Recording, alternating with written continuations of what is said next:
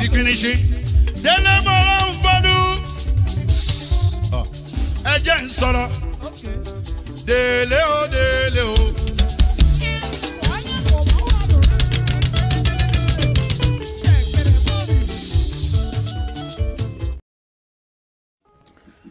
When we were under colonial rule, we felt there was a need for Africa to be liberated. We felt the white man came only to steal and to plunder our God-given resources. We felt the white man had no liking for the white man and had no concern for the development of Africa. And then our forefathers felt there was a need for independence, complete independence from colonial rule. And today, most African countries are free. The question we should ask ourselves, are Africans truly liberated? Those resources that were being plundered by the whites, that gave reasons for our forefathers to fight for our liberation, let us ask again, are Africans truly the best off from saving our resources from the white man? Since we've gotten independence, the life of the black man has not been any better. We've become even more impoverished. During the white colonial rule, even though they plundered our resources, they stole our resources, one thing we could actually say that the white man instilled order. How did they do that? Because they were able to instill respect. And more importantly, there was respect for institutions. Now that we are independent, and I want to take Nigeria as an example, where are we best off today after independence? My answer may be as good as mine. No, nowhere at all. We have gradually deteriorated to a point where Nigerians no longer see the need to obey law and order. And there can never be any meaningful development where there are no laws that ultimately culminate into order. Nigeria is at its precipice. We have said this over and over again. We now have a group of politicians that think of nothing but just their pocket. We now have a group of politicians that see no other way to make money but to pilfer hard-earned economic resources while not caring for the welfare of the people. It's so unfortunate that while they rob the people of their resources, they even rob the people of their senses. Today in Africa and in Nigeria in particular, we have Nigerians who are the most suffered people in this country, but yet continue to support those who impoverish them and those who suffer them. Well, in Nigeria in particular, we have been divided along tribal and ethnic lines. And therefore, the people are powerless to shout out. We have all agreed that revolution is the key. Of course, we need a revolution right now. We cannot allow these politicians to continue to do what they do. In broad daylight, we have a crumbled judiciary, a crumbled executive, and of course, a dilapidated executive. But one thing keeps coming up, and that's the truth, that gradually a revolution is becoming necessary. And the only reason why a revolution has not taken place is because this revolution that we so much sought for has not found a language. And that language is hunger. Well, we are learning the language. The hunger is growing every day, and very soon we're going to have a language that cannot be controlled by religion, a language that cannot be controlled by ethnicity, a language that cannot be controlled by sentiment, because hunger humbles everybody. Whether you are a Muslim, I don't care. Whether you're Yoruba, I don't care. Whether you're north, south, east, west, light, blue, yellow, white, whatever color of your thoughts are, I don't care. The truth is that Nigeria is crumbling and there is a need to reset it. I am too old to carry placards and sticks on the street. But the children I give to, and those that I'm way older than, those with energy, those on whose energy the country relies to grow, are impoverished. It is time for you to speak, or else these crazy bald heads will not hear you. Time to speak one language, and that language is to take Nigeria back. My name is Magnus Sowore, and I say please follow this page and share this post now. more on that breaking story earlier on the Rivers crisis and the reconciliatory meeting mediated by President Tinubu between rival political figures, including Governor Sim Fubara and his predecessor, Nyesom Wike. In a released communique after the closed-door meeting, key directives were issued to resolve the political impasse in the state. These include the immediate withdrawal of court cases by Governor Fubara, dropping of impeachment proceedings against the governor, recognition of the House of Assembly leadership and reinstatement of benefits, autonomy for legislative activities, and the representation of the 2024 state budget. Additionally, the communique states that names of resigned commissioners will be resubmitted for approval, and there's a clear rejection of a caretaker committee for local governments. Right, let's bring in Arise Director of News and Politics Editor Somna Sambo. He may be able to help us understand the politics of these developments in Rivers State. Somna, good to see you. Thank you. Is this an uneasy calm, or is this truce really sustainable, especially when you break down some of the directives? What do you think? Even President Tinubu himself knows that this arrangement wouldn't hold waters. Wouldn't really hold waters. It's tilted towards one side, and you and I know that if there was one person who left that villa happy and really excited, that person will be Nyesom Wike, because everything just seems to be almost towards him. And you'll see that there are two court cases by two different factions. How come one is being mentioned? The number one thing there is that all matters instituted in the courts by the governor of Rivers State in respect of this case should be withdrawn. What happens to the one that was instituted in Abuja today, and there was a court order? That wasn't mentioned, and that was by this factional speaker, Mayoli, who was there, and Sim Fubara's own speaker wasn't there. If you look at the signatures that were appended to that document, you see Governor Sim Fubara was there, his deputy was there, deputy governor, and then Nyesom Wike was there. The speaker that's loyal to Nyesom Wike was there. How come the speaker that's loyal to Governor Sim Fubara wasn't there? So, I mean, we all know that in politics, a presidential intervention is much cherished, and I really like what President Tinubu has done. By intervening, he has shown that there's a political will from the federal side to be able to look for a resolution to this problem. But when it comes to the feasibility of actually having this implemented, I'll tell you that the same executive powers that President Tinubu has is the same executive powers that Governor Sim Fubara enjoys. And the federal government, through President Tinubu, cannot tell him how to run his state, Rivers State. Not even a minister can do that. Because just the same way President Tinubu was elected with executive powers, that's the same way Governor Sim Fubara was elected with executive powers. And you see the things that are here. Commissioners will be represented. The governor should not sack local government chairman. The budget to be, oh my God. I mean, President Tinubu himself, when he was governor, wouldn't take this. And you know what happened when he had a clash with former Governor Ambode? Governor Ambode showed him that he was the governor in charge, even though he was not going to get re-elected. But while he was there exercising executive powers, he was going to show Asiwaju Bola Ahmed Tinubu, then the national leader of the All Progressives Congress, that he was the executive governor of Lagos State, and he did. You know, listening to you, we're going to have the same situation here. Listening to you, Samna, you've been able to remind close watchers that it's tilted. Yeah, it's tilted. Yes, I mean, from everything we've seen here, and it doesn't make it easy to be implemented. And in politics, sometimes you know how they say it. You can use the word trick before an average Nigerian. The word wayo could even be stronger than trick.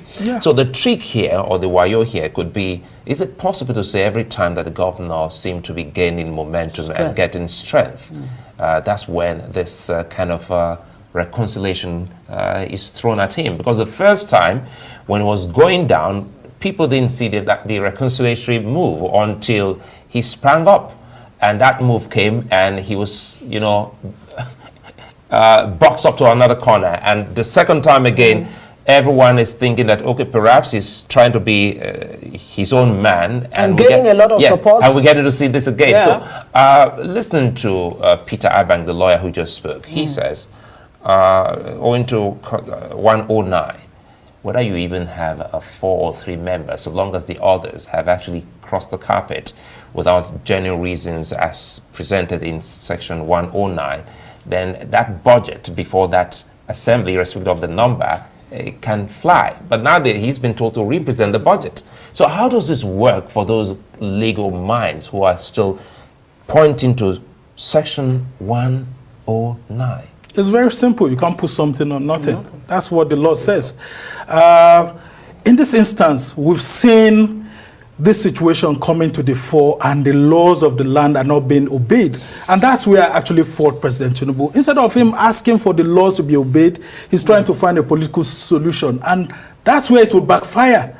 Because if both sides don't see some sort of equity in the terms of resolutions that have been reached, there's no how they'll be faithful to the document. And I can tell you wholeheartedly, from what I've seen right now, and these documents presented, the government only signed it to assuage the feelings of the president right there at the villa. But you and I know that when he gets back to the government house in Port Harcourt, it's going to be a different ball game. Wow.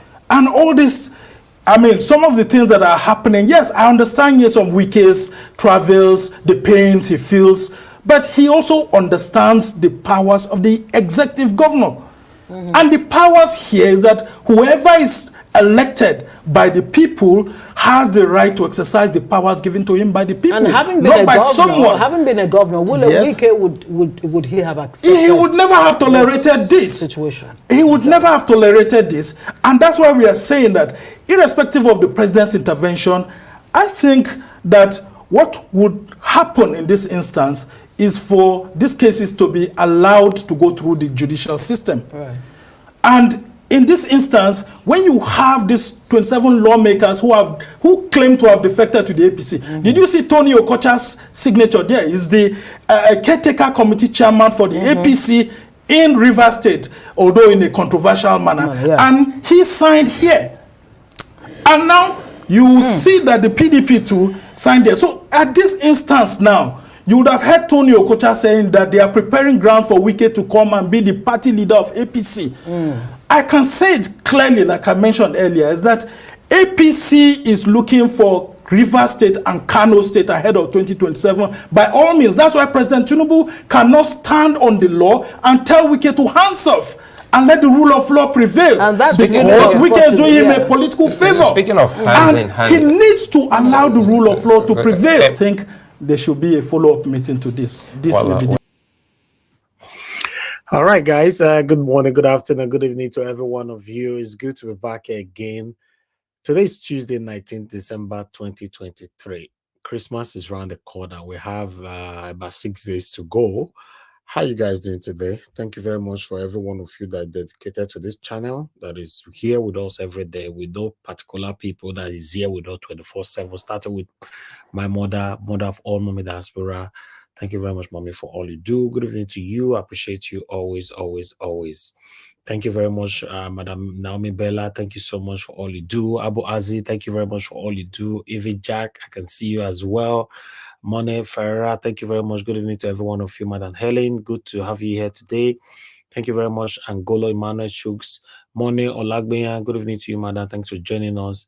Lucy Eno, thank you, my wonderful people right there.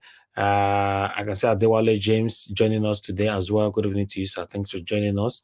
Thank you, my people. Didier Anthony, many others right there. I've showcased so many people already. Mother Pachata Gujumi, I'm just seeing you right now. Thank you very much. Thanks for all you do. Peggy Mode, thank you, Miracle B, and Ario Me. Thank you very much, my wonderful people. Busy Bone is with us today as well. Thank you, Jivima, Jude King, and many others. Okay, my people. As I know, say the katakata where they go on for Rivers State between Fubara and Wike. As I know, say they say the Fubara Wike and Wike the Wike Fubara. Now, Tinubu don't come inside based on say in a precedent. Normally, how it's supposed to be, is to come in and settle the issue in a fair manner. But Tinubu came in a style, to even join hand again to oppress Fubara and to put Wike ahead of him, just because these people have agenda of taking Rivers State in the next election, to become APC states. You see, it's a big problem. Wike is working so hard to frustrate this governor in Rivers State. But we're going to be taking more videos, some videos here today that will elaborate more on that, to give us overview and more understanding of what is actually happening right there in Rivers State. I appreciate every one of you, my people. Thank you so much. As you all know, when these people are fighting, the truth of the matter is, the reason why you see that I'm not too keen into this Fubara thing and all that, even though I know Wike is not a good person, they are the same thing. Fubara was the one of those people that joined Wike to ring the election for him to become a governor. Remember that? So yes, he's part of them. He dined with them. He eat with them. He did everything with them. So now, whatever that is happening to him, even though we know that is not nice, we shouldn't support anything to do with injustice. Yes, I'm not supporting anything, but if you look at it the other way around, I don't see how Fubara is better than Wike, and I don't see how Wike is better than Fubara. You might have a different view, but this is my own view. Yes. If you see the time that Oshomole were oppressing Obaseki then in those states, nobody really know Obaseki into anything at that particular time, and the oppression was too obvious to the extent that Oshomole wanted to become a godfather, like the same thing that Wike is doing right now, But this one is quite different, because according to information reaching us, which I cannot ascertain publicly, that Fubara is one of the people that joined Wike to ring Rivers State for Tinubu. You see, so now whatever that is happening to him over there, I think, I don't know, they are not fighting because of the people. That is my final statement on that. But I'd like us to move on so that we can hear more.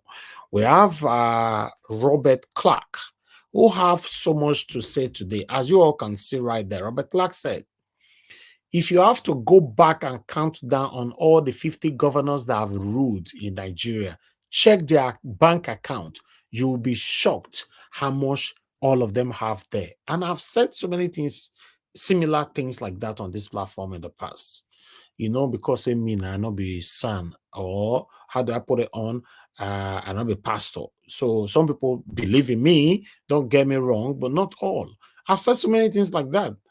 So many things like this in the past, that all the governors that have ruled us, starting from my own state, Oshomole, Obaseki, all of them should go to jail. But I'm happy that Robert Clarke coming to a national TV to say this, that these people, they are not for us. In fact, these people will continue to do worse. In case you're not aware, 5 years, 10 years from now, it's going to get worse in Nigeria. Yes. Thank God that I and Oga CM and Mr. Jonathan and many others that were with me yesterday, F. Emmanuel and others that were with me, we mentioned it, that 27.5 trillion naira budget that these people brought out, there was no anything in that 27.5 trillion naira relating to power, that they should give us permanent lights. So tell me, I don't understand when we have some people still arguing with you that these people will do well. When we argue and argue and argue, their 4 years will complete. Either some of them will be removed in that 4 years, or some of them will continue, by using one way or the other to win themselves for another 4 years and, rule you for 8 years, while you and I will still be sitting here arguing every day. But meanwhile, I would like us to listen to Robert Clarke. It's a very strong statement here from him. Let's listen to this. Thank you very much, my people. Love of God is my strength. Thank you very much, Madam, for joining us. Good evening to you. Madam Stella Masavedo, it's good to see you as well. Good evening to you. I can see right there. Thank you very much, my people. Press on the like button. That is the best ever you can do for our voices to go far. I'm just going to post out a link right now for those of you that will join today's broadcast so that you can come in on time. That is the link right there. Click on it. Join us here and let's talk about the things that's affecting you and I. Let's listen to Robert Clarke here. Of government, what role does maybe I should ask, does the president have a constitutional role when it comes to subnational matters at this level? Or is it okay for him as president to sit in and adjudicate where necessary? Look, there are too many questions. Your questions are pushing me back a bit. I'm an old man, so let me hang my back well. Which question really do you want me to answer? So, constitutional role of the president in this matter, does he have a constitutional role? The constitutional role of the president in all this fracas. Yes, sir. That should have been known. Because we were not expecting it, none has been provided for. The only constitution that allows the federal government to put its mouth in a local or this thing is during the First Republic, when a declaration of emergency was declared in West.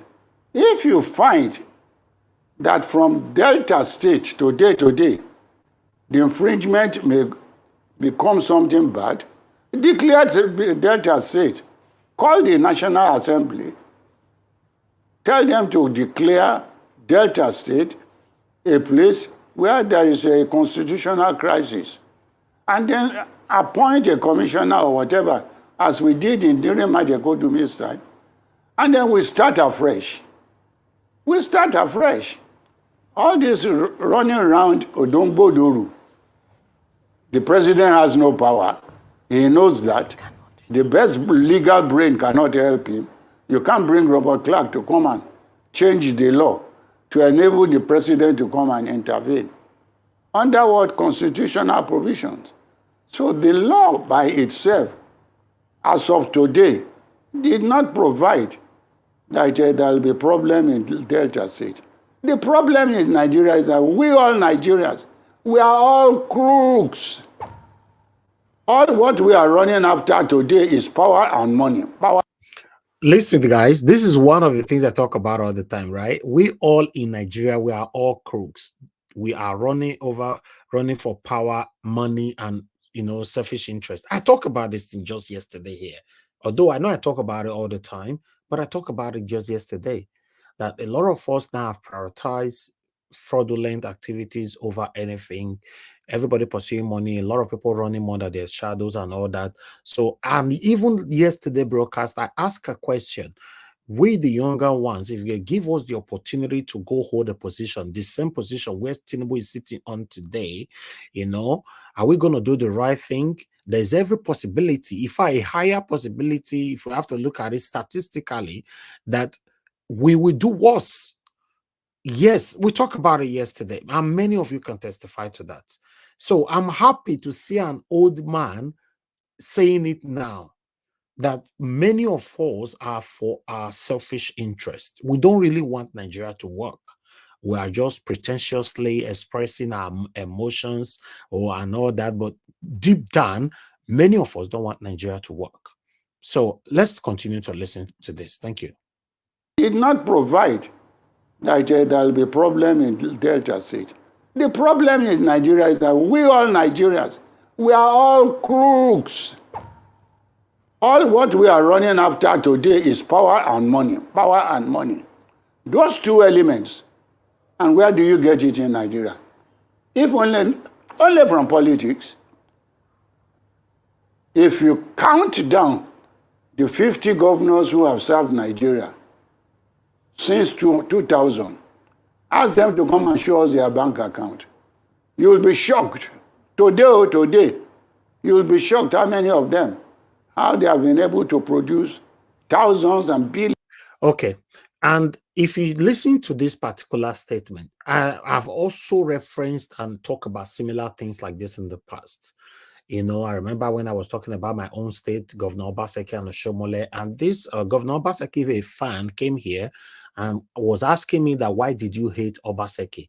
That is where you find yourselves when you question your leaders. you have some gullible Nigerians that will question you back. Why do you hate the leader? Like some people were saying during the time of the election that we hate Tinubu, you know, and all that. Questioning Tinubu today, now some people will still come in that, oh, you hate Tinubu. If it was Peter Obi that was there and I started using my platform to checkmate Peter Obi, some of the people that has been dedicated to my platform will also come here to say that, oh, why you hate Peter Obi. So this is where we find ourselves. We have a long way to go. Yes. Now, Robert Clarke is saying since 1999 till now, all the governors that have ruled is not exempting anybody out or any governor out of it. Right? He's talking about all of them. If you check their bank account, you will be shocked. That is why you see that the video that I played here about 2-3 weeks ago, when Governor Obaseki was telling BBC that I'm happy, I'm very, very happy. I have everything. I'm going and all that, blah, blah, blah. You know, I played the video here. I might not be able to get the particular statement right, but yes, I played it here. Why Obaseki not go happy, for example? He go happy. Thank you, Mr. Chusobibo. I'll come back to you. Thank you. Tell me why Obaseki not go happy. Why Oshomole not go to vibrate today? Why? This is where we find ourselves. A governor that went into power, maybe it was the governor worth only 50 million naira before. Automatically, when they leave power for just 4 years, they'll now worth billions of naira. You know, we can't continue. We can't have a better country like this. Then when you speak, you have the same Nigerians that these same people are oppressing that will be challenging you, that will be insulting you. Then it's baffling. They'll be insulting you, telling you that, oh, you shouldn't say this, you shouldn't say that. It's crazy, man. It's really, really crazy. Let's move on. Let's listen to this here. The 50 governors who have served Nigeria since 2000, ask them to come and show us their bank account. You will be shocked. Today, you will be shocked how many of them, how they have been able to produce thousands and billions. We have to ask ourselves, is politics in Nigeria meant only for politicians? Is politics in Nigeria meant only for politicians? Why cannot people like us, Robert Clarke, contest an election without joining a political party? Why do we need a political party? This is the problem we have in Nigeria today. No other person can change it than these national people there. And they will not do it. They will not do it. Okay. Secondly, all right. Madam Origin, I saw your message right there. You say you totally disagree. All Nigerians are crook. I'm not. My family are not. Mr. Peter Obi is not a crook. We had a endemic or pandemic. I don't know what you wanted to put there. Endemic looters and ruling. You know, but it's not generalizing. You only use that word, you know, for people. If you know yourself, you single yourself out of it. It's not generalizing. Obviously, everybody know 100% everybody cannot be crook, but I believe is trying to put it like that. Then, if you know you are not, just remove yourself. I believe that. Yes, local government. Yes, I'm listening. Go ahead, sir. Finish up, sir. Hello? I said, go ahead, sir. Go ahead, sir. Secondly, the local government, when the creation of local government has been bastardized by the governors themselves, from a small cubicle of payment should be made to the when distributing local government, the state account, it should be paid first into the state account. They found a way out to create a situation where even if this money will invariably be transferred to local government, it will first go to the account of the state government. Then you see the manipulation starts. The local government will now set up a committee. The committee will be 4 to 3, you find. Their own members are there. This is how the money should be done. This is how. Whereas the recipients of the money are not, they are not enjoying it. Therefore, first, political parties, local government, and by the grace of God, if we can pass those two tests, allow our monies to be controlled by our own people, whom we are allowed to come in without going through a political party, or who through local government are not attached to the apron strings of the governor. We will make progress, you will see. By the grace of God, inshallah, we will make progress. Okay. So I asked earlier on a question, about the legitimacy of things, and you talked about the fact that why things are not working is because, yes, when you look at it deeply, our constitution is flawed, which is an argument you've constantly made. And I totally align with you on that, sir. I totally 100% agree with you that our constitution is flawed. But there is still a certain level that a governor must be able to assert himself as the chief officer of a state. Should the president try to make a deal when another person that is no longer governor, but is a political godfather, is trying to remove that assertive power of the governor? When this same president was hailed, when he was governor of Lagos, the way he stood up to President Olusegun Obasanjo then. So should the president, because it's a clear case of Governor Fubara trying to assert himself as the chief officer of the state, and the minister trying to undermine him because he's a political godfather. So should a president make a peace deal or tell the governor to assert himself when things like that happen? Let's answer this as devoid of the constitution. We know the constitution is flawed, like the Yoruba phrase, Oti Wolatile. But with this pre-existing format we have, should the president try to say, make peace with a minister when the governor should be asserting himself? You see, I quite appreciate. I can't hear you. Can you hear me, sir? I can't hear them. Okay, I can hear you now. Okay, go ahead, sir. I can hear you now. Yes, go ahead. Go ahead. You were answering the question. Now, what I'm saying is this. Yes, sir. You cannot, you are getting a problem that was created by the situation on ground. If all what I said are not on ground, the situation of godfatherism or no God will not arise. The situation of godfatherism have arisen because of what we have on ground, because we don't have independent candidates. If an independent candidate had won the local government election in Nigeria, will the governor call him and say, look, which party will discipline if he does not answer? Look, all these problems are being created by you, the press. Let me be honest with you. It's being created by the press. The question of independent candidate, if attached and fought well for, will not give rise to godfatherism. So let us try and start from that which is necessary for us to survive our, matters. What is godfatherism? Godfatherism still means a division has been created right from the beginning. No. Political parties create the divisions. We don't want them. We don't want them to be part of our life. If they want to be part of our life, let them go to the legislatures. Forget local government so that we can live in peace. Now we travel outside Nigeria. We see how local governments were this. We see metropolitan police. We see all these things.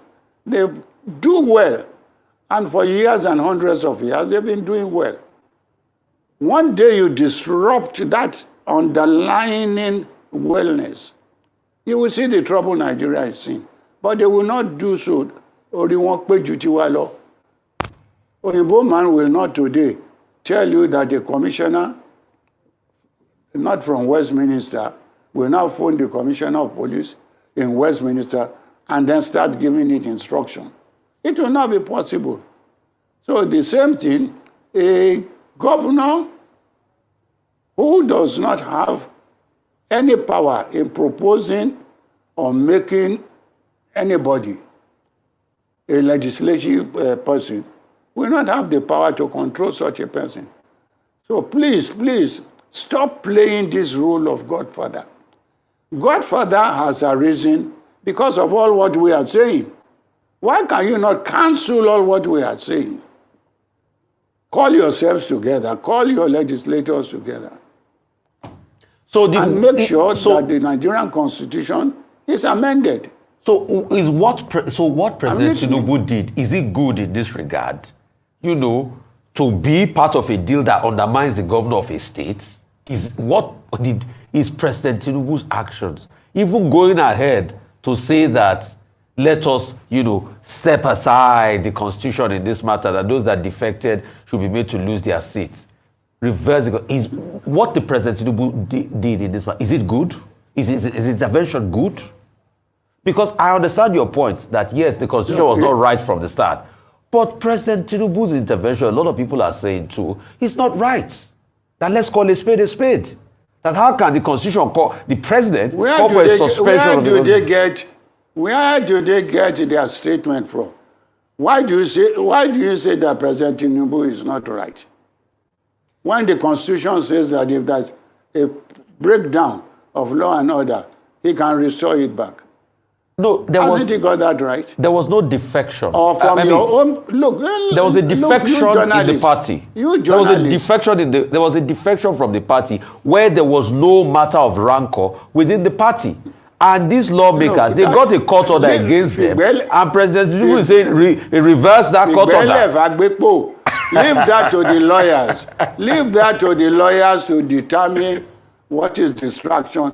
It is you, politician, and you, what do you call you people? You are creating the trouble in Nigeria.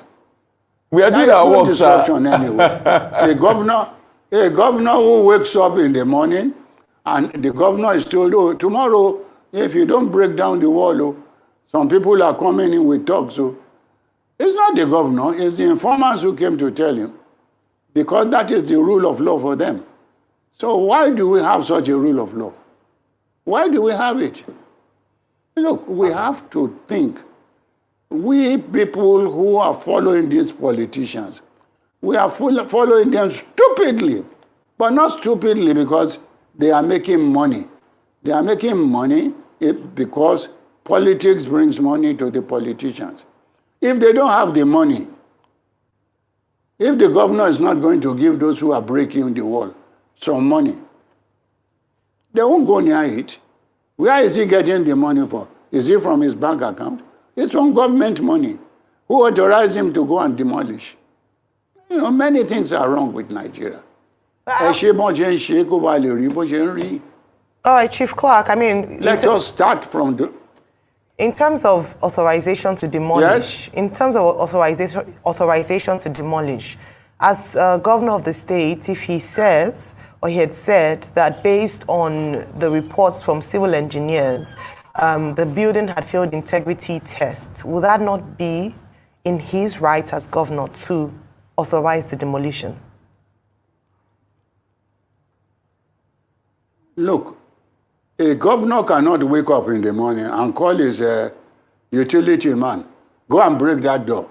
The man will ask him, where's the authority of the local district? Where's the authority? We don't have such. Look, the problem is that we Nigerians, we have allowed the politicians to subdue us with money, and that money is what is killing all of us.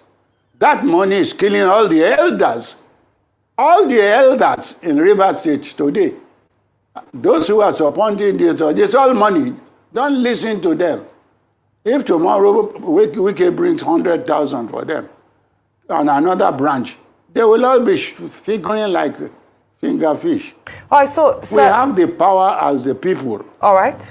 So, and I'm glad we're coming to the role of the people now. I would like us to look at the best way forward. So we've identified the problem. You've talked about the Constitution, the 3 areas in the Constitution that can be, reviewed. But in the instance of Rivers State, or the situation of Rivers State, now a truce has been achieved following the intervention by the president, even though you have also said that the president does not have a constitutional role to play in this matter.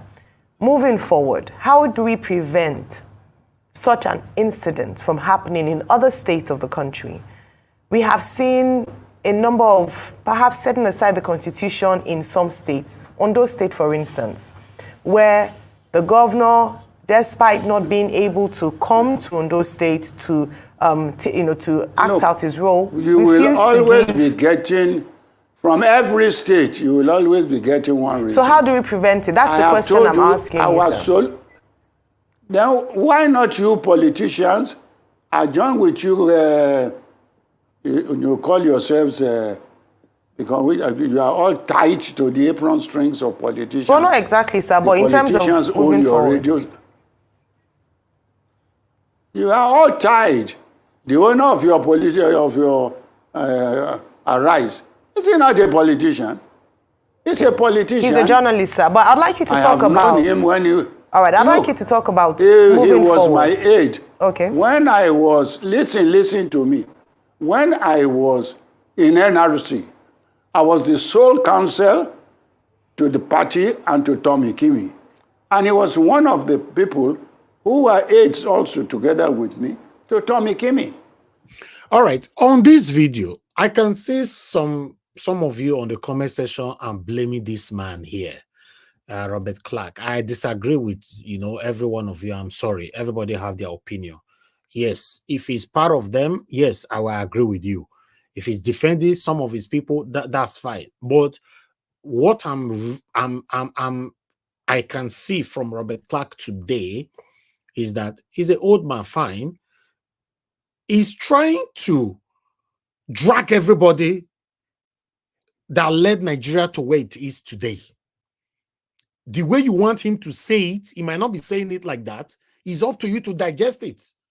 Yes, but he's dragging everybody to where we are today. That is me. So I don't know why some of you are blaming him and all that, old man, blah, blah, blah, and all that. I totally disagree. Somebody coming on the national TV, now he's telling us now that the same media that you and I have been complaining about, that their owners are also politicians. They are entangled. Either they are secretly entangled or otherwise. He's trying to say, he's talking in riddles for you to digest it. Even when Ayo is trying to defend their boss, he said, no, you listen. It's possible if he could have let Ayo know that you were not even born then. But that might sound disrespectful. But he's about to lecture Ayo now that you don't know your boss more than me. Many of you here have blamed channels of being biased. Many of you here have also blamed Arise of being biased. Somebody is trying now to bullet point it, to tackle them one by one. We said the old man is not a good man anymore. Sometimes I ask myself, what do we want? Because if the person is not saying it how we want, there is a problem. How many religious leaders can come to a national TV like this to speak like this, even though, let's say 10%, Robert Clarke talk now, maybe you are expecting him now to talk 70%. How many religious leaders can even come and talk 2%? 2%, how many? So, regardless of what, is part of them. Yes, I agree with you. I'm not disagreeing with that. But is he talking now? Are you going to applaud him for talking? Because we are the kind of people, if person not talk, we go talk, blame them. The day when they go talk, we go still blame them, say they not talk where? For example, now the day where Adeboye go come out now, go talk now for only 2 minutes. Now you and I go still blame her for say not talk where. And now with the blame her say not talk at all. So some of these people listening to us, they are listening to us. They will just decide, say, there's no need for me to even talk, because if I go talk tomorrow and not talk out, they want me to talk they will still blame me. That's my take, though. Everybody are entitled to their opinion. That's my own take. Let's continue. They are politicians. I vade into politics partially. They vade into politics willfully. I stayed with my law practice, and today I'm happy. I am what I am in my law practice. All of them, all these people, Ebagbeni and others, they are all politicians. He's my good brother, he's my good son. So don't tell me he's not a politician, and he cannot say that to me. Everybody are putting all the politicians under there. Tomorrow when he gives a... All right. Chief Clarke, can you hear us? Let the rich ones... Okay. Your network. That was a bit of a challenge. Let the people, if you want to see how you can do things, let the people annoyed with the way the governor has broken the wall. You cannot win anything from negativism. All right, you go and break the wall because you want to right a wrong. Hold on. Quick question, sir. I'd like you to just make that, but just before, so I don't lose that question, the clarification between a willful politician and yourself, because you also went into politics. So would you also categorize yourself as a politician and one of the Nigerians who are politicians and are motivated by money? I was a lawyer. I was a lawyer to the politician. I told you, I was special counsel to Tommy Kimi in 1991 or 92. In the NRC days, I played my roles. All the former first governors in NRC, they know me well. So I was never a politician. Did you see me become minister? I never died into politics. Sir, as we speak today, yes, President Odukawa is the proprietor of Arise TV. He has no political leaning, and Arise TV has got no political leaning as we speak today. So we're practicing full-on journalism here. No political leaning whatsoever. But I'll go back to your point, sir, and I'll use your phrase. If you keep saying that phrase, that leave, the waste for those that clean it up, which are the lawyers. The Yorubas also have a saying that what it means is that an elder is not in the market, cannot be in the market, and the head of a little child is tilting in a direction that is not good. Market. So market in for the past 20 years. So you people, as the elders in society, is it not a call on you to defend the Constitution in this regard and speak to the Constitution? Yes, by speaking up for it, rather than saying, let's just allow everything go down the drain. That's what like I'm that. asking. We people should now stand up. For instance, some of us seeing what is happening in Rivers State. Some of us seeing what is happening in Rivers State. We can call a rally. Call a rally in Rivers State and say, look, we want to have a rally. Such action should never occur. No governor has the right to be demolishing property of the common man, not built by their money. When we start from there, let us see what happens. You start it. So why are you not condemning? Why are you not condemning the defection, sir? Why are you not condemning the defection? You are condemning Fubara, but you are not. Nothing is wrong with the defection. Nothing is wrong with the defection for you. That there was no problem in the party. Members defected, and they are still holding their seat. I don't know of any defection. Oh, so you don't know 27 members defected? Any cognizance. You don't know 27 members of the PDP defected to APC? Nigeria. That is the problem with Nigeria. What's the problem with Nigeria? When people like you, who should take up the fight of the common man, you are deciding to take side. No, I'm just being objective here. I'm telling you to balance the story. Where the common man is being jettisoned to the corner, you won't talk. You are not speaking now as a journalist who is defending the interests of people like me and you. You are now trying to, fight for the oligarchies. No, I'm not fighting for the oligarchy. That's what you people are doing. With due respect, sir, all I'm saying you are fighting for the oligarchies. All I'm saying, sir, is balance the story and please let us be objective here. You've condemned Fubara demolishing the House of Assembly. We don't support that too. But why don't you condemn the defection by the lawmakers when there is no problem in their political party? And why don't you ensure that the constitution reigns supreme by saying that people that have defected when there is no division, that they should definitely lose their seats? And why are you not condemning President Tinubu for saying that those people should go back to their seats? It's against the constitution. That's all I'm asking. It's balanced. I'm not fighting for any oligarchy. I'm fighting for Nigeria. Why don't you condemn that? If you had listened to me properly, I said the problem here is with the constitution. Why not jettison it? If you jettison it, will you have something to be talking about? All right, sir. If you jettison it, all these your trend arguments will not arise again. We will have a new constitution where all of us. Did you write the constitution? So, were you part of those? But before we jettison it, are we not still going to use the pre-existing condition?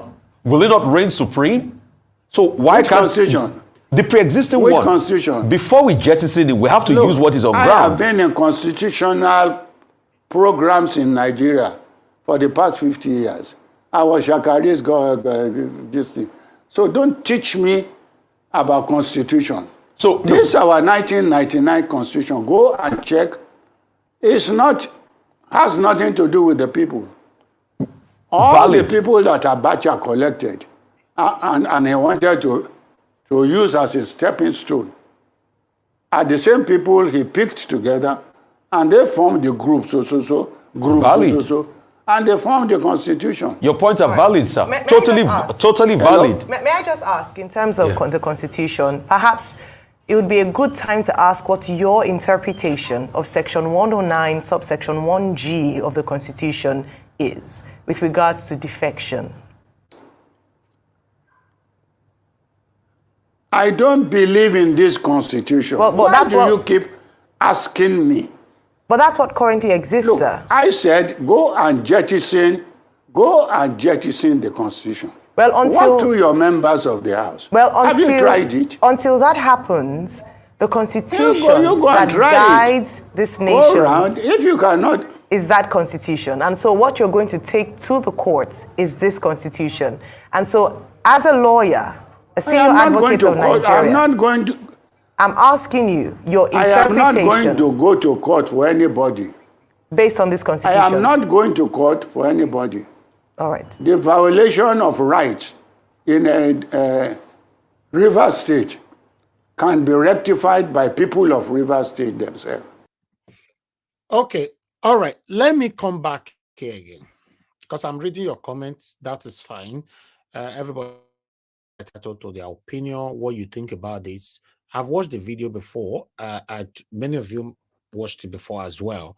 And I see many of you right there on the comment section are castigating the man. You don't want to answer some questions. You don't want to do this. Yeah, that is absolutely fine. Even me, myself, when I watched it earlier on, I was screaming from my own living room saying that, may you don't answer this question, or God, answer this question. But I don't get to understand that. You know, for me, I'm talking on my own. This man is trying to tell Nigerians that you all are not ready yet to take your country back. So sit there, enjoy yourself while you are blaming everybody around the corner. He have told us that almost all of them are the same thing. He included himself. So you castigating him right now doesn't mean anything anymore, because he already included himself. That yes, he used the word, he generalized at that time. Now, to come in, he also said he doesn't believe in the Constitution. So that means whatever the Constitution is bringing in is not part of it. He doesn't believe in it. But some of you said, yes, he's working for Tinubu, he supported Tinubu, he do this, he do that. I understand. Maybe we'll hear more from you today when we listen to Sowore, who said that Obidient movement was fake. And his reason might shock you. Yes, that's what he said. You know, the reason might shock you. For him, because I'm part of the Obidient movement. But I was surprised when he said Obidient movement was fake.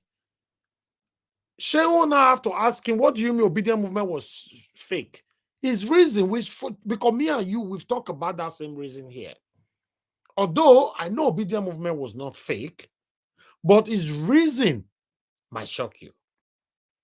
You see, yes, even though he excluded himself and all that, for me, this interview was one of the best interview so far. Obviously, you can see the man was trying to protect Tinubu. He's there, but he was also saying the truth. Make we talk things I be now. Yes. He Mr. did not Elvis. see. Yes, sir. Yeah, good evening. I beg to, come in here. You see, please, in my own opinion, this man is just total waste of time. How? Exactly. This man is among the people that contributed heavily to what is happening to Nigeria today.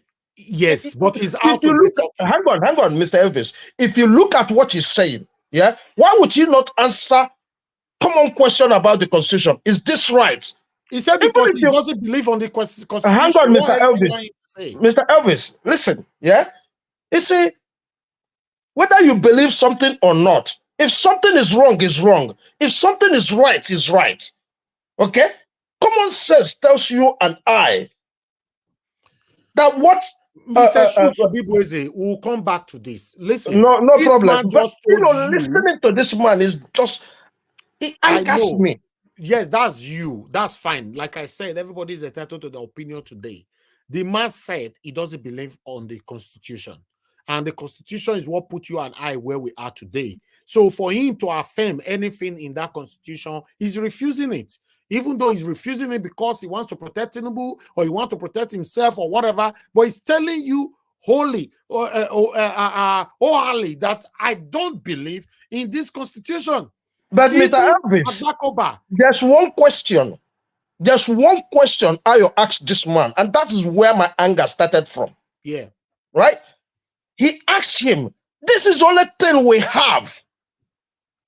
So you must do with this till you change that. And what are you doing? Hang on. Hang on. What are you doing to change it? What has he done? He ran away from this question. It's just like Mr. Tony came here the other day. Mr. Tony Nande, he said, if Peter Obi come and if Peter Obi rule again under this constitution, he will not support or believe or anything about Mr. Peter Obi. Hello, Elvis. Hello, I want to respond to the gentleman talking to you. See, watching what transpired between Baba Rilwan and Ayo and the other guy, the young guy, Rufai, I think their questions were very naive and misdirected.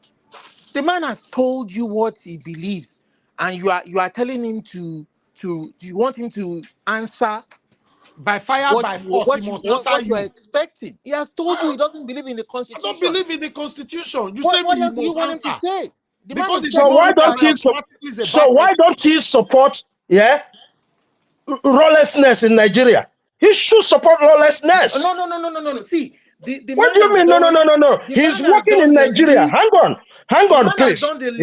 This man is a lawyer. Okay. The man has done the listing anybody is they should do. Hang on, this man is a lawyer. I don't know how many lawyers have come out to say the Constitution is a fraud. Exactly. 90% of them says that. 90% of them says that. Many? 90% but of what them say that. Is he not a lawyer? What has he been doing? You want him to say? You want him to support Peter Obi? Hold on, sir. Hold on.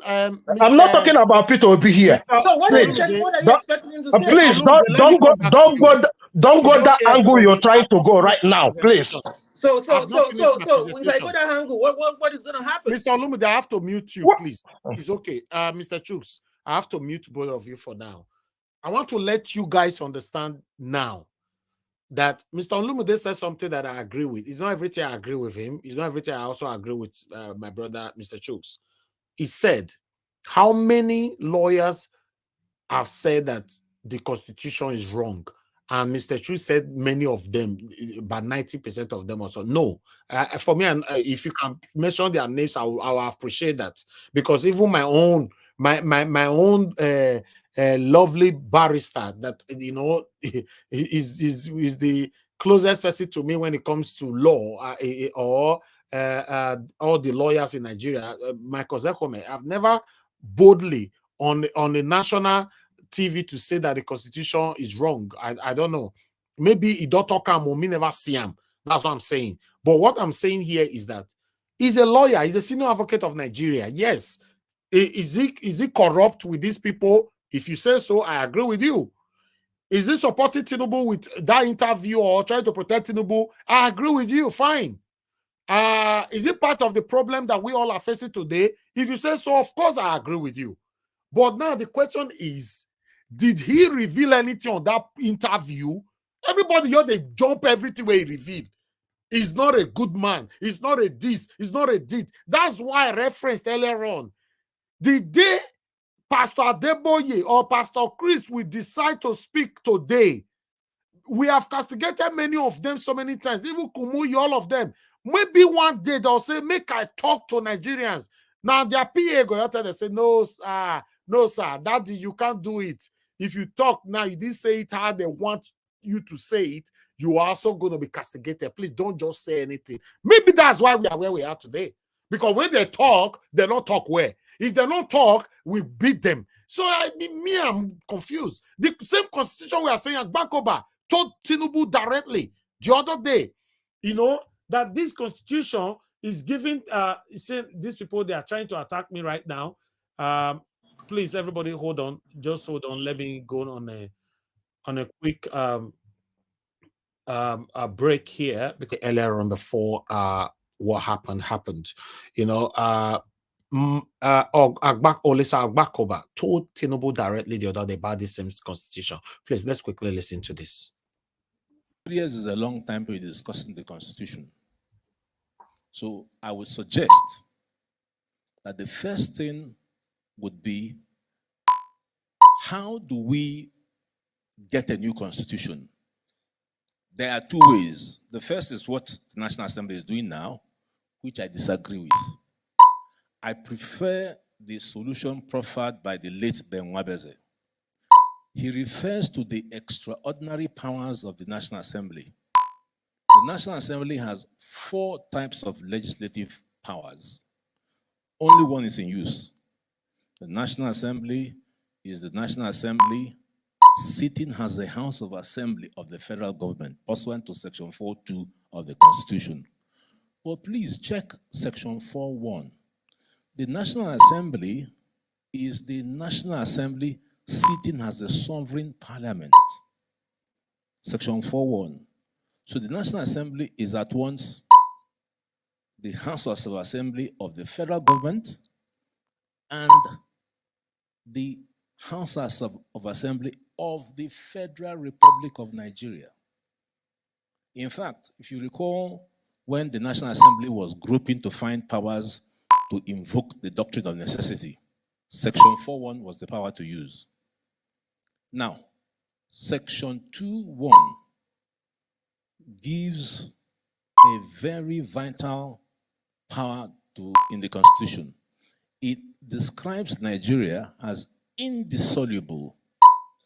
Indissoluble. So the sovereign power of Nigeria is to be found in Section 2.1. And there's only one citizen that carries the sovereign authority of Nigeria.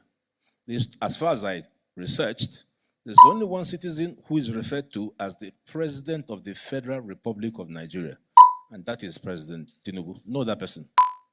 Every other person is either Federation, AGF, CJN, but no other person is referred to, and there's a purpose for that.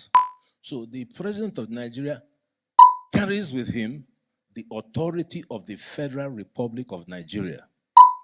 The Federation is not a political entity. It is merely a subdivision within the Sovereign Republic of Nigeria. So it's important that the National Assembly, in carrying out its legislative functions, will understand that it has a trinity of powers, the final one being the FCT.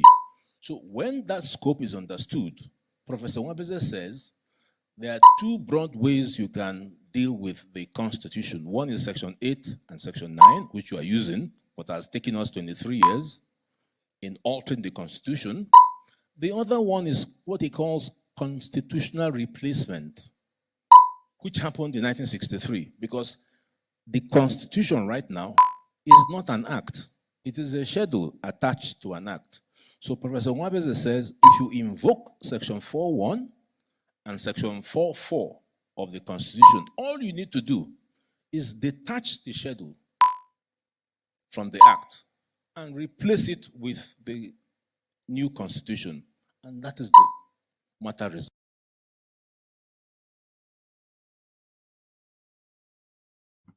All right. I just wanted to quickly reference to that part from Olisa Agbakoba. As you all watched that particular video on that particular day, we presented it here. Everybody is talking about this constitution. The constitution is part of the problem that you and I are facing today. Now, you know, we have Robert Clarke saying that he doesn't believe on this constitution. People are forcing him that you must talk, even though the constitution is there, just talk. He said, I don't believe on it. If the constitution produced me, myself, that is sitting here today as the president, he still don't believe on it. If produced you that is against him, he still don't believe on him. If you think that the man is part of the people that cause us pains, I'm not there. I'm not arguing that with you. I'm saying at least he revealed so many things today. Didn't he? It's a question. You know, let's listen to Omoyele Sowore. A lot of you were calling in. Please bear with us. I will be picking your calls, or I will return some of your calls back. But let's quickly listen to Omoyele Sowore here. I'll have to forward it. To a situation where people will miss Buhari. That those who will say that when things are really not going good, even when they're good, that hope is hard to fix things. And there's a renewed hope they're selling to Nigerians.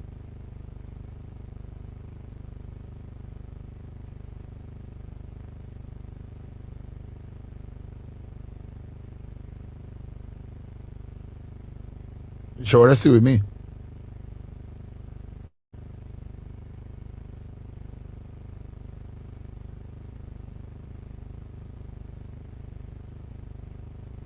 This is frozen. All right. Are you back now? Yes. No, I'm back. Yes. Oh, great.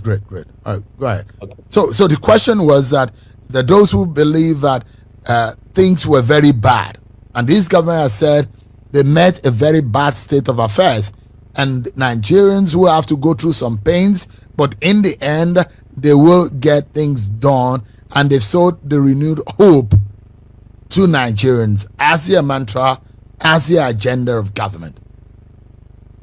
It's renewed scam. It's a renewed scam, not hope. What do you mean by that? I mean, because I don't know anybody. That those who will say that when things are really not going good, even when they're good, that hope is a good item to sell, isn't it? Well, that's if there's hope.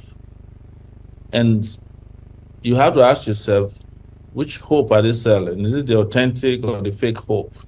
I think this is the fake kind of hope.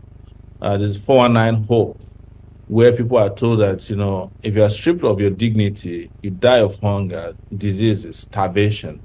Your school fees is skyrocketing. Your inflation rate is at the highest levels. Your currency is like toilet paper. That everything will be all right. Anybody telling you that is a motherfucker. And I'm sorry to say that. That's a very harsh language to use. So, yes.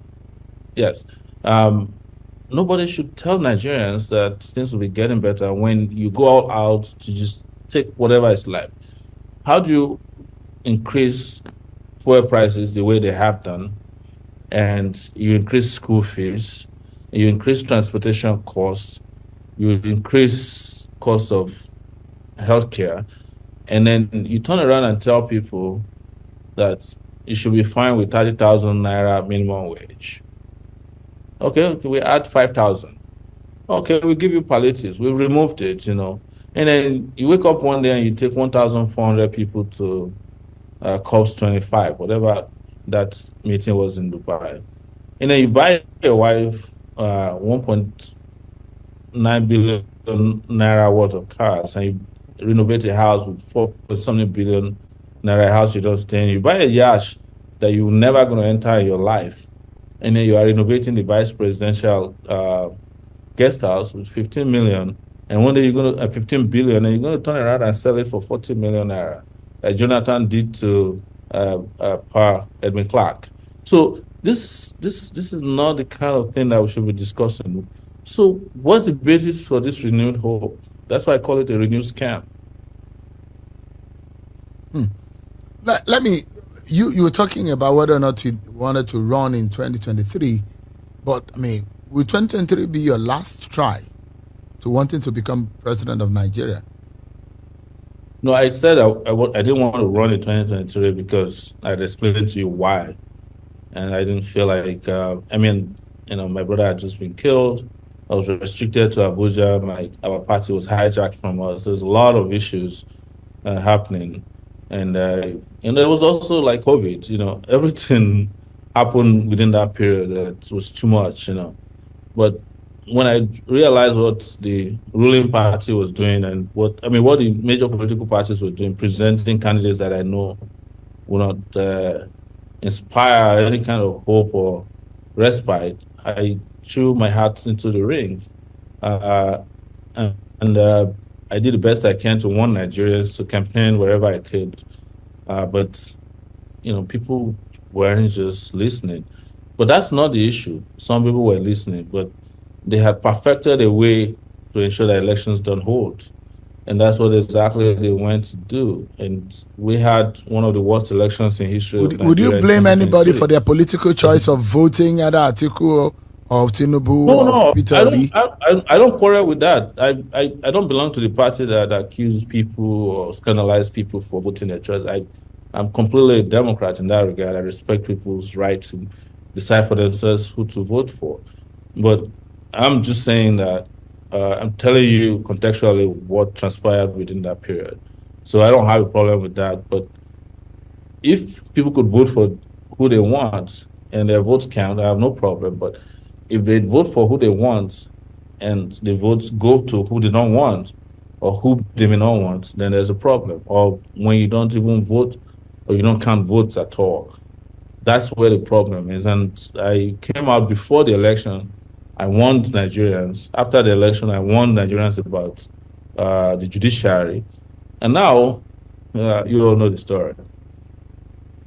But I like you to react to some of these comments that I heard about the manner in which you attacked Peter Obi, the presidential candidate of the Labour Party.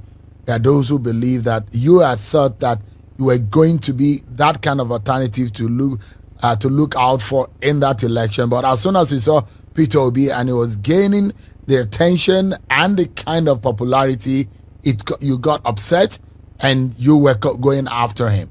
And then it was just simply malicious. Those who reacted in that manner.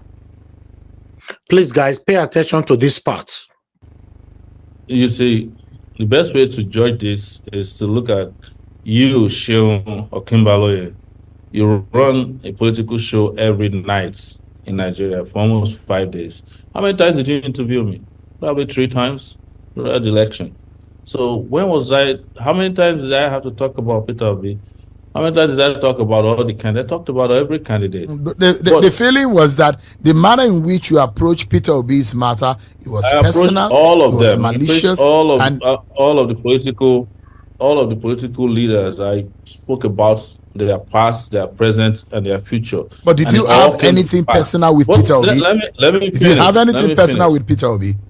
Let me finish. I have nothing personal against him. In fact, were it not for me, Peter Obi may not have become a candidate of the Labour Party. And I've said this to you on your show before, that it was our Court of Appeal records, unpublished, you study law now, that was used by Femi Falana to get Peter Obi a spot as a candidate when the Labour Party was, falling apart. I was one who provided the documents to Peter Obi's lawyer, Femi Falana. You can find that. And it's not the first time I helped Peter Obi. When he was governor and Obasanjo then wanted to remove him, I helped using Sowore reporters to expose all the plots against him. So you can ask him all this. How would I get upset about a candidate that I know is going to end up the way he ended? No, because the feelers, and I'm reflecting. This is like a mirror. I'm reflecting the feelings of some people to you. What happened to Peter Obi? Now, what happened? Ask me that. You always ask me that. No. I'm asking you again. These elections are over. I mean, that those who believe that what you saw in Peter Obi was what Sowore wished for himself, but he couldn't get. No, I don't wish for myself what Peter Obi had. I don't wish for a movement that is not real. That's never been me. What do you mean by it's not real? The Obidient movement is not real? If they were real, why was it that when they were cheated, they couldn't raise a finger? Okay, let me come in here. Obidient movement was not real, right? That's Omoyele Sowore.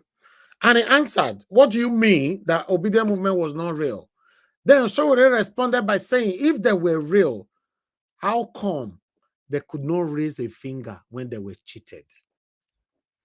Okay, maybe some of them will still stone Sowore for this one or that particular statement, because you and I have complained over this over and over again that we could not do nothing.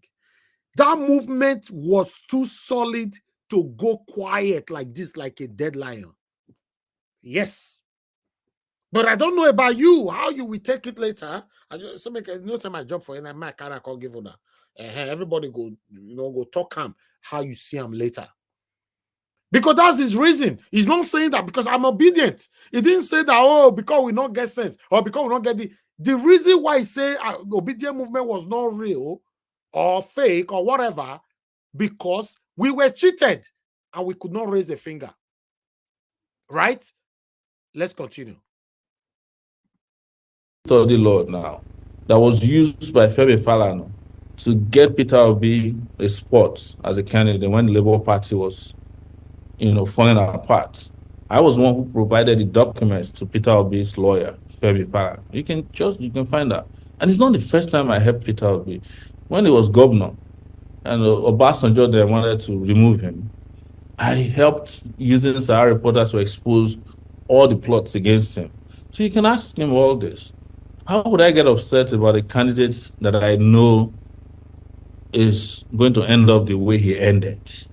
No, because the feelers, and I'm reflecting. This is like a mirror. I'm reflecting the feelings of some people to you.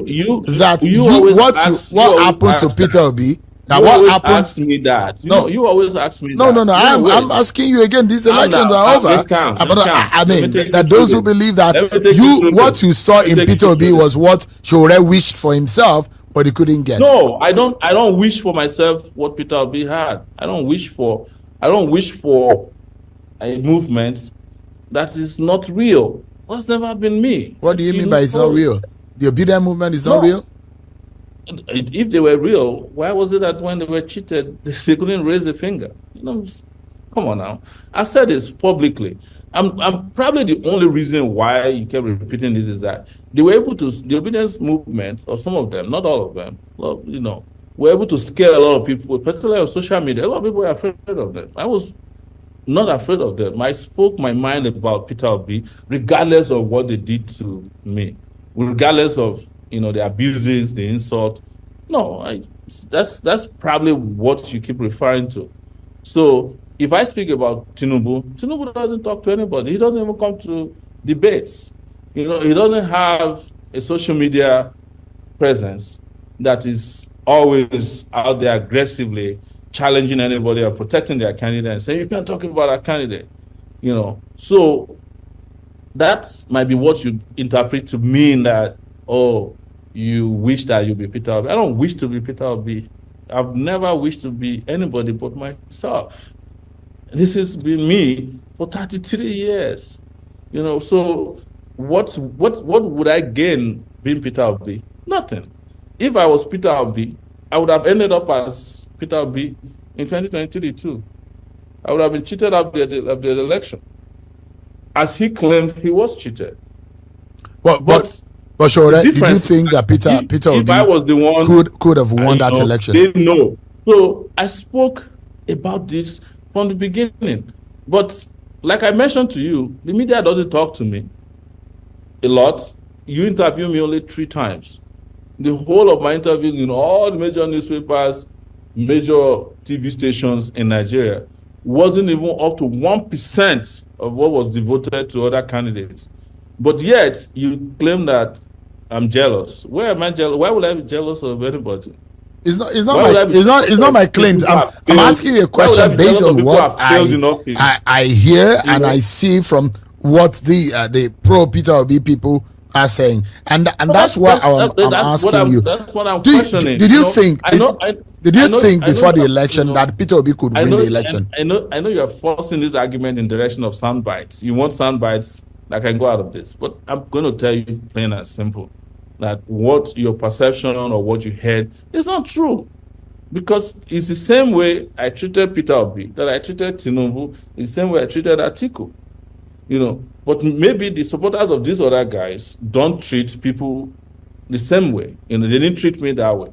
But I can tell you that everybody, every candidate in Nigeria that has been in office has treated me in one hostile way. The guys who used to call themselves Buharis, they were attached colonel, major general, listening to when I was doing the revolution now.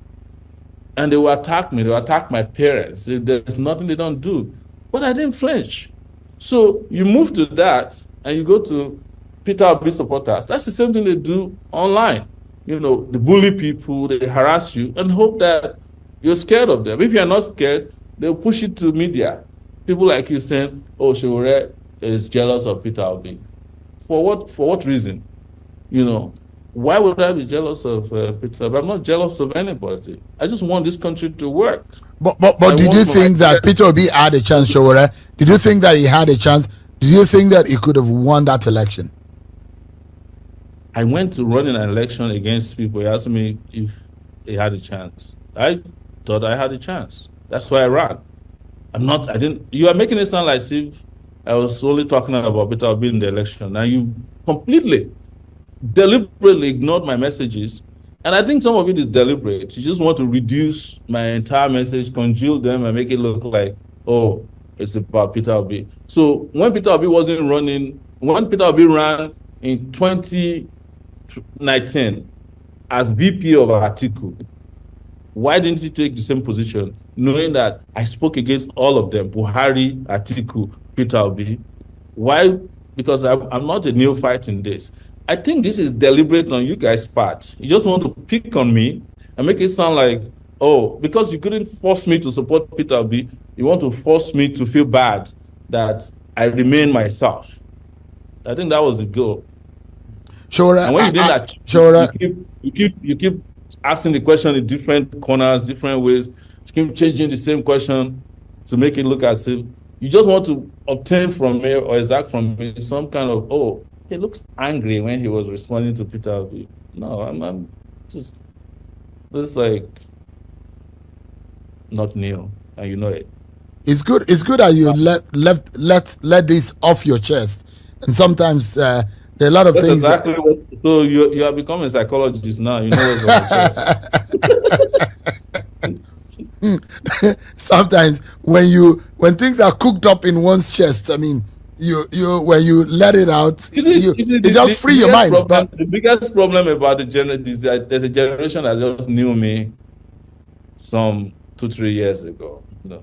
This generation didn't know that I was around in 93, I was around in 97. They didn't know that I fought for Abiola, I fought against Abacha.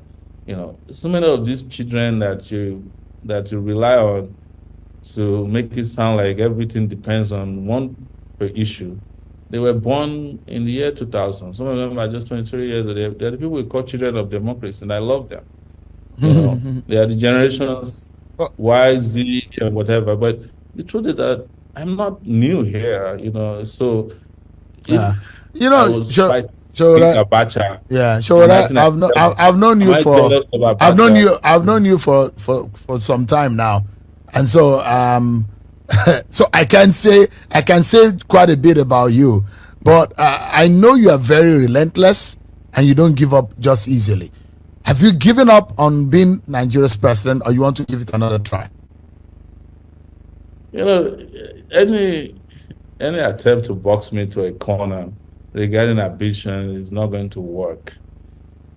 you see, what you must have known about me is that when everybody stops running, I keep running. Practically, I run for things that I believe in and things I exist for, and they are not dependent on election cycles. Probably I'm one of the few politicians, if you want to call me one, I hate to be referred to as a politician, who is around here, who doesn't wait for election seasons to be heard or to talk about social, political, and economic issues that affects all. So that's probably what people are not used to. So I'm not going to be dealing with you or dealing with matters based on calendar. Let me give you an example. When I got involved with the Ondo State matter a few weeks ago, I'm not doing this for elections. I used to hate politics. It's part of why I hated politics, because. All right. So perhaps my final question to you tonight will be, if you were president of Nigeria today, because a lot of people have an impression about the personality of. This part is the part I was actually waiting for. Let's listen to this part, then I'll end the video. This is a very important part as well. Sowore, the thing that Sowore is on the is a hardcore. What do you think will be that hardcore that a lot of Nigerians would expect from you? Or what are those things that you think you will do that will shake that will cause some kind of tremor and shake this nation and change it for good? What would that be? It won't be one thing, it will be a number of things, and I will be doing a lot of things at the same time with some of the most competent people I know at home and abroad. Anybody who calls me a hardcore, hot-headed person is not lying. Because when I believe in something, I'll do it. I'll throw myself on a line. I'm in Ondo State today. When I said a week ago that Governor Akeredolu will resign this week, people were mocking me on social media, and it has come to, that he will be forced to hand over power. But I'm not satisfied yet. That's not what I want. We haven't reached the destination yet. So I'll be doing so many things at the same time. I'll be there talking about how to abolish our constitution that we have now, but that's not the most important thing. I'll put food on the table. I would have increased minimum wage by now. I would not have traveled to COP25. It's not a big deal, but I'll be at home doing work. I'll be traveling to every corner of this country. I'll be fixing schools, providing education to people. I'll be on the neck of those who are supposed to provide electricity, because by now, if I was president of Nigeria, there will not be a collapse twice or 3 times or 4 times of the national grid. By now, there will not be increase in school fees. By now, we'll be talking about the minimum wage that's a living wage. By now, we'll be building hospitals. I would have turned this country into a construction site by now, and that means more jobs. I would have introduced different means of providing electricity, particularly renewable energy. I would be attracting factories that will produce into the country. The agricultural sector would have been so uplifted that, people would not only have self-sufficiency, but will be exporting by now. Because I know there are those who believe that you throw a lot of people in jail too. Is that true? Jail is no big deal, because I go to jail regularly myself. So if there's need for people to go to jail, that's not a big deal. What I would never do is to throw people in jail. What I would do is ask the security agencies to do their jobs. For instance, if I'm president of Nigeria, I would have asked the IG of police why he's not investigating the people forging letters. Would have arrested the people who are forging documents in all those. I would encourage it. I won't force it. I would have ensured that we have a lot of block of leakages, and that might lead to some arrests and prosecutions. But I'm not going to violate people's rights, because I myself am a human rights activist. I believe in the rights of people to, have fair hearing, but I won't allow people to use their rights to violate the rights of the majority. So, and I will tell you that by now the naira will not be 1,250. I would have dealt with that immediately. All right. So, just Okay, thank you very much, my people. We've presented so many things today. Unfortunately, although we have lost left, but we cannot continue anymore. We'll keep the rest for tomorrow. Like I said before, we always have a lot of things to talk about on this media, especially in our country, Nigeria. But unfortunately, we cannot give everything right now, But meanwhile, I'm gonna prioritize callers. A lot of people called it earlier on. Please, if you're listening to my voice, it's better you start calling back again now. And I'm going to work with time. Everybody's just going to work with three minutes. Exactly 3 minutes. I'll cut your call and move on to the next person because it looks like is a hot topic. So let me take it from here. Madam Origin is calling. Thank you very much, Madam, for calling in. Good evening to you. Please remember you have only 3 minutes. Just go straight to the point. Thank you. I heard it. I heard that. Thank you. All protocols observed. Thank you so much. Thank you for picking my call. I know a few things. Thank you so much. I like all that you presented today. We have dealt with Mr. Clarke. Please allow me. I need to mention, we have great men in Nigeria, great men. Mr. Peter Gregory, Sowore, Nnamdi Kanu, Sunday Igboho, a whole lot. Mr. Niger Watch, David Hundeyin. These are people that we have. They have not let us pay attention because of all the brainwashing and all the shenanigans they've been doing. So that's why when people like Mr. Clarke, Agbakoba, Oshimole begin to, I sniff on every word they say. Tell you the truth, whenever they are talking, my antennas are wide open. I want to know what they have said now that they have not said 30 years ago. That if you let them in the next 50 years, they will just come and be saying, I will tell you what we've been saying, the same thing. So for Nigerians, we are tired of these old voices. So you know what Madam Rita said. So let me do my submission. So when they talk, don't be angry. I'm gonna be poke you hole on what they said. This is the same thing they've been saying 30, 50 years ago. So okay, for my submission, I want to address the issue with River State. You have 1 minute left, madam. River State. Go ahead. Oh,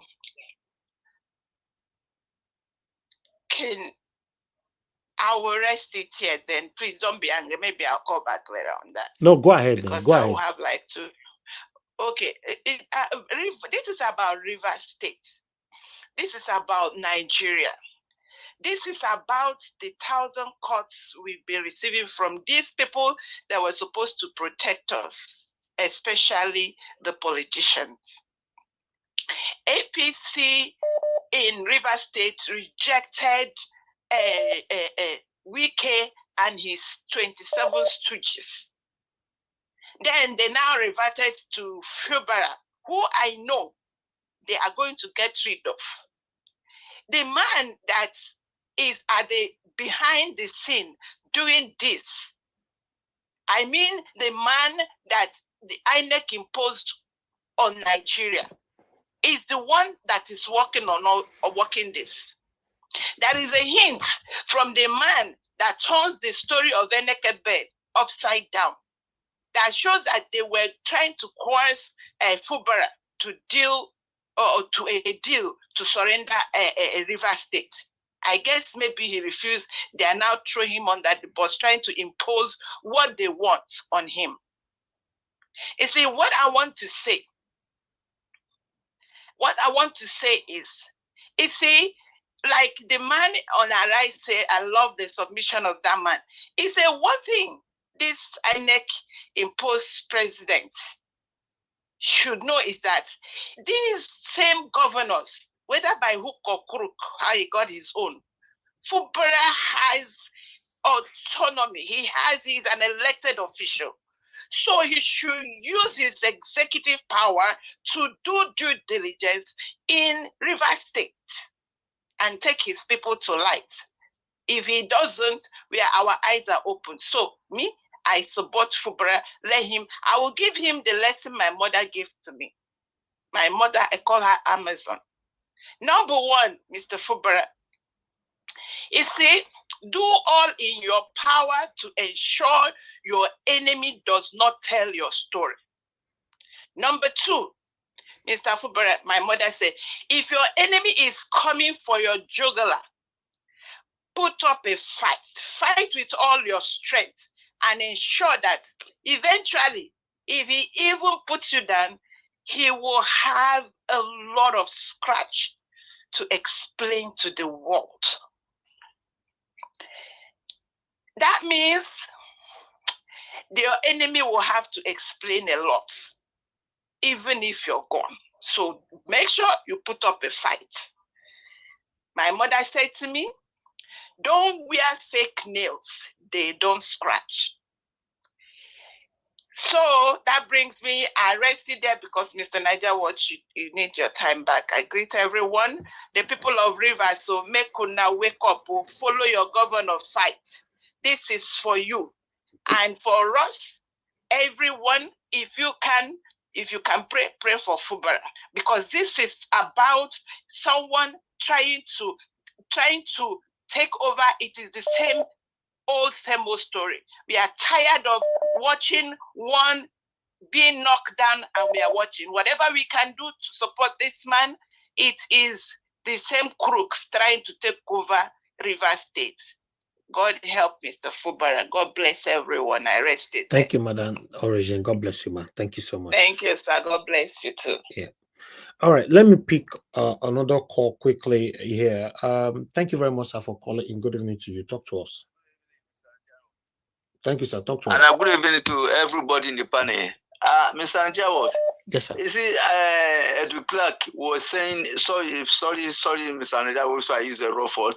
He was saying rubbish. Let me tell you, that man, he was one that defend the politicians. He said he did not believe in constitution, but he go to court to defend politicians. The criminal politicians, he defend them. He says they won election. Why is he coming on to say he do not believe in constitution? Why you know the constitution before, and he has gone to court to defend it, defend people. He defend politicians. I don't believe that one. That man is a hypocrite. I don't like that. From that man, elderly man, it's not saying the right thing. He's an elderly man, but they're not saying the right thing in Nigeria here. I don't believe in him.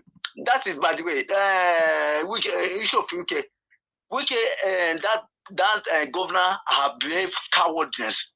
How can you go and sign everything that Wike gave to you? Because Wike is the one that brings those things to him. He brings it and Tinubu tell him to approve it, to sign it. Why should you allow them to use you? You are a governor. Tinubu has the same right you have in your state. You are governor of your state. How can you carry your governor state? How can they decide for you? How can they say that you should sign on that thing and you sign on it? You disappoint people of Rivers State. They stand by you. They fight for you. But you disappoint them. You are a coward. Okay. Goodbye. Thank you, Mr. Thank you, sir. Thank you very much, sir. Thank you. All right. Let me quickly pick another call, because a lot of people calling in right now. If everybody can make it brief, that would be nice. Thank you very much. Love of God is my strength. Madam, please talk to us. I know it's 3 minutes, so I just want to say good evening to everybody on the platform, those on the panel, those on the comment section. Good evening. I'll quickly go straight to my points. Number one, I want to speak about Fubara. For me, I don't feel sorry for him. And I will say why. I feel no sorry for a wicked person. He collided with Wike to steal our vote in Port Harcourt. So because of that, the two of them are the same. They are playing themselves. Monkey is chasing chimpanzee. So which one is going to win? And because Wike knows that he has lost, he wants to tie the man to a contract. And if Fubara, stupidly, if he signed anything, it is finished for him. Because how can you be so? People are fighting for you, and you are now afraid you are going to do meeting. You are a governor of a state, of a river state. Why not stand on your ground You have nothing. If you know you didn't have any problem, anything hiding, why are you going to see Tinubu? Tinubu is also a corrupt man. So for Bharat, I don't even care about him. Let him do what he wants to do. Anything happen to him, good luck to him, because he put us where we are today. Number two, I want to talk of Sowore, Mr. Sowore, and I pray he can hear me. If you are really genuine to fight for Nigeria, you will not be bitter so much. I know Sowore, so that's why I'm going to talk. Only because of my voice, they may not recognize me. If you want to really fight for Nigeria, so Nigeria to be good, for Nigeria to come out of where we are, you will not be somebody that is choosing. You will not be somebody that is choosing this one is not good, this one is not good. In this world that we are, there's no man that is perfect, no woman that is perfect. You come into a political scene. What you should do is to calm yourself and look for the person that you see that people are going after. In 2019, people went for you, and somebody else came, and people like him. Why not join the youth of Nigeria who has shown their interest? Upon no, the bitterness is still in his heart. Yes, I know that you would want the good of Nigeria, but the way it's going about, every little thing wants to scatter Mr. P2P, it is wrong. He should not do that. It shows jealousy. Even if he's saying that he's not jealous, he's showing in his talk everything he's doing. It's not right. You should leave this man alone. This man has not stolen the cover from Nigeria. Those who stole cover, what has he done? Yes, he has gone to prison. Is he the first person? Mandela went. A lot of people went more than him. So what is that? So he should stop bragging and being proud about himself. He should stop it so that we can go. We're looking for people who come out and let us fight for our country. We are not looking for people who be carrying their shoulder and say that they are better than who. You are saying that you are going to, when you come in, you are going to do that. You are saying it. If you get there, do we know what you are going to do? But we are seeing people who are activists, who have gone into political power and they become dictator. So what is it? He should calm himself down and let God raise him up, please. Thank you. I don't want to have gone past my 3 minutes. Thank you. Thank you, madam. Thank you very much. All right, let me take another call quickly here. All right, I have Mr. Alex on the phone. Thank you, my brother, for calling. Good evening to you. Please talk to us. Yeah, Mr. Ajawa, thank you for the good work you're doing. Thank you. Thank you. Go ahead. As for Rivers State, I want to say that we shouldn't bother ourselves about this set of should I say corrupt politicians or thieves, so to say. If you remember, when Obaseki was also having the same problem, everybody came out for him, right? They said they don't know be Lagos. They fought Oshomole to a standstill. They fought Tinubu to a standstill. They rejected billions of naira from Tinubu. At the end of the day, Obaseki is now almost worse than the people we're fighting against. So Fubara, for me, is just another wicket waiting to explode. So we are going to see the wickedness. We are going to see the despotism, the tyrants of a wicked person in this guy, because he was with him during the election. He was with him in his 4 years or 8 years. He was with him. That's just the same, and the people are suffering it. So Fubara or no Fubara, for me, is a game. Today, Obaseki is a friend to Yamu today. So you saw videos of them talking in the church, shaking hands and laughing.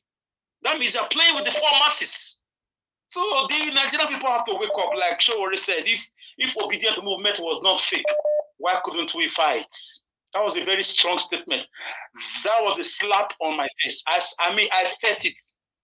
I felt that big slap. If it was not really fake, if it was not synthetic, why couldn't we stand up in Nigeria? It's a question we almost answer. Ponder about. Yes. So Nigeria was for me. I don't pity anybody. If they are fighting for Bora, they should fight him. If they are impeaching him, they should impeach. Imagine the way he demolished a whole state house of assembly. Who is he? Is he the government? He's just a governor. So that one alone is a crime. With all the infinitesimal excuses that don't hold water. These guys are a bunch of thieves. They've come to loot. His own set of gang behind him are waiting to loot. They are just waiting. The way Oboseki has dealt with Edo after fighting for him, disrespected the palace, demolished people's houses, orchestrated Agberoism. Edo State is like 20 years backward because we joined a man to fight godfathers, and we became, the victims. So it's just the same game. And that was, thank you very much. I'll try to come on board. Thank you. God bless you, my brother. Thank you so much. All right. 2 more calls, then I'm done. Let's quickly take these 2 more calls. Okay. Madam Nena, thank you very much. You're calling in. Guys, press on the like button and let's do this. Madam Rita, I can see you on the comment section. Thank you very much. Stella, Afini, I can see you. Jaja, thank you. God bless you all. Madam Nena, please talk to us. Good evening to you, ma. Hello. Hello, Mr. Niger Watch. Can you hear me? Yeah, we can hear you, ma. Go ahead. 3 minutes. Oh, okay. Yeah. Thank you so much, Mr. Elvis. God bless you. I've really missed the panel, honestly. I was privileged to watch just 2 of the videos that you played today. That was that of Clarke and Sowore's interview. First of all, I have to talk about Sowore's issue. Look, no matter how anybody sees it, Sowore may have made something that may sound profound, saying that, oh, why didn't Obidient family raise Obidient movement raise a finger? I can understand that sentiment. But truth be told, Sowore is not real. Sowore is one person that have constantly attacked P2B. So I go by what I think I can't remember, was it Madam Origin or whoever that spoke before. Sowore is clearly jealous of P2B. There's no two ways about it. He cannot deny it. That man he's a hater of P2B. That's just the word. So if he really wants to be relevant, I don't think he needs to be relevant by constantly attacking P2B. This is exactly the same thing him and Breno Mokri is doing. So if for him to come on national TV and say, oh, I'm not jealous of a P2B, that is a big lie, big fat lie. He is clearly jealous of P2B. Remember before the election started, Dama made a comment. He said if P2B wants to win, like P2B should come and join his party. That was what he wanted. So the popularity P2B got is what he expected to get, and that's why he feels what he's feeling. Sowore has attacked P2B more than he has attacked even Atiku and Tinubu. He has done that severally, and Shehu knows what he's saying when he was asking him those questions. So he should stop deceiving himself. If he wants to be relevant, he cannot be relevant. I understand that he's a youth. He has in the interest of changing Nigeria, but with the hate that he has for P2B, we should understand that the Obidient family he's talking about, the way they attack people, these are angry youths that has been disenfranchised for years, that want something to change. That is why people feel the way they feel. The reason why they've not raised their finger after being cheated is what I cannot explain, because that is what we have talked about on this panel severally. So for me, I don't like that as well. But then Sowore he cannot be relevant by just attacking P2B. That is just what I have to say. And then coming to Clarke, Clarke is another man. Honestly speaking, I say it that this man does not, and I don't know, I'm sorry, if it sounds anyhow to anybody, that man does not qualify to be called an elder state man. That man is a deceit. Those people are not true. Okay, this man came on TV. He said that he does not believe in the Nigerian constitution. But this same man was using this constitution to defend the 25% in Abuja when the court case was going on. Have we forgotten so suddenly? When he came on air, he was trying to attack P2B. He was using the same constitution that he's claiming today he does not believe in. So what is he talking about? These people are the problem that we have in Nigeria. They are not real. When he favors them, they talk. If you listen to him, he will see it that clearly he was clearly against Fubara, and he was in support of APC. That's why each time they asked him question to condemn what Tinubu did, he completely dodged the whole thing. So I do not respect people like that who talk from the two sides of their mouth. I believe my time I've taken too much time. Thank you so much, Mr. Elvis. God bless you. God bless you, man. Thank you so much. Thank you. Hello. Yeah, good evening to you. Oh, I lost that caller. Fortunately, I need to move on to the next one here. Quickly, please, guys, bear with me. Once I'm done with callers now, I'll just come back to you guys quickly. Okay, I have my brother were calling in earlier on. Ginger Breadma. So I think. All right, nobody's calling in right now. Let me go to the panel. Please, guys, let me take 1 or 2 persons from the panel. Since nobody's calling in right now, so that we can take it from here. Press on the like button, my people, and let's do this together. But meanwhile, the first person on the panel today is give us a mandate. Give us a mandate. Before I'll come to you, I'd like us to quickly take this short video here, then I'll come to you. Please, guys, press on the like button, press on the $sign, support what we're doing, buy us a coffee. We really do appreciate that. I appreciate every one of you. We have lots of people on the panel today, so we are going to strictly work with time. You know, please let me put this on screen here so that we'll take it together quickly. Let's listen to this, my people. Thank you very much. Chief Wakina, please go ahead. Okay. Thank you. Yeah, good evening from my end first. Good evening, Mr. President. I call you Mr. because I know we won the election and the criminals stole it from us. Mr. President, from what we have seen in the past year, we have seen that our ballot revolution will not do it. We have also seen that the courts will not do it for us. They are compromised. We saw the blatant,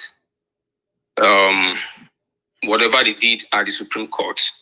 And we have seen subsequently how the criminals in government today, I will use the word criminals because we all in this room know the truth. The whole world knows the truth. How they have continued to blatantly put their people, their cronies in power, from INEC to police to whatever arms of government. Mr. President, you and I know and everybody knows that going to the ballot again will not do it for us. Take Imo, take Kogi, take Bayelsa as examples. Take Kano as example. Take Port Harcourt as example. Those states where I'm from is coming up very soon. The same thing will happen. Mr. President, I will differ with everybody in this room and ask you a simple question. Please, when are we going to hit the streets? Because if the tables were turned, Tinubu and his gang would have turned off Nigeria by today. We played by the rule, voted massively, went to the court massively, and we did everything. And they still denied us what was right. Mr. President, there is no constitution today in Nigeria. So when are we going to hit the streets? That is the language they will understand. If you say you don't want people to be killed, they dropped a bomb in Kaduna a few weeks ago. You visited them. They killed innocent people over there. Across the country, people are being kidnapped daily. Coppers going to Zamfara are still in captive for over 4 months, if I'm not mistaken. People can't feed across Nigeria, Mr. President. When are we going to hit the street? That is what they will understand. Because we won the election. And as I round up, Mr. President, you made a statement that people from abroad were calling you, trying to cut deals with you on how to govern Nigeria. We know they don't. I'm so sorry to interject, Chief Owakena. If you don't mind, can you please go straight to your question? The question is, when are we hitting the streets? Thank you, Mr. President. Okay. Thank you very much. I know how you feel. I know the pain you feel. But let me tell you what I've always said. We are preaching the right things. We will not do it wrongly. I've always said that those who want to answer excellency must come through the excellent way. It will take time. It will look as if it's going to be tonight. But I will tell you, it won't be too far. We are going to do it the right way, and we're going to get there. We're going to do it the right way, and it's going to get there. The people will be with us. They will come to an end one day because there are things I cannot tell. They're coming to an end because hunger, everything, because they can't do it. We're not going to. I have said to people, if you hit the streets, it will be worse. It will be worse for those you're trying to protect because they are the ones who live in armored houses with armored cars, which I and you don't have. They live a sophisticated life They are now using billions to refurbish themselves and everything. I said it before that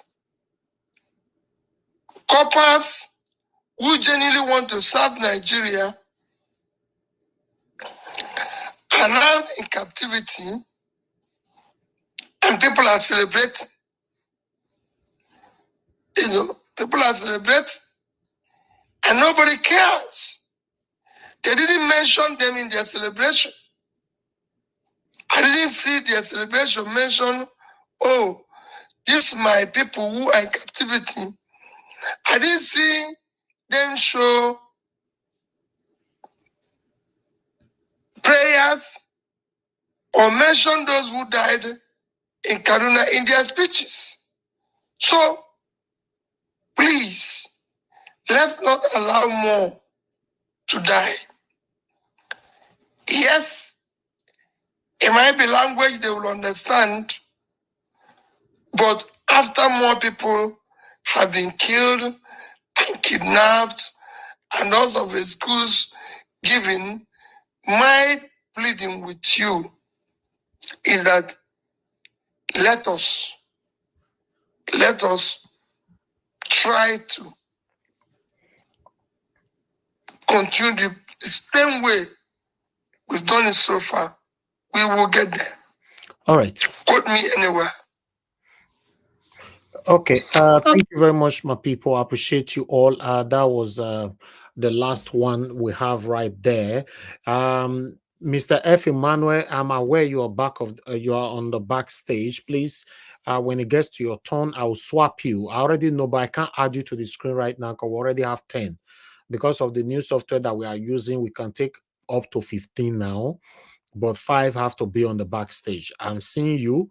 You are with me here. You just turn on your camera just now. That's not a problem. But when it gets to your turn, then I'll put you, on the, okay, for you to know what I'm saying, let me remove one person now and put you there for, you see, you are there now, but I have to put Ferreira back because it came in first. So I'll remove you now to put Ferreira there. But when it gets to your turn to speak, I'll put you on the stage. Please understand with us. Thank you very much, my wonderful people. I appreciate you all.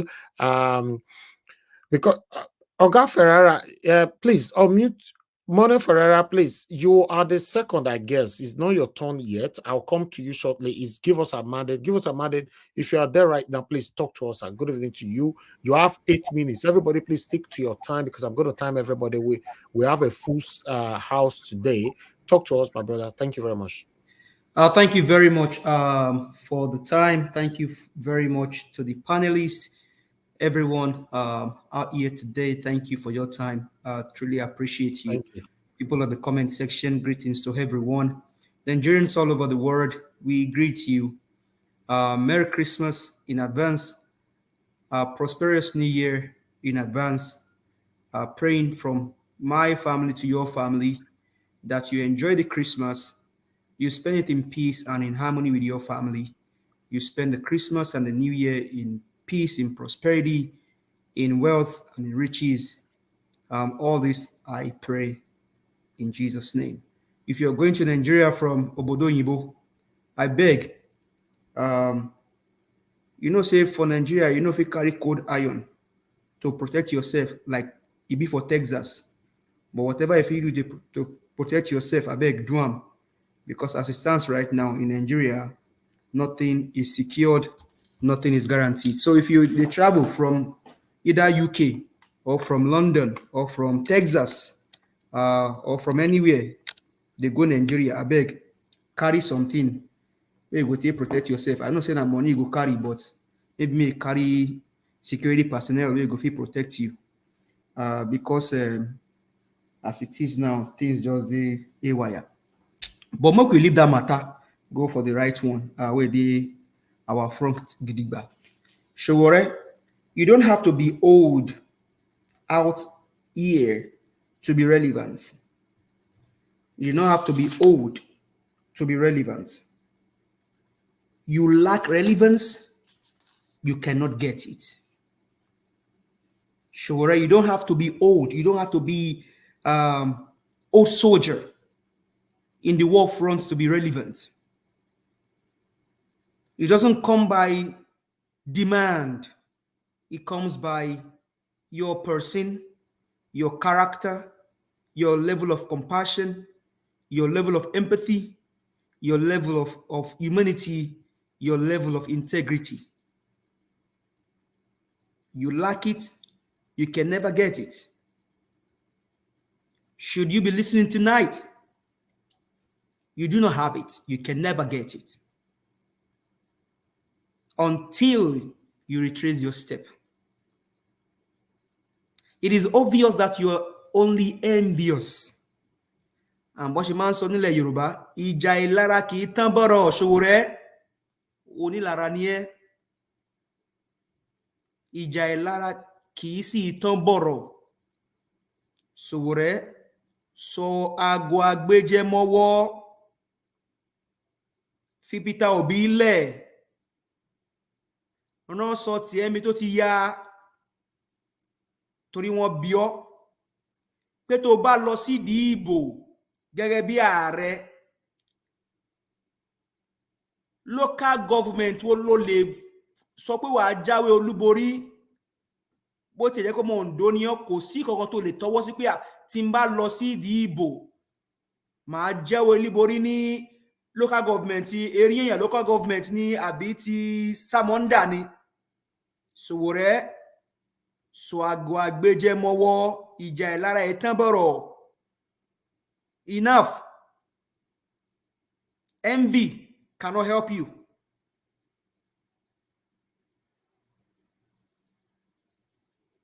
Bigotry cannot save you.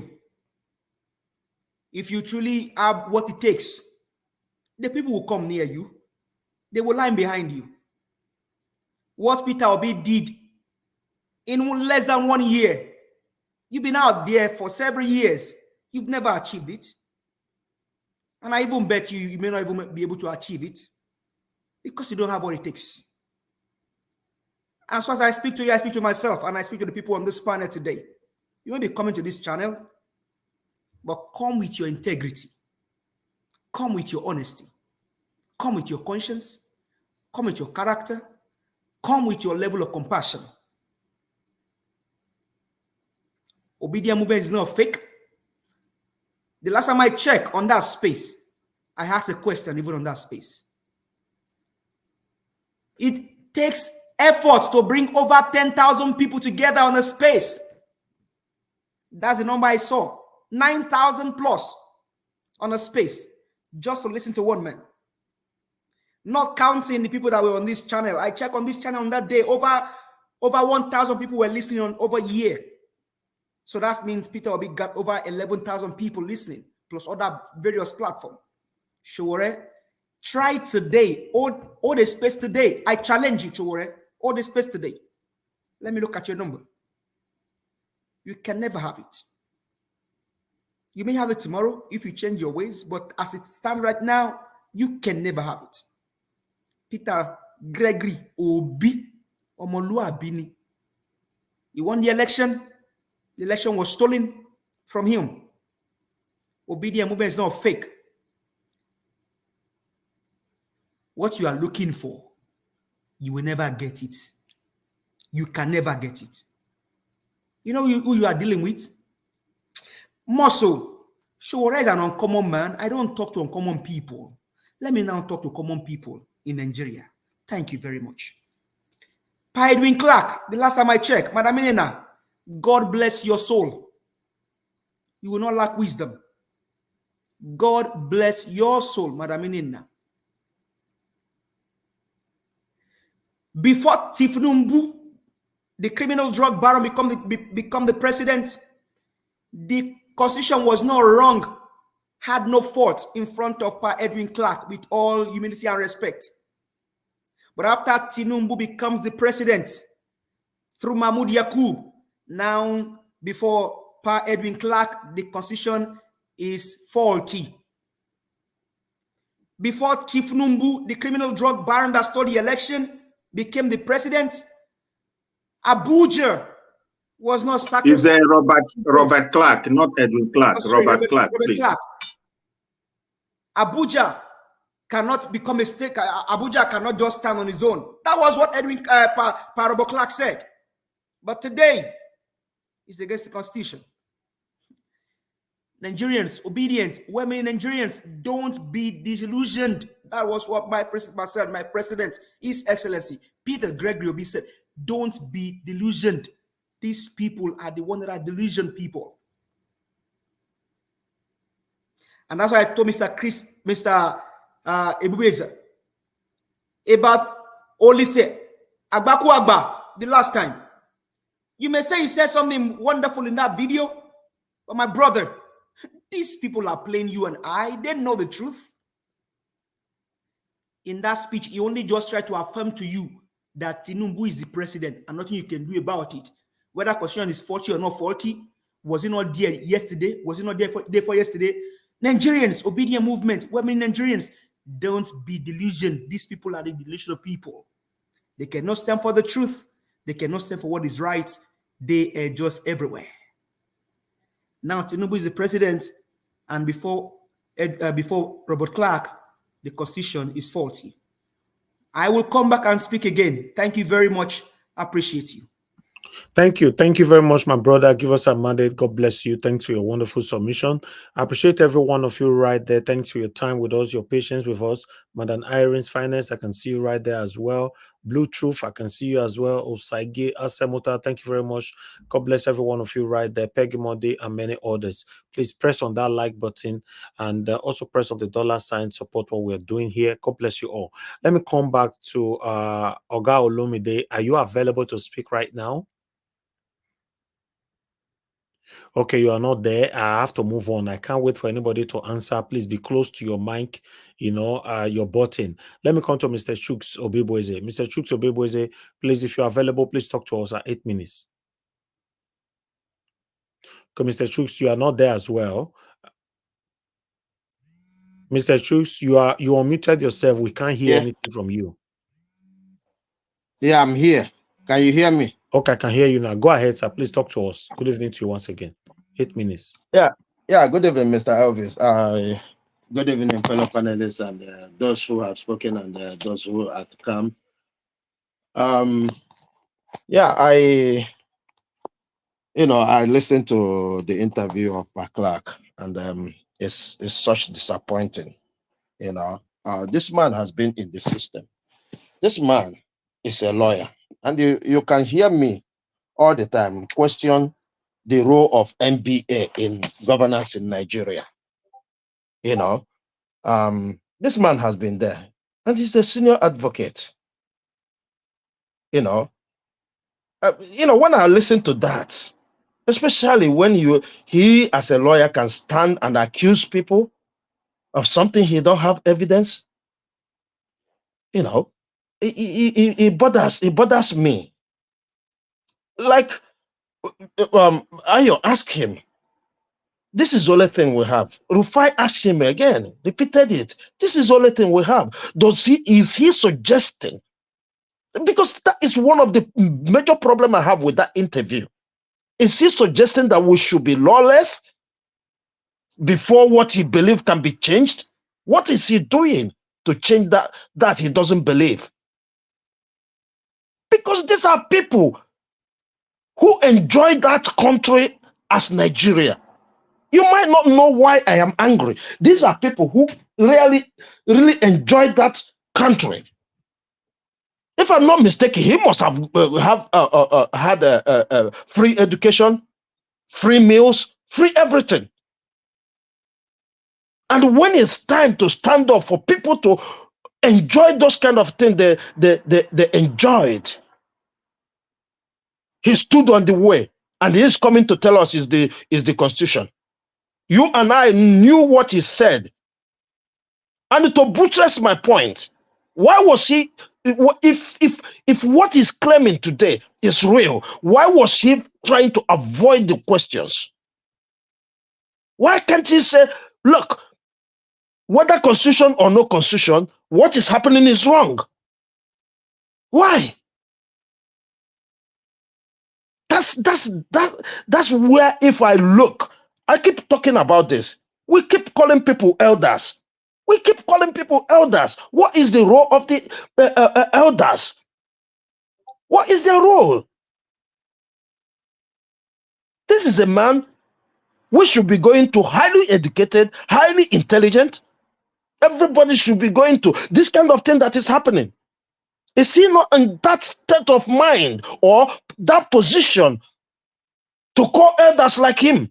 And this is what this young man and woman was asking him. He couldn't even give any answer about that. All he's saying is, I. That is exactly what is wrong with Nigeria.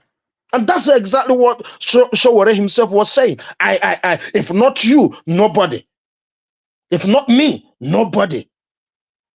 They were asking him question. What was his problem? His political party and the independent candidate. Is that supposed to be what he should stand there for over half an hour to talk? It's so disappointing. When I see people like him who are learned, and he's coming to tell me, oh, I don't believe in that. I don't believe in that. That's why I cannot answer your question. You cannot answer the question because you know you are part of the system. You are part of what is killing us. It's nothing more than that. He don't believe in that. He is a lawyer. He is going to court, taking people to court. Who is he deceiving? Who is he deceiving? Is he not a member of the NBA? Is he not a member of the NBA? Because people who knows me knows how long I've been fanning. What is NBA doing in everything that is happening wrong in Nigeria?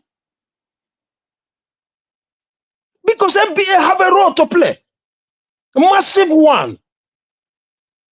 He is a member of the NBA, except if he's saying, and I'm not aware. But if he is a member of NBA, he should be calling for change of the constitution. And that's why no matter what you ask him, he'll keep going, oh, I don't believe in that. No solution. No solution. The only solution he can proffer is independent candidate. Look at what the kind of thing a man is talking. Did you hear him talk about the judiciary? Is the judiciary now the constitution again? Or is he telling me that he doesn't know that the judiciary is dead and corrupt?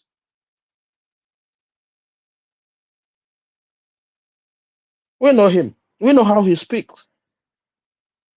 He's a very bitter man. Only God knows what Nigeria have done to him, or leaders of Nigeria have done to him.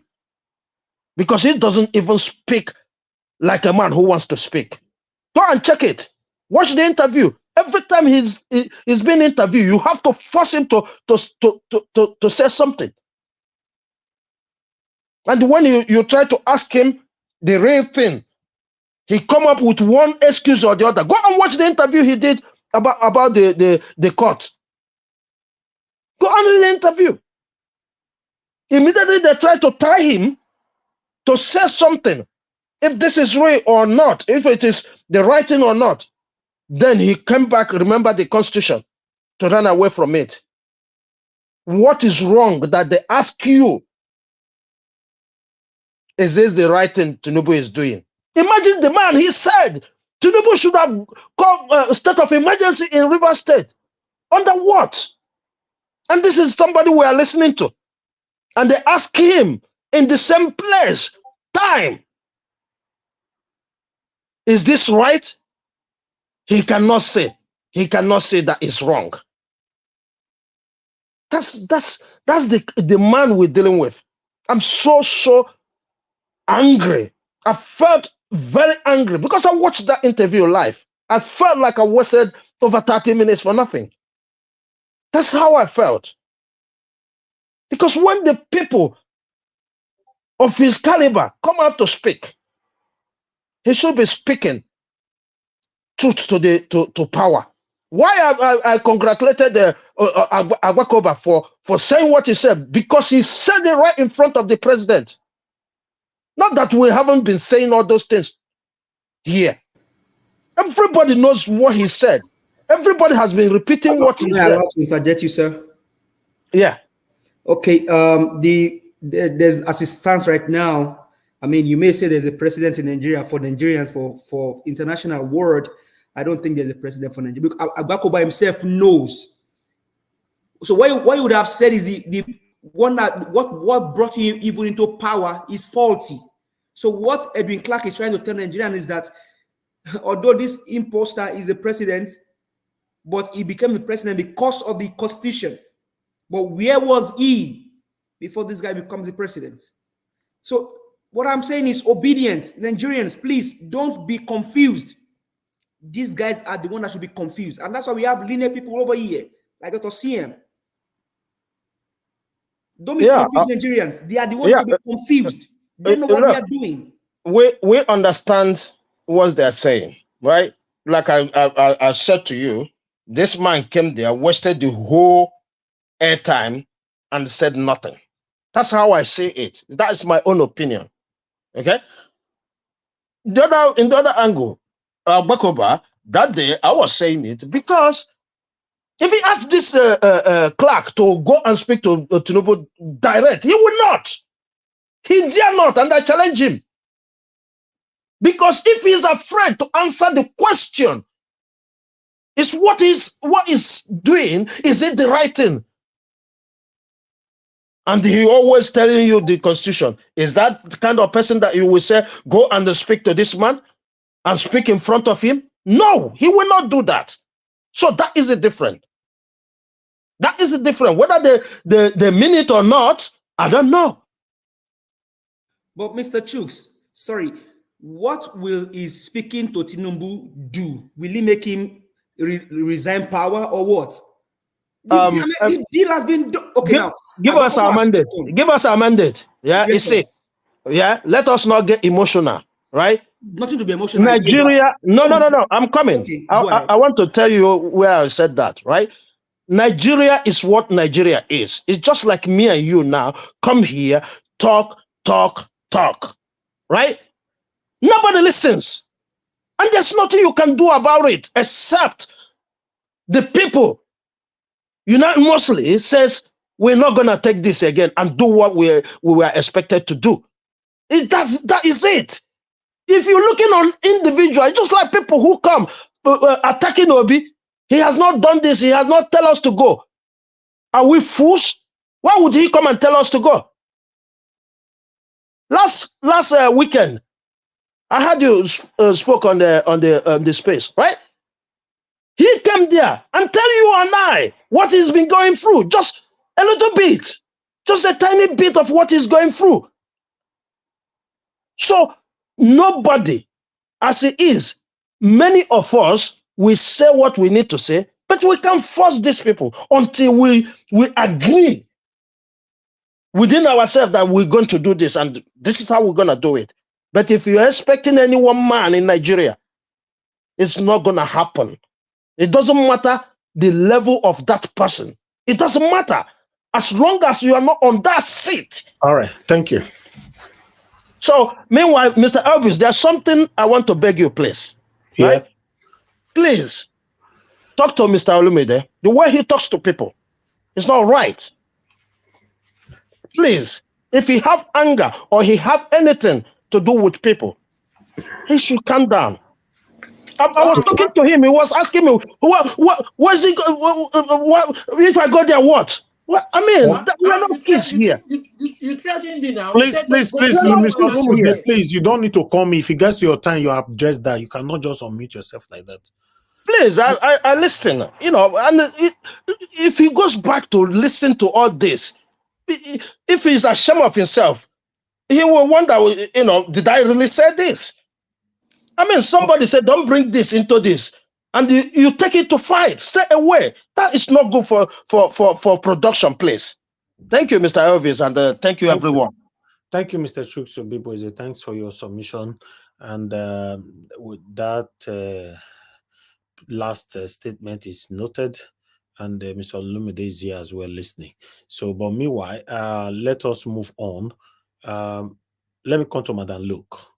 Then I'll come back to you again, Mr. Olumide, if you are ready. Madam Luke, I don't know if I'm set. I'm set. No. I'm not calling you here, Mr. Olumide. Please. when it gets to your time, you talk. I fair call you since you not answer. I'll call you after Madam Luke. Madam Luke, good evening to you. Thanks for your patience with us. Please talk to us, ma'am. Good evening, my well-meaning people. That's Thank you. courtesy of a voice of Obidient family. Hello, Niger watchers. Hello, Mr. Elvis. Can you hear me? Can you hear Yes, me? we can hear you. Yes, we can hear All you. right. Yes, thank you, ma'am. Well, this is a very, very productive and interesting session. My able and worthy co-panelists have expressed everything I wanted to say. And mine is going to be very short because this is one opportunity for me to really listen, because at this point, there is fire on the mountain. I say there is fire on the mountain. Where do I start? That River State matter, eh? We are in deep trouble. So Tinubu has finally waded in and carpeted the whole state and put it in his pocket through Wiki. Yeah. South is going, oh. South is gone. That's for that one. That one is in the bag. Case closed. Nothing to solve there again. Oh. Fubara is a sitting duck. Can you imagine expelling or 25 people resigning from PDP? They didn't even go through their local government to go and sign form. They camped sharp to APC without form. And then Tinubu asked them to be reinstated as what? As an opposition in your government. And Fubara signed it. Hey! Oh, okay. Like I said, that one is a done deal. They are paying for the price of rigging Obi in that state. And they will pay dearly for it. Now, can the Rivers people stand up? No, they cannot. Because they backed Fubara for a reason, thinking Fubara was going to be their mouthpiece. It ain't going to happen. Fubara is under the carpet of APC right now. If he makes a one false move, he's gone. Now, Sowore, my friend. I don't know what Sowore, I don't really know what exactly Sowore stands for at this point. Obidient movement was never fake. Obidient movement came up as a result of the need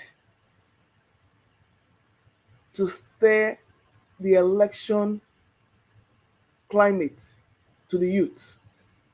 It wasn't meant to be a violent movement. It was not meant to be a militia. It wasn't meant to be a military junta. It wasn't meant to be a grab and snatch and run away. That was not what the Obidient movement was all about. So after the elections, it was only natural for them to go through the judicial process, which they did. And as it was, it became what it is today. So my question for people is that what do they want the Obidient movement to do? Yes, we can reinvent ourselves, but under the climate of what's going on now, it's going to be very difficult because we do not have the judiciary and we do not have the security to do that. So our hands are tied. So calling Obidient a fake movement is just an insult. People came out, paid their own money. I've never seen campaign for any political party that I saw like Obidient movement. People paid their own money. Sponsored. Labour Party was from the grave. Pushed Obi there as a common man's hope. And he was cheated. And they call him a fake party. What did Sowore accomplish? So I don't know if it's jealousy or spite or whatever it is. I think he's entitled to his own opinion, but I think sometimes people just need to check themselves. And other people, I'm reading the comments, Peter Obi is a weak man, this and this and this. I'm like, what do you want this man to do? Not everybody can be like Buhari that enter the street and be shouting blood of the goat or the baboon or whatever he was doing and mobilize a terrorist from Niger to come and terrorize Nigeria. That is not what Obi is all about. He has been protesting, and when he told us about what he was going through, people decided to still call him weak when his life is practically in danger. Till today, we have not heard that Baba Ahmed. They gave him one blow, 7 akpu. He has gone. He's nursing his wound because his university is about to collapse. This APC and this drug baron has a way of, they are like boa constrictors. They have a way of strangulating people. So you cannot breathe economically or politically. That is where our problem is going to be. Can we take it to the streets help? No. I have my own solution here, and it's not going to be pretty, but I don't want to voice it here on social media. The last part I want to address is that Agbakoba versus Clarke. You see, those people are just the same. The two, they're like Falana. Those are the Falana group. The people who stayed behind the scenes and make sure they mess with your minds. They've been there since time immemorial. They will come out and say what is relevant, what people tell you what you want to hear. But behind the scenes, they are working strategically against you. So you see, my panelists, we are still having the Kanu matter on one side. Simon Ekpa is bringing earthquakes from another area. Well, I said there's fire on the mountain. Meanwhile, Christmas is coming. Bag of rice is almost 70,000. So my people, thank you for having me here. I love being here for therapeutic purposes because the depression is real. At this point, I want to wish you a happy holiday season and keep up your good work, Sir Thank you. Elvis. And God bless you, Mommy Diaspora and members of the panel. Happy holidays. I'm Thank dropping you my so much, mic. Mother Luke. Thank you. God bless you. We appreciate you always. Thanks very much for all you do, for your encouragement and all. Thank you. All right, guys. I appreciate every one of you. Do your part. Press on the like button. Help us to share. Let me move on to the next person quickly. Let me come to Mr. Ferrara. So I'm going to come to Mr. Ferrara right now, and I'll put Madam Luke on the bar stage for now, so that I can allow Mr. Ferrara in. Okay, Mr. Ferrara, please unmute yourself, sir. Good evening to you. Please, I'd like you to talk to us. You have 8 minutes. Greetings to everybody. All protocols duly observed. Merry you, Christmas to everyone. God bless you, Mr. Elvis. First, let me start with Clarke. I want to go straight to my point, but because I have very cogent points, and I pray that people will listen. Now, number one, let's start with Clarke. People like Clarke are part of the old brigade that have failed that nation.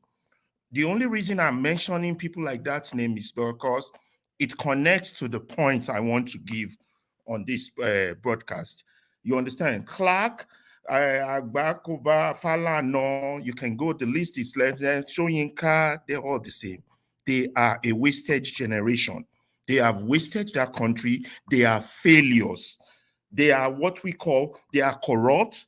They are shameless, they are fools, they are idiots. I can't think of more words in the dictionary to use to describe this category of octogenarians, those in their 70s, some in their 60s, some in their 80s, who have failed this nation.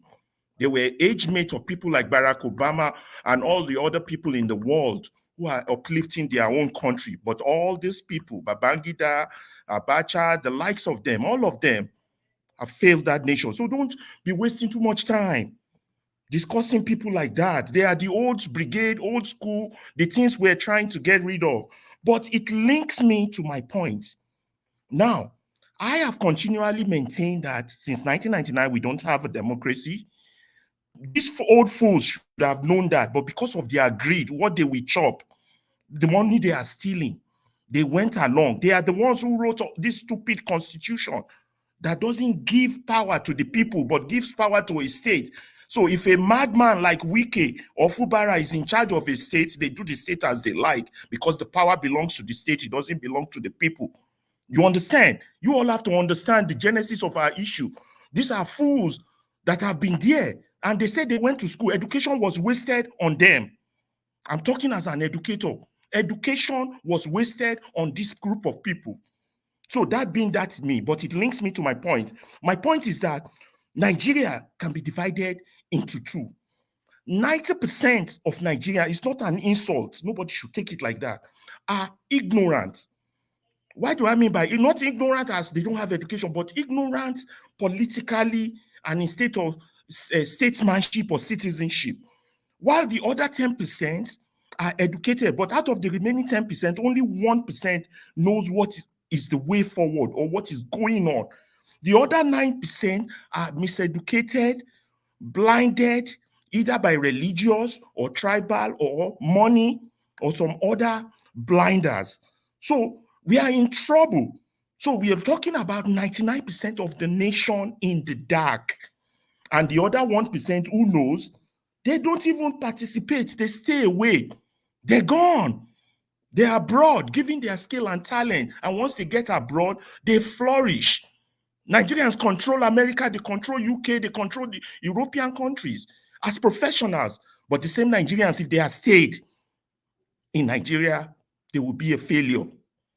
So that means there's something systematically wrong with that soil, with that system. You understand? So I put it first in numbers. Now, everybody has been condemning Sowore. Sowore said that the Obidient movement was fake because they were cheated and they did not raise a finger. Sowore is not eloquent with words. He shouldn't have used the word fake. I wouldn't, but I would have agreed with him that they didn't raise a finger. But the fact that they didn't raise a finger has to do with only two things. One, the Obidient movement is not strong enough to take this enemy we face. And that's the mistake all of you keep making. Number two, apart from the fact they're not strong enough to take this enemy, number two, the Obidient movement did not play according to the rules of the Nigerian game, which is the Gbajue game, which Tinubu has eloquently put out to you all. Gbajagba, Fonigolori, Gbesa. That's the Nigerian way. And you have played. That's the Nigerian way. And he has played like an English gentleman. My brother, Please hold on your question. So that I can connect on my point. Yeah, and you see where I'm going. Now, I have two revolutionary leaders I'm leaning on in pushing my point. One was Mandela. Mandela was very clear when he saw the question of apartheid, and I keep telling all of you that this problem of Nigeria is worse than apartheid. Mandela said, I have cherished the ideal of a democratic and free society in which all persons live together in harmony and with equal opportunity. It is an idea for which I am ready to die. So, Obi, these are the things we know about Nigeria. Nigeria has no government, no system, no media, no judiciary. Nigeria, nothing works. It's a failed state. These are the things we know. I can go on. Injustice. Nigeria turns its citizens into slaves and thieves. Nigeria is a failed state. Nigerian constitution does not even recognize its citizen. So Nigeria, this is what we know, and I'm sure Obi also knows this. Sowore knows this. Mayegun knows this. Nnamdi Kanu knows this, which is why he called Nigeria a zoo. A zoo. Animal farm. Even though the pig can pour perfume all it wants, it is still a pig. You can pour perfume all you want. In animal farm, when the pig stood up, they start looking like humans, but they're still pig. What does pig do? Pig swim inside Shalanga. That's connection to those old brigade, like the likes of Clarke and all of them. They all need to go before that country can have progress, because they are sucking the blood of the innocent for them to maintain their old age. All of them, from Obasanjo downward, the 66 boys, all of them have failed that nation. So Nigeria, what is what we know? Nigeria is a failed state. Now, we started practicing a system of politics we borrowed from the white people. Like Fela said, we go, now all the bad things of this world, now with the copy, problem of corruption, inflation. Now, we started politics without an ideology. An ideology, what do I mean by no ideology? All the parties. I can't say that for the Obidient movement. The Obidient movement is not a party. I'll touch on that briefly. No ideology. All of them, all they want is to come to government to eat. as opposed to real ideology where you come to build, you come to protect, and you come to serve. None of our leaders, educated people, that's why I said 9% of them have been miseducated, out of the 10% have been miseducated, have this in their head. Nobody wants to go to politics. Now, maybe Obi could have been a change. And I told you guys, that time we were waiting for Obi's speech. I said, this is not about Obi. Obi will come out and tell us what he will do. Atiku came out and said he's going to Dubai. I said, this is about you as a Nigerian, you yourself. Majority of Nigeria are already compromised, not because they are ignorant, well, maybe because they are ignorant, I don't know, but they are already compromised. If not, they wouldn't have been able to rig an election at the scale they did. Now, back to my second hero, Martin Luther King. He said, nothing in this world is more dangerous than sincere ignorance and conscientious stupidity. The 90% of the ignorant Nigerians are the sincere. They just don't know what they don't know. You now see the stupidity of the educated people, the judges. Please let me 2 more minutes, please. The judges, the lawyers, judges twisting constitution just because they want to make a little bread, and most of them are Christians or Muslims, where the Bible says, do not turn your stone to bread, because man does not live by bread alone. These are people who have been miseducated. They have money on their mind, not real education. They have failed. Now, this is the way forward for all of us. Stop condemning, criticizing, being excessively emotional, Sowore. Stop condemning Kanu. All of us, the Obidient movement, the people like Kanu, Sowore, Mayegun, we all should join hands to fight this mighty enemy. Nigeria is like an hijacked plane. The pilot is not driving the plane, it's the hijackers with gun that are determining your destination, not you. Whether you are an Obidient movement, whether you're Kanu, whether you're Sowore, whether you're Mayegun, you are not in charge. Nigeria has been hijacked from A to Z. This is a serious problem. This is worse than apartheid. So what is the way forward? We all need to all come together. This is what I would have done when Obi said he's going to run in that election again. I don't know whether I said he's going to run, but you all correct me later on that one. But how do you want to run in a system that has been hijacked? What he should have done was to take the Obidient movement, turn it into a movement, work with other progressive mind in order to counteract this massive enemy that we all face. You understand me? It's not just about party, election. These things are abnormal. My uncle once wrote a book back then. It's called Savagery in Politics. We practice a politics of savagery. Do you know what savagery means? The beast, wayward ways, doing things like animals. That's the politics. Is that the politics you want to keep running and running? We need to form a movement stronger than ANC to destroy this beast, this monster that has befallen our great nation. It's not about whether we are Yoruba, Igbo, Hausa, Kanuri, or whatever tribe we want to belong. We should talk less on those irrelevant idiots that have taken us to where we are today. Because nothing is more dangerous than sincere ignorance. We keep blaming this, blaming that. What about those of us who keep doing? We know this thing would not work, but yet you want to go and contest and compete with them again. Who is the fool here? Let me stop there. You can take me out so that others can talk, because I'm on other people's time. I hope they don't punish me for this. Thank you all very much. Mr. Elvis. If you have a rejoinder or question before I step out, you can ask me. Yeah, if you want to comment on what I said. Yes, that's what I want to do. Yeah. You know, I hope you are hearing me. Yes. Yeah, okay. You see, the idea of saying that Obidient movement is not strong enough. My issue with that is that comment in itself is so vague. It's a vague comment. Very, it's not clear. Let me explain. Let me finish my question. I will come with my question. Okay. What is your position? What exactly do you want? Just say it the way it is. the way it is, you want fight, you want Well, violence. not Let me necessarily. finish. I will come Let with me, my okay, at the end finish of your the day, question. Finish your question. At the end of the day, I'm just setting the narrative so that then I'll place my question. So Okay. essentially, what we are saying is that they are weak, that Nigerian nation is gradual. We all know that, and they take things by force, they run away with it, they hijack it, and all the rest of it. So essentially, in order to match them, it is fight for fight. It is violence for violence. Not For necessarily, violence. but continue. That is exactly where my question is. Don't be vague. Elaborate on it. Let us Okay, know now let me exactly go back to your let question. us know exactly what you are Where we suggesting. stand. Here it is. Here it is. Let me.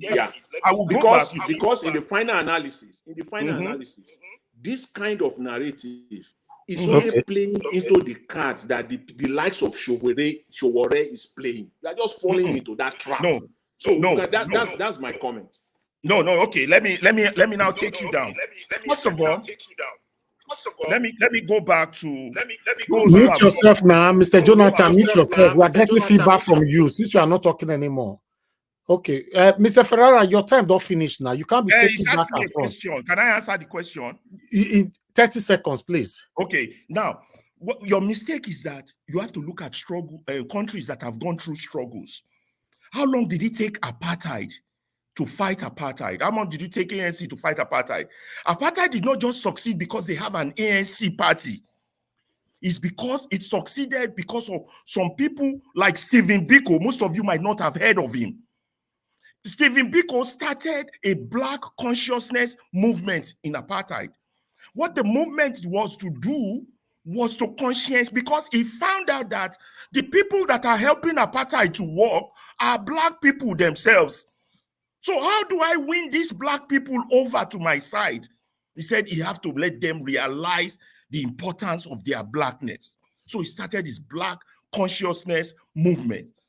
So the black consciousness movement focused on the youth, and through their demonstration and all the other things was what led ANC to be able to come back later and capture power. But let's go back to Nigeria. Now, I'm not saying we should start a fight. First of all, you're talking about Obi.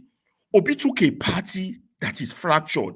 The Araban Bees, the Papas, Labour Party. Within the party in itself, they are fighting. And you're telling me that is strength. Within the party itself, they went to the National Assembly. They are collecting money. They are collecting cars. This is a party without ideology. So he needs to get out of that party, form an obedient movement, talk to more progressive people, and we need a media. I have discussed this with you, Mr. Elvis. A media that counteract their own. And that's my submission. Thank you. Thank you very much. I appreciate you, sir. Thanks for your wonderful submission. You know, I understand everything that we need to counter these people, but unfortunately, you know, we're in a country where you know, we speak unison, you know, but we don't practice it. You see the way you are talking right now, unfortunately, many people will enjoy you talking, but they will never support all your ideology. That's the problem where we find ourselves in Nigeria. That's why you see that we are where we are today. Because many people, they are there to clap for you that, oh, point on, come right on, this is very good. That's a wonderful submission. When it comes to putting in that effort to utilize or to actualize that dream, you not see anybody anymore. I know what I'm saying. Some of you might disagree.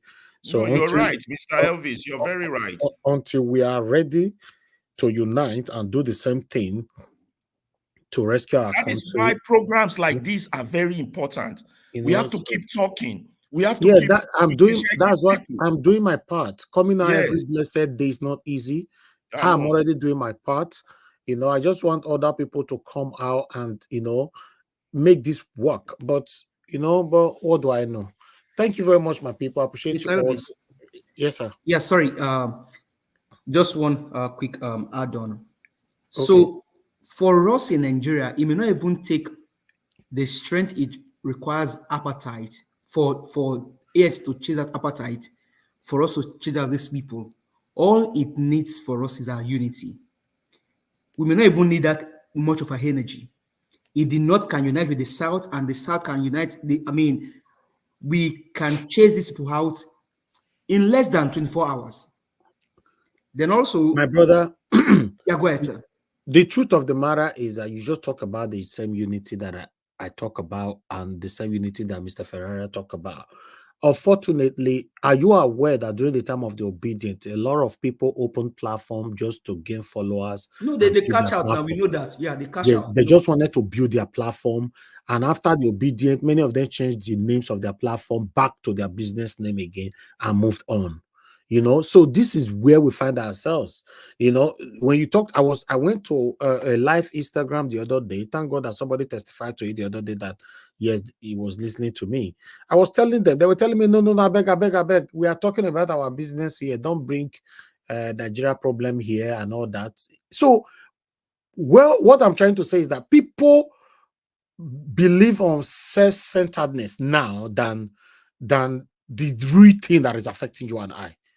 They are not everybody that is dedicated, like people like you and the people on the panel right now with me, that is really, really dedicated for Nigeria to change. Many of us are just good talk, or many of us are good to just be behind the keyboard and write whatever I want to write. But when it comes to let's do this, are we ready? Nigerians are not ready. As we talk, so many of the they think how they want to drink 3310 this weekend. Let me call on Mr. Elvis, I don't mean to cut you off, but it is the 1% that would have to make the 99% ready. That means me, you, no matter how hard the work is, we still have a lot of work to do. Even that 1% that you are talking about, even that 1% that you are talking about, I already know I'm part of the 1%. But the 1%, the few that is amongst the 1% still need to be encouraged. I agree. Yes, that's what we are saying. Still need to be encouraged for this to work. When you get to realize that nobody is really, really, really there, even though some claim to be there, then it becomes a problem. You will get old, our time will pass, our children will continue to say the same thing, then we get old, their time will pass, the same way our forefathers, our tele fathers, the same way they talked and nothing happened. Fella talk, nothing happened. Many people talk before you and I were born, nothing happened. If we continue with this hypocrisy amongst ourselves, this is how we will talk, nothing will happen. We all will continue to move on like this. And it's very, very sad. Thank you very much. Let me call on the next person to speak to us. I would like to move on now to Mr. Charles Modi, then before CM. Mr. Charles Modi, are you okay? Yes, Midwest people, you left and you came back again. You're on the backstage now, but I will swap you later on when it gets to your time. Let me come to Mr. Charles Modi. Mr. Charles Modi, Elvis, put me in the backstage so the others can come in. Okay, better, sir. Thank you very much. But don't leave us, just stay on the backstage. Thank you, sir. Let me swap you with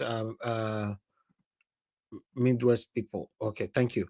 Okay, Mr. Charles Modi, please talk to us. It's not be my turn. You they give people ejection for them now. You never ready I now. know I don't call you since now. You know answer. You know.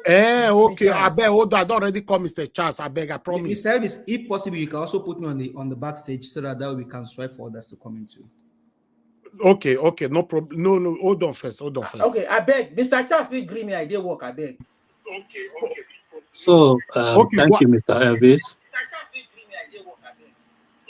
Thank you, Mr. Elvis.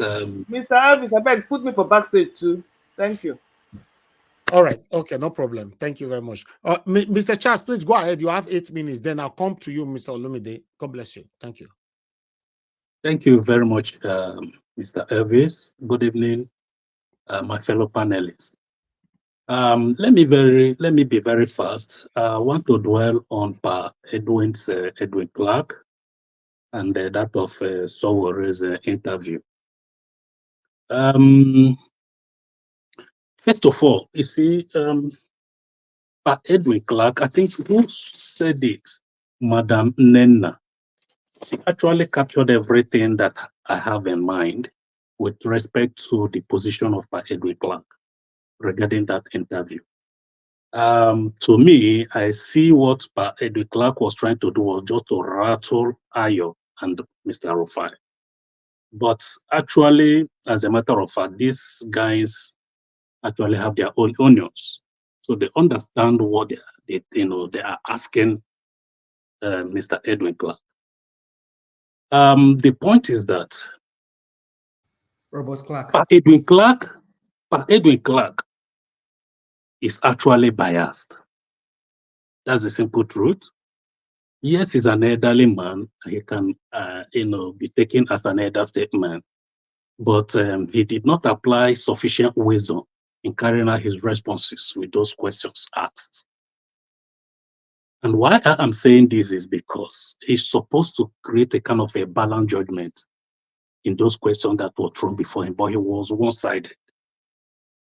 And it's not good, given to the level of his age as a father and as a grandfather, whom many people are looking forward to, supposed to look forward to, moving forward.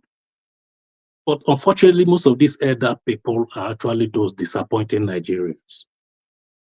How would you, during the time of the electioneering and the campaign, you were, falling behind the Constitution, turning the particular section of the Constitution that was giving credence to FCT as a special state, saying that there's nothing special about it, using the same section of the Constitution that actually exclusively made the Federal Capital Territory as a special entity or as a special district, turning it around that there's nothing wrong about it, supporting the evils and the fraudulent work that INEC did. At the end of the day, after you had supported the same Constitution and other aspects of the sections of the Constitution to buttress his point then, just to favor what INEC did, you are coming back today to tell Nigerians under the interview that the problem that we are having is that we have a failed Constitution, that the Constitution is faulty. This is the same Constitution under which you go to court as a lawyer. You draw your argument. Can Edwin Clarke tell us that he has not been going to the court under the same Constitution to draw argument and make certain quotation in the same section of the Constitution to draw his arguments? He has been going to the same courts under the same Constitution. You understand? However, generally, we all know and understand that this Constitution is a failed Constitution. You understand? And to me, that particular Constitution is not only a failed Constitution because, according to his argument, that it is it did not emanate from the people, that it is written by the military. But the Constitution also is so faulty to the extent of its existence because under Obasanjo, certain aspects of provisions of the law was imported. And what is that? The Sharia law. 12 states of the Federation in the northern region now imported their own law, which ab initio was not even what General Abdulsalam Abubakar gave us. And that was why when people are putting the Constitution on 999, they will say Nigerian Constitution 1999 as amended. What is the as amended there? Because of the importations of the strange law added to it after it has been delivered, even though not of the people, under Obasanjo, where the 12 states of the Federation in the north decided to have their Sharia law inside the same Constitution, thereby making certain section of this country to be on their own. Because what a Southerner would do, and you go to the north in any of those 12 states and you do the same, it is not going to be, you are not going to be judged under the same law. So a whole lot of this actually made me to agree that the Constitution is faulty and it must be condemned. But then we must also agree, but Edwin Clarke must also agree that if the Constitution is faulty, that same Constitution under which the new government was brought in and sworn in on May 29, it means that that same government is also faulty. We don't have a government. That's what it is. If we don't have a Constitution, it means we don't have a government too. So a whole lot is wrong. Now, how can you compare Edwin Clarke telling us under the same interview here on Arise, and you are bringing the proprietor of Arise TV that is a politician, deviating completely from the question you're supposed to answer, telling us that he's a politician, this and that. Yes, we probably might know, but as it stands, that was as a way you know him yesterday. How about today? You probably might not know him that he is apolitical.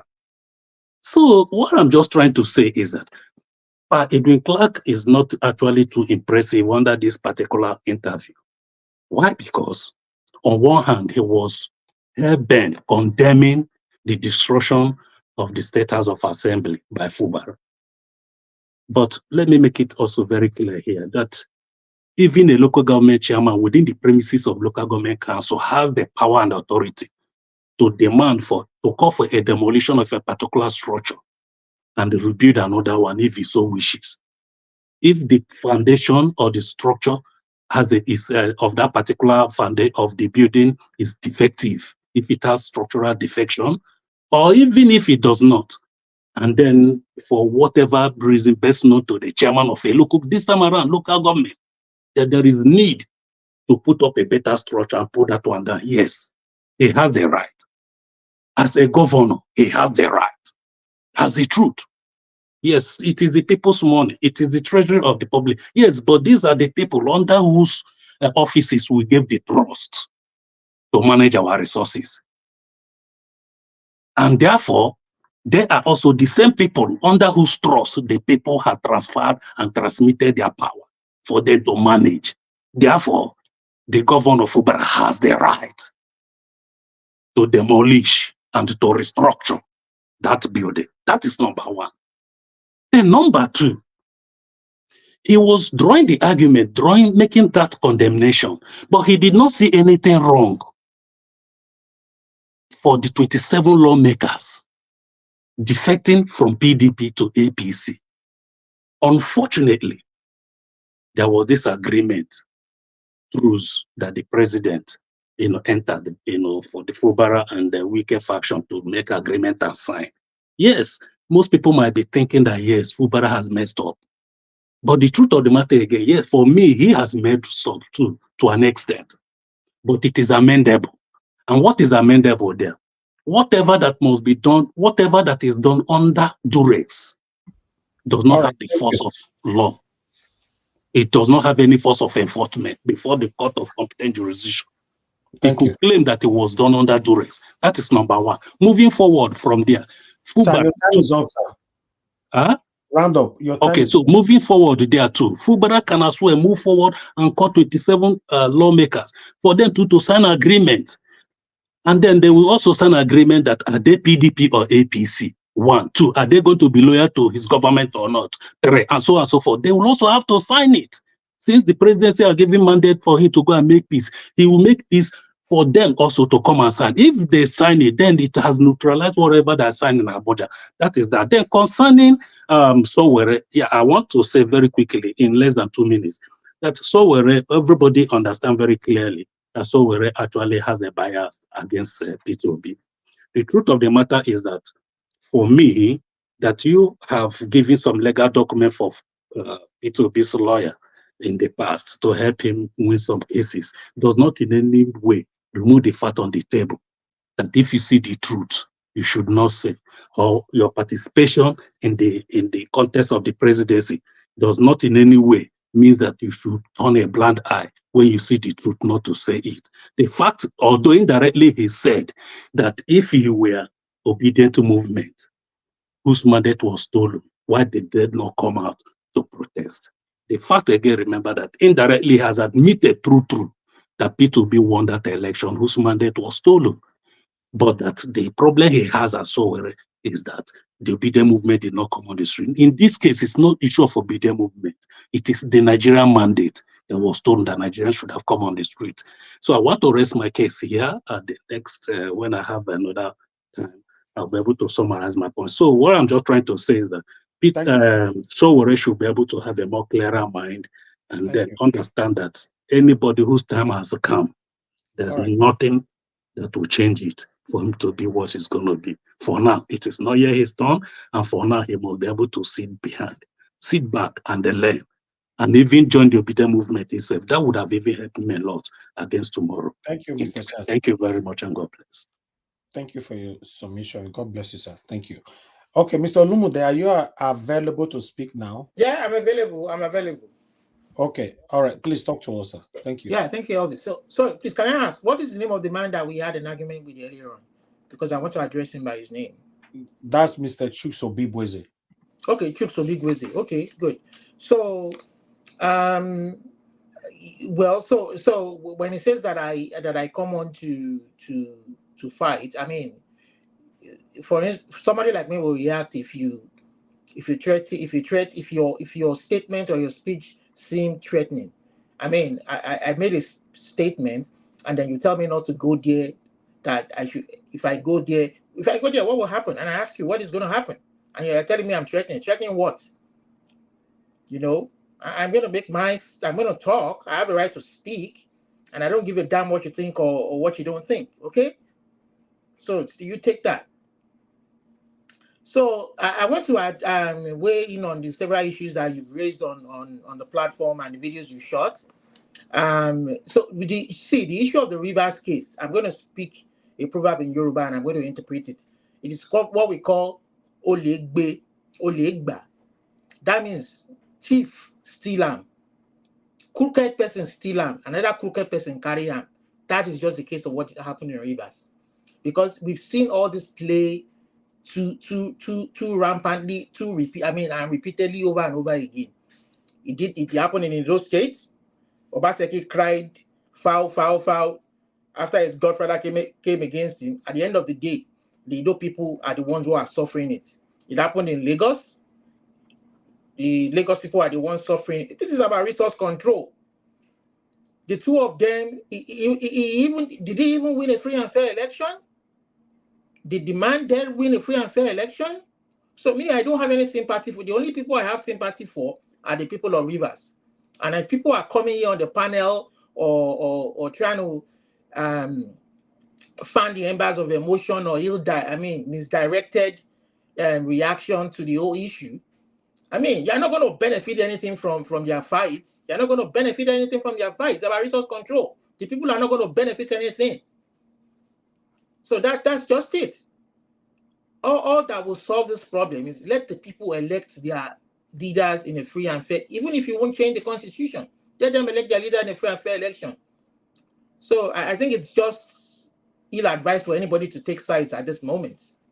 If we can make Wiki carry army come remove them for there, nobody's going to benefit. Make the guy doing 8 years, nobody will benefit from it. They're all crooks, as far as I'm concerned. And then about Pa Edwin Clarke, I think Pa Edwin Clarke spoke the truth too. Many of you may not want to receive it. That man, you have to look at the message and forget the messenger. This man spoke the truth. So people who are saying, oh, he went to court and he condemned the constitution, they did not go.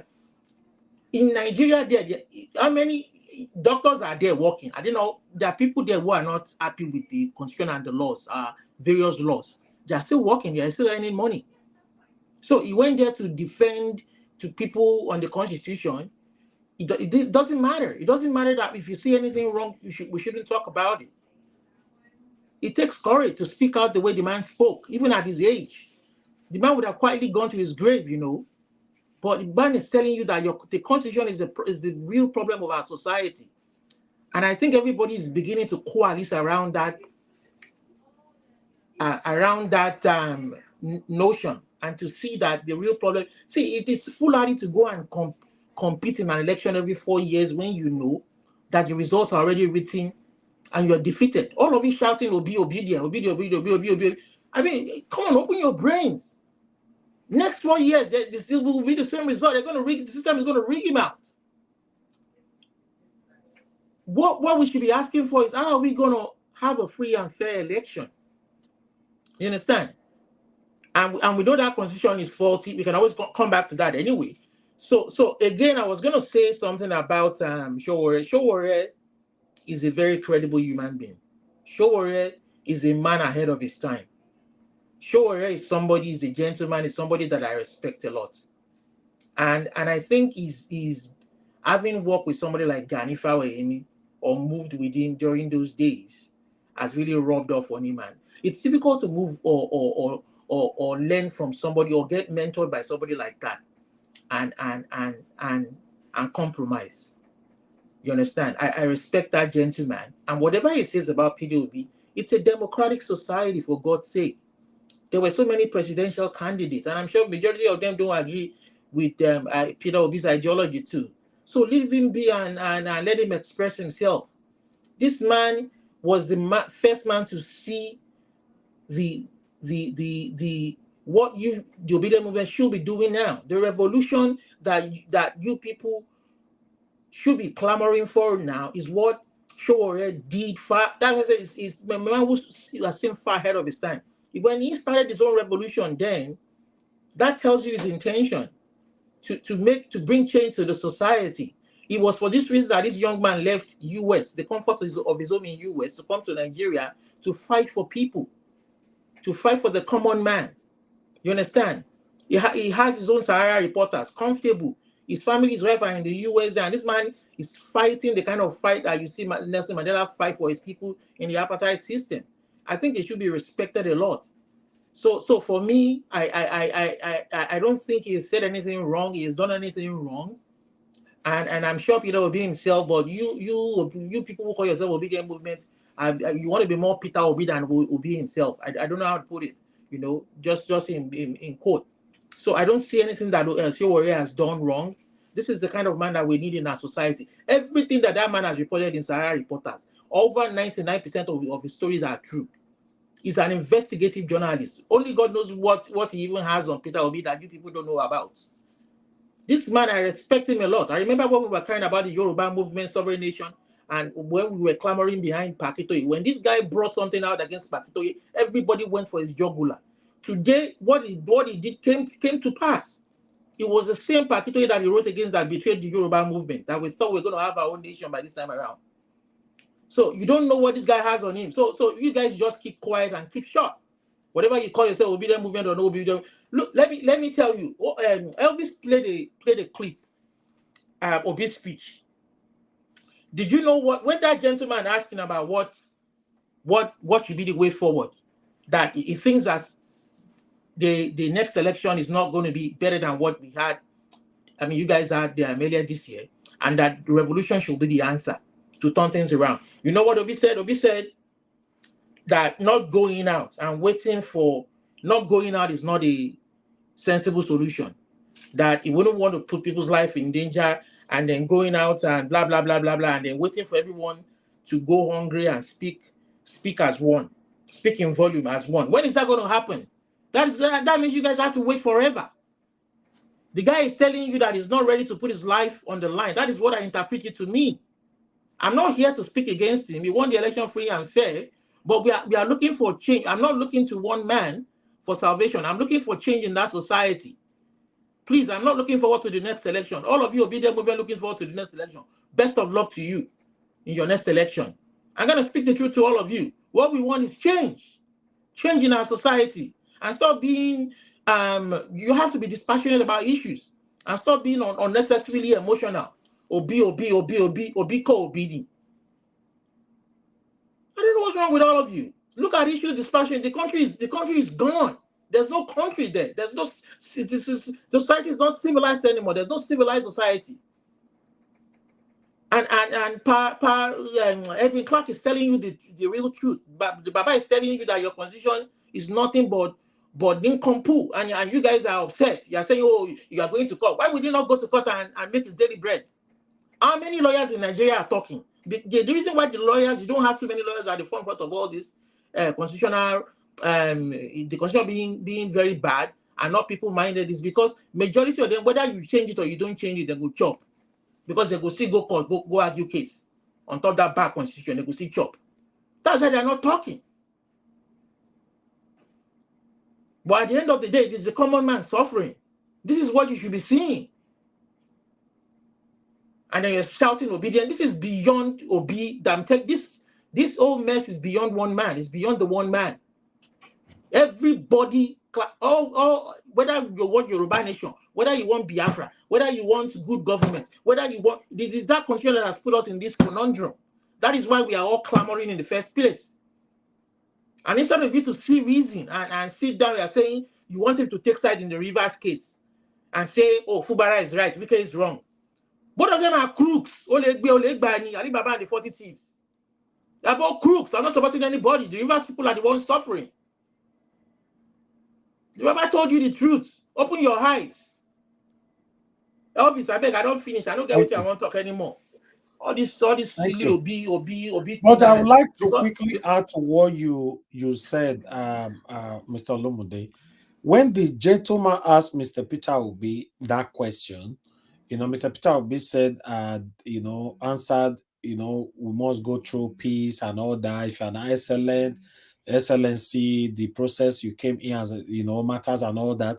But then the guidance went on by saying, that if we don't want anybody to die, but this same satanic set of people drop bomb in Kaduna, they killed people. That's right. You understand? So the reason why I'm saying this is this. Those of you that is waiting for Peter Obi to tell you what to do, you will wait forever. That's all. That's what I'm telling them. Mr. Elvis, I want to add to that. You see, quickly. I want to add. You see, when the man said that, ask him that question, that we should, we should do something now. He's saying no, we should wait it out or do the next election.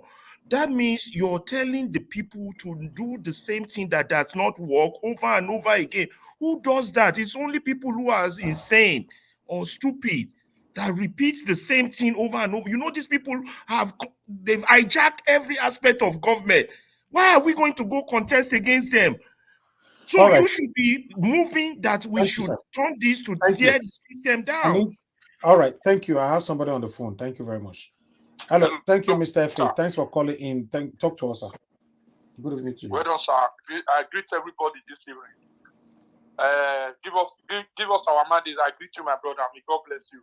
So the reason why I call, okay. I call because of Olumide. My brother, if you not be obedient, nobody is forcing anybody to be obedient. If you not be obedient, don't talk to obedient people anyhow. Don't throw mark if they are God beg you. Hear me, please, sir. Let him talk, please. You cannot interject like that. Please, I don't like people interjecting people on the phone. We know they speak PP grammar, but we get common sense. And you cannot shit on me for this life. Even though I know they speak PP grammar, but anything you speak, I will sabi and pass to you. Don't throw away my give obedience. Because most of us, the best, we know how much we spend for this election. We know our time.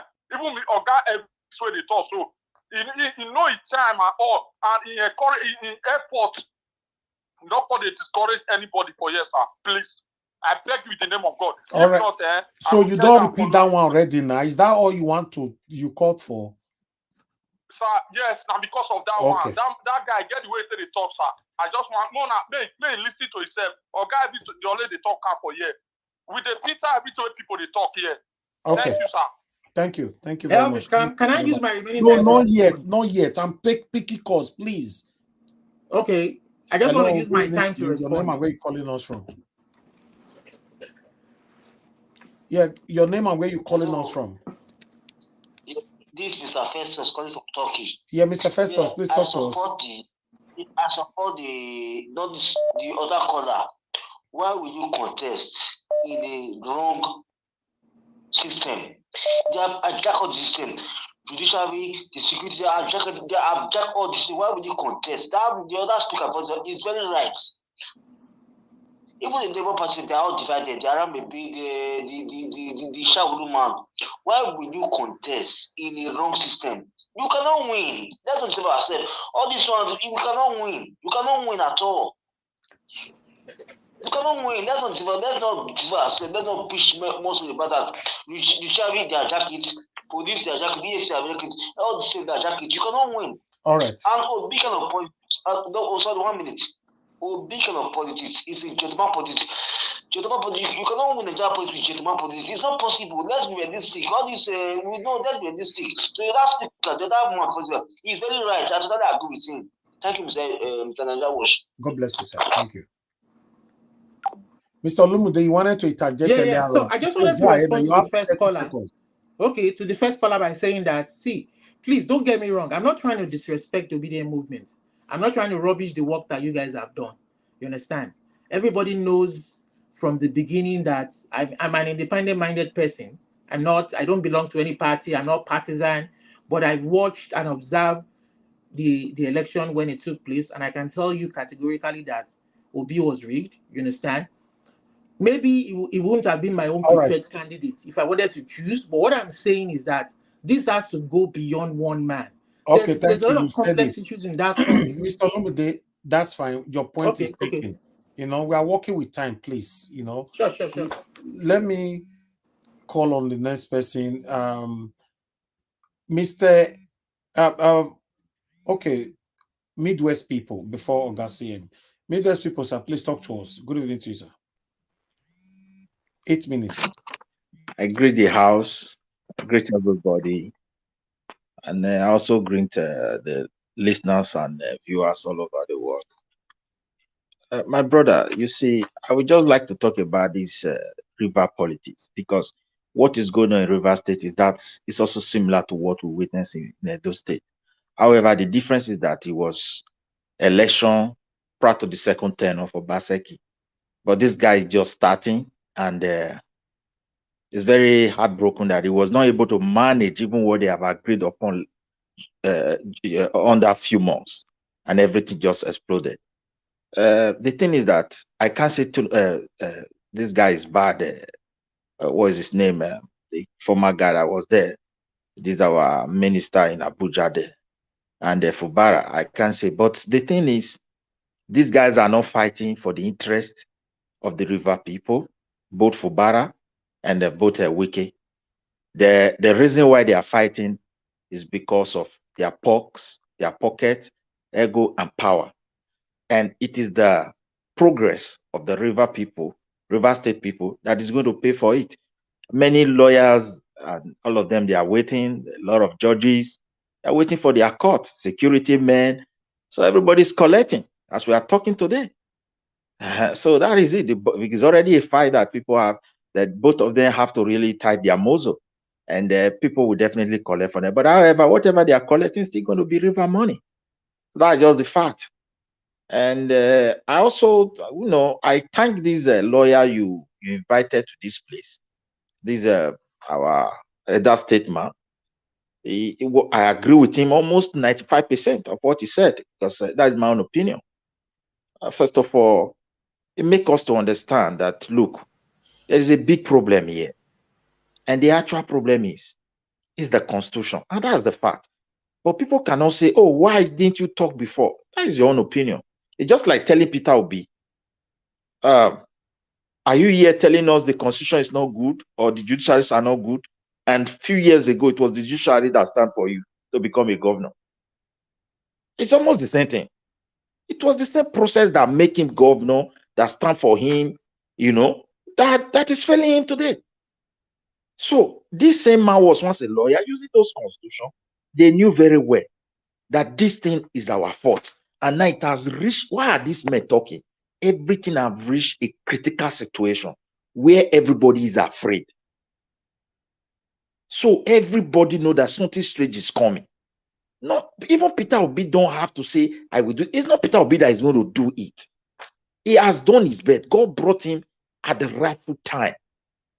And his own time has exposed so many things. So that's why these guys are talking. If not, they wouldn't have talked about the Constitution.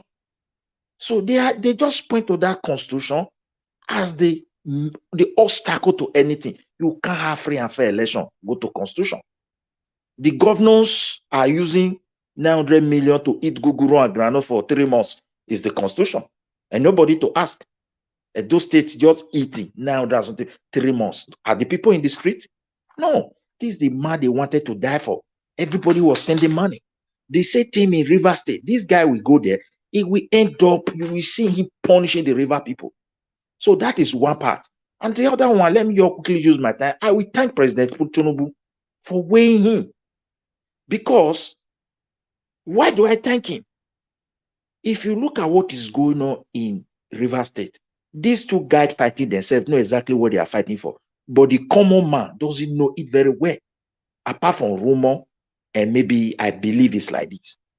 And those common man, you can see what is happening in River State now reflect what we are suffering in Nigeria. Why Peter Obi calculate very well and said, I will not go to street. There is something he's trying to avoid. We are so divided. The thing that divides us is more than what is uniting us.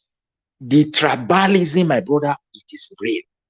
You can see how fast the thing in River State is shifting into tribal politics. And if he end up becoming a crisis, Wike will still be alive. Fubara will be alive. You will see innocent men on the ground. So that's why I thank Tinubu for coming in. That problem that every problem that we are into today as a Nigeria, the root cause of all is tribalism. For saving life, for coming in and say enough is enough. Because if he doesn't do it, and if he doesn't come in at this very junction, I assure you, from one small village, all this nonsense talk, I be a job, he be a query man. This one don't rule. You will see one small village, fire go cash. Only one single soul, everywhere we explode. It's very shameful, my brother. That thing you witnessed there is what has tied Nigeria on the top at the federal level as we speak today. Peter Obi want to save his people. Anti-Igbo is real. It's pouring out everywhere. And again, I will not also blame other people. The behavior of some people within the Igbo extraction, my brother, is something else. I'm just telling you the truth today. And now the politicians are exploiting everything. That is why he wants to save life. He can't tell Nigeria to go to sleep. Nigeria will take its natural course. Just wait. It's a matter of time. There is nothing we can do. When Saddam saw the judge, this lawyer also said, he said Nigeria have been giving themselves to be subdued. We are already subdued people because of tribe. No other thing. At a time in life, Saddam was in charge of Iraq. It's as if nothing will come. But something happened. Libya of Gaddafi, he was fully in charge. It's like nothing. Where is it going to come from? It happened. Look at Syria today. Our country is under hostage. Tribalism have given us the power to keep us hostage, and we are already in. All this we will unite. Who is talking about revolution? I don't know which kind of revolution you're talking about. Define your revolution. Is it a revolution that will remove Tinubu? Who are you going to put there? So Yoruba will fold out for you to go and remove their brother and come and put Peter Obi. What are you talking about? We should admit the fact about the country we are living in. Can a Northern man be ruling? You will say revolution against who? A Northern man then to come and put an Igbo man or Yoruba man or Edo man? Or tomorrow my brother is rule, you come and talk revolution of what? To remove my own brother? My brother, these people years ago, they have teamed up and killed this country. The day they went to that, they are satanic coven they call Wazobia, where they said when Hausa Maru, Yoruba Ma will rule, Igbo will rule. These three set of people are our problem. The rest people are just a victim.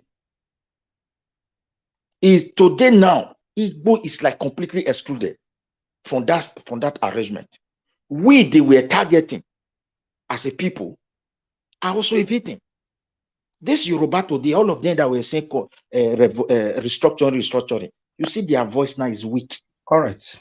Those who said we will not be second-class citizens, their voice are weak because their brother is there. But let power change and tomorrow. It's a matter of time. We are into a very complex and most difficult space on this earth. Only God can help us. Thank you, my brother. I rest my own case there. Other people can say their own. Thank you. Thank you very much, sir. Thank you. Midwest people, it's good to have you here today. God bless you, sir. Thank you. Before I call on Oga CM, guys, please press on the like button. Currently, our like is just on 223. You know, we have over 400, 500 watching us. So please, if you can press on the like, take it out of the 22. It's not 224 now. Take it out of there. Let me pick this call quickly. God's Power, thank you very much for calling in. Please talk to us, sir. Good evening to you. Good evening, sir. Thank you, sir. Please talk to us. Go ahead. First of all, Mr. Evans, I want to say thank you for your good words. Thank you. God bless you and Thank you, sir. God bless everywhere. You see, one of the problems that we always said in Nigerians, personally, individually, we are also part of the problem. But the major problem is love. The day Nigerians said to see themselves like Nigeria, the day Nigerians shied away from tribal religiosity and every other things, and come together and say, okay, we are one Nigerians. The same way Nigeria always celebrates an individual, not minding the kind of tribe the person come when we win an award globally. The day all Nigerians celebrate that time when our sister win the longest cook, the whole Nigerian celebrated that. When people take a very honorary place, as in when they are crowned in development country, we celebrate them. We don't say this one is my brother, this one is my sister. The same way we celebrate those people. When Nigerians come together and say, no, enough is enough, I'm telling you the honest truth, Nigeria is going to be great. But without that, we are still going to be, this is the pure thing that our satanic politicians are playing, and they're throwing it to us, and we are just embracing it. Just like the last person talked. I'm telling you, what we need in Nigeria to survive is peace and unity. Until we get that, Mr. Evans, these things, I'm afraid, is going to continue like this. And this is what the politicians are taking advantage of. If you check them, in that they are coven, they don't discriminate. They don't say, me, I'm from Yoruba, me, I'm from Igbo, me, I'm from tribe. Like we always said, satanic in every tribe in Nigeria. So we should leave all these tribalism and all these things until Nigeria come together as one unity. My brother, it's going to be difficult. Thank you, sir. God bless you. God's Power, thank you very much, sir. God bless you. All right, let me come back to the panel again. I would like to come to Oga CM. Oga CM, please talk to us. Good evening to you. It's good to have you here. Okay, hey, finally. Good evening, Niger Watch. I believe I'm coming out strongly. Good evening. Yes, good evening, good evening, everybody. Both listeners, wherever you may be, your protocols, please. Welcome. Actually, today is quite loaded, but I will try and see if I can touch every aspect as briefly as it can. I may not be so detailed, but make a sweeping statement. One, let me start with Showore's interview. Obedient movement is fake. That's not true. Obedient movement is not fake. It's real because you can feel the impact. You can visualize it. You see the people, they are not fictitious people. You see them, they are real people. Some are working, some are unemployed, some are just, you see them, they are real. But I can't put a figure to it. I know they run in thousands or maybe millions, but they are real. So the word fake is very, very confusing, and it's quite unfortunate that he's using it. They are not, like, just to answer it directly, they are real, they are not fake. Now, the logic he brought behind it is that if they are not fake, why didn't they sort of react, or in his usual way show that come on the streets or something like that? Probably it is not coming out of the street. Well, let me put it this way: he should have said, when you come out of the street, can you pull this government down? Because sometimes you have to wait, you have to really sort of make a informed analysis of what you are doing to embark on it. Will it change the result, or will it just come on the street just to let the world know that, look, oh, we know you cheated us? That is something that Sowore should have explained, but he didn't. Therefore, obedient movement is not fake. it has come to stay. By the way, what really is the Obidient movement? It's just that these are people that have tested PDP, tested APC, including Sowore in his last outing, and they found that none of them could be trusted. That's why they said, okay, let's try a breath of fresh air when P2B came in. Obedient movement are people that have seen a quality in a man that nobody can see. I mean, why didn't Sowore? Now let me go into a bit into details. I know I don't have much time. People say maybe Sowore and his thing. Why didn't Sowore contested this election, right? Probably he was also rigged out, like P2B was rigged out. Does it mean Sowore has no followers who should have come on the street to say at least I was rigged out and I showed it? 4 years ago he contested. He claimed he was rigged out. Hasn't he got followers? His may not be obedient, but he started take it back movement. Where are the take it back movement? With their, is it orange beret? Where are they? Even if they are two, why are they not on the street? Their presidential candidate was rigged out. Why are they not protesting?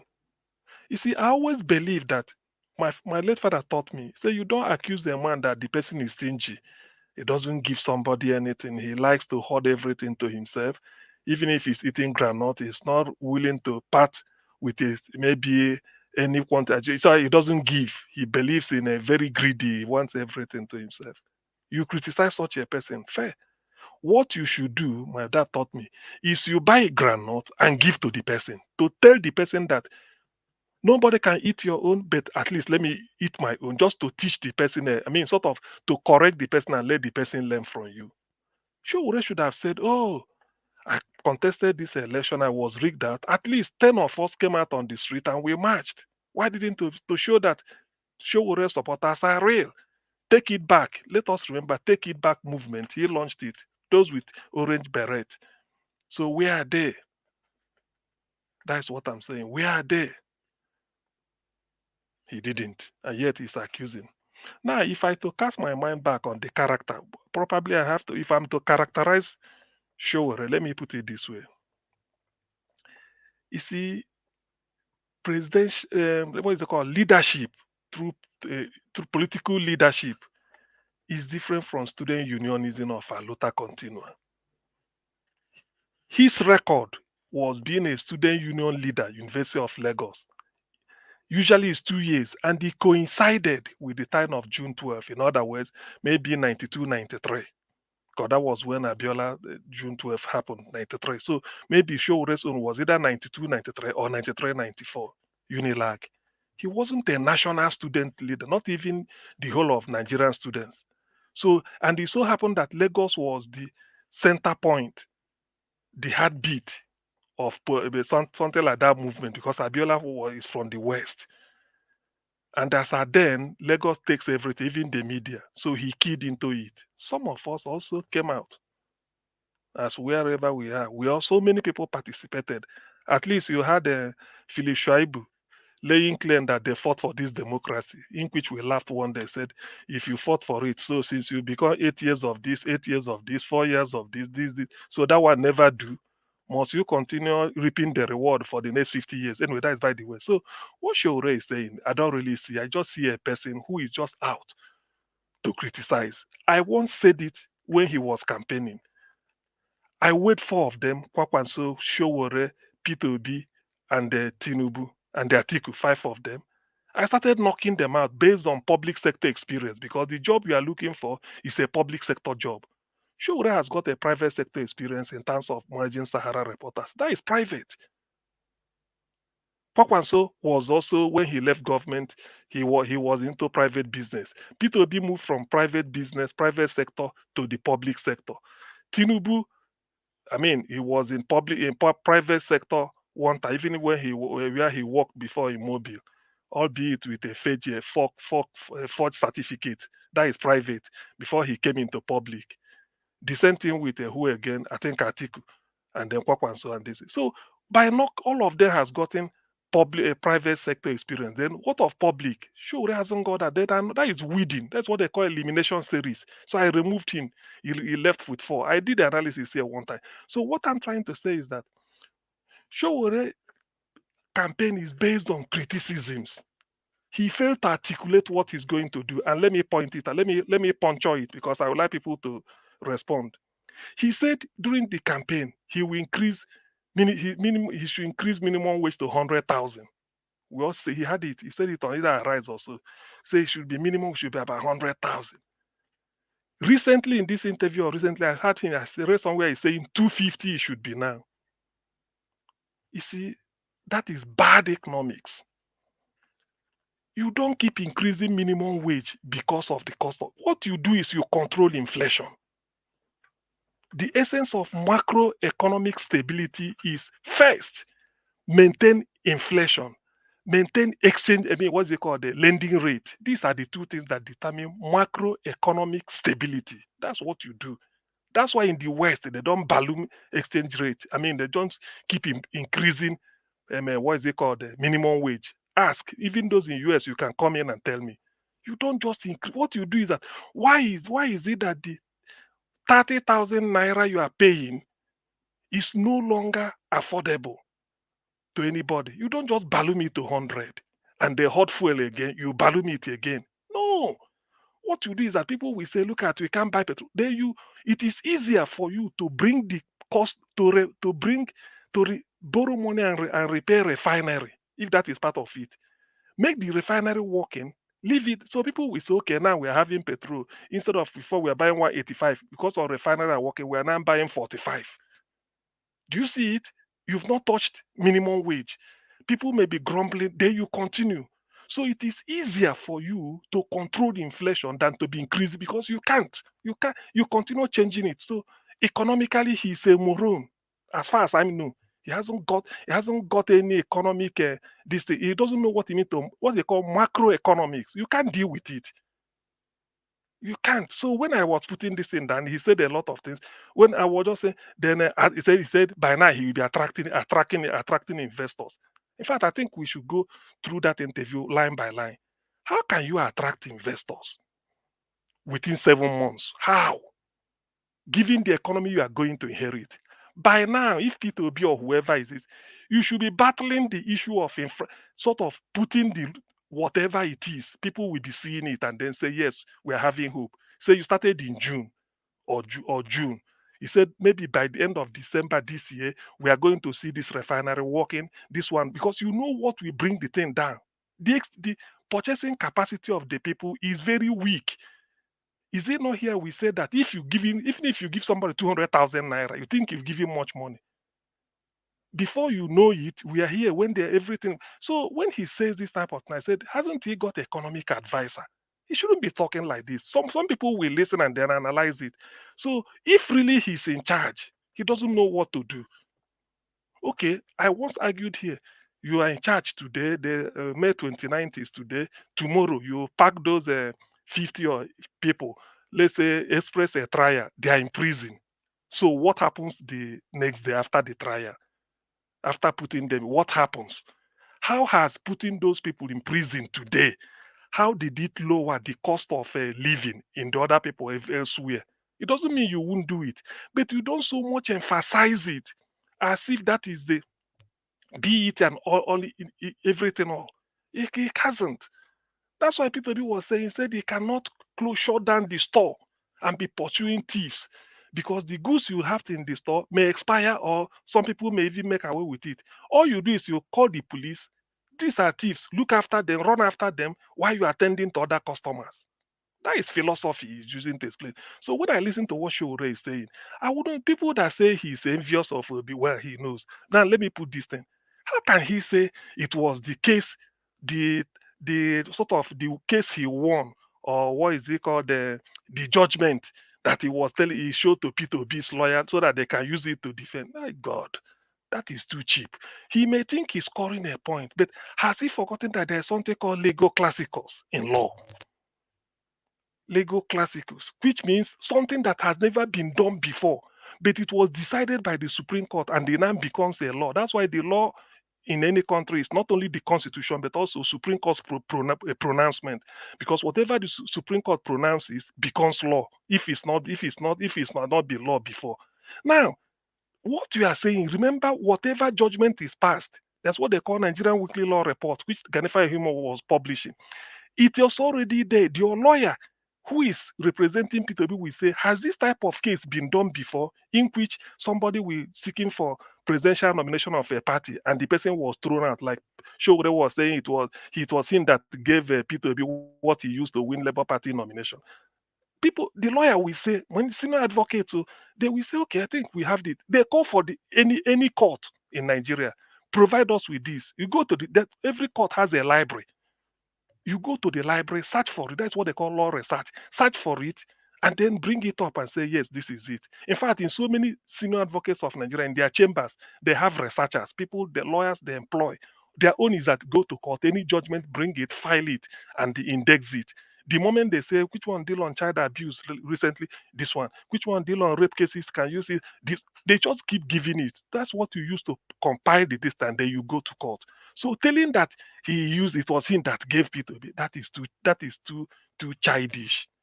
He doesn't even talk like somebody who is educated and exposed. He feels he's talking to illiterates that nobody can even query it. You don't say such things. If you carry out a research, even if it's the one that does anything, it has been recorded. People will refer to it. And when they refer to it, it's no longer your own. It's now called the legal classicus. Or maybe it has been determined. Somebody can cite it. That is the way you do it. You can't just say it's because of my case. I gave to P2B. If not for me, somebody I helped, how can I be envious of him? Look at the way he's talking. He's talking. So you see, his arrogance is not really that refined. I can accommodate arrogance when it is refined. You know, he said that this one is arrogant, but it's refined. This is too crude. The way he talks all this. It was this show Kimbaloye that interviewed him one time. I remember I listened to it. Only I didn't look down the date. He said P2B was 8 years. He did the governor of Anambra said these are his record, this and this. He said eight wasted years. Sowore said it. I'm not making it up. People should go and look for it. The question should have been, do you have a better record? That is the way to do it. If I'm showing that this is my record and you say it is useless, then can you provide a better one?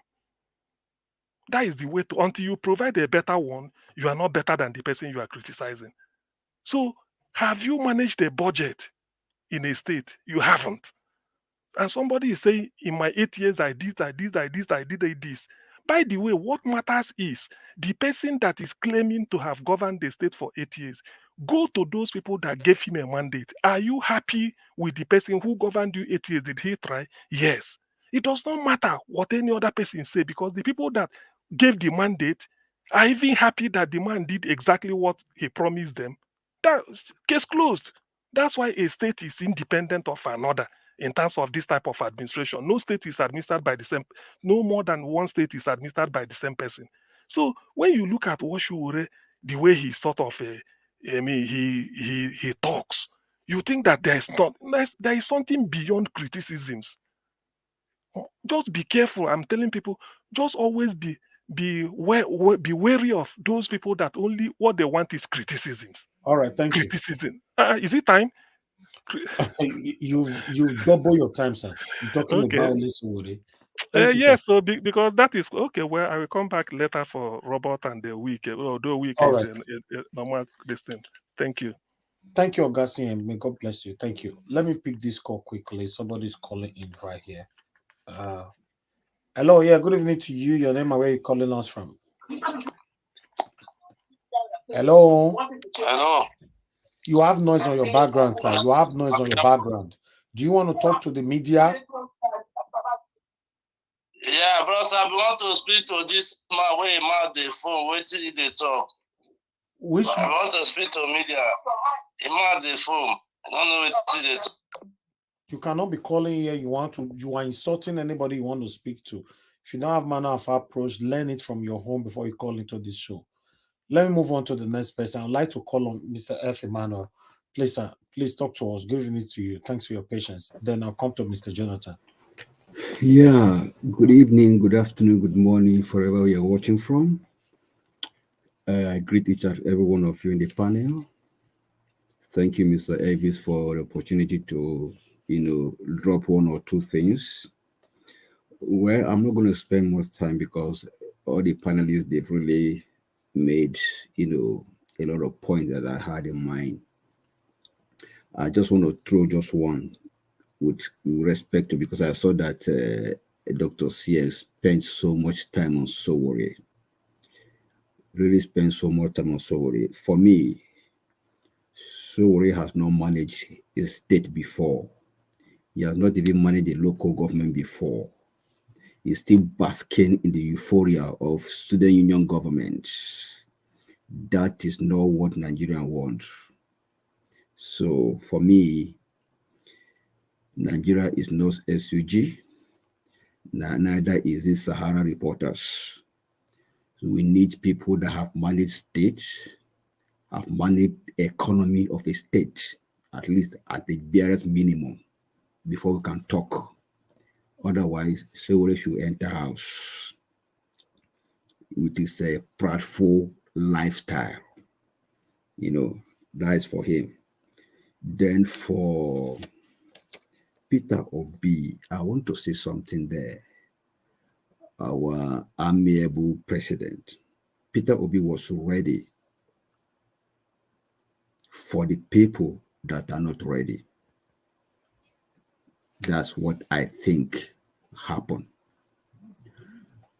He was ready for the people that are not ready. Then, Obidient movement was not real. Sowore. Well, there's no problem about that. Bring your own that was real. If Obidient movement was not real, Obi wouldn't have won the election. He was only rigged out. The result of the election showed that Obedience movement was real. That is why he won. But though they did their boju and carted away and snatched away and ran with it. That's for that. So worry, I'm just talking to you directly. Since Obedient movement wasn't real, where's your own that is real? All right. Then for Edwin Clarke, well, for me, what I would say that all these old men that have, directly or indirectly contributed to where we are today in our country, they should just keep quiet and respect their old age and enter house. We, the new generation, we will sort out ourselves in any way we feel that will be better for us. That's for Edwin Clarke. Then for President Tinubu wading into Wike and Fubara's controversy. For me, he just supported illegality. That's why I look at it. He just supported illegality against our constitution. I take this truce arrangement as a gentleman arrangement. It's not a constitution. Whether Fubara sign or whoever that sign, president sign, Wike sign, I look at it as, I term it as gentleman arrangement. It's not binding, it's not in our constitution, it's not binding anywhere, and cannot be used in the court of competent jurisdiction. So Fubara can decide to trash that paper anywhere and continue to do what he wants to do. That is constitutionally right as a state governor. So that gentleman arrangement, signed paper, is not binding in any constitution. So it's not constitutional. It's illegal. Then to Fubara, I'm talking to him now directly because I know him. Why will you append your signature on illegality and on what is not constitutional? Why would you do that? Are there things that you are not telling us, the Rivers people? are there things that we, the Rivers people, are not aware about? Please, we want to know, so that we won't just be thinking or building castle in the air. We want to know, are there things that Rivers people are not aware about between you and your what's it called? Your former boss, your boss rather, is on Wiki, so that this fight will die down. I rest my case. Thank you, Mr. Evix. Thank you, Oga F. Emmanuel. God bless you, sir. Thanks for Yes, sir. making that brief, and thanks for the submission. So this time my question, if Mr. CM can answer or anybody can contribute, no problem. Thank you. All right. Okay. No problem. So can I have Yes. a crack? Yes. Okay. You say, I think the question, if I to recap, is is there anything Fubara is hiding that is making him to sign an illegal paper, sort of? Well, the thing is, on one hand, one can say yes. Probably if he let the cat out of the bag, it might consume him, or maybe his iniquities is more than that of Wike. But because it's illegal, that's why I always emphasize the Constitution is supreme. He could sign it and still renege on it. He may say, I sign it, because as Fubara is, there must be a senior lawyer advising him privately without anybody knowing. Chris Ngige, Anambra State governor, did it. He went to Shrine, did everything because his junior brother is a son who is now the director of Nigerian law, Council on Legal Education. Emeka Ngige, son, he was telling him, say, follow them as long as you know. In the end, we argue it in court that it's not in the Constitution.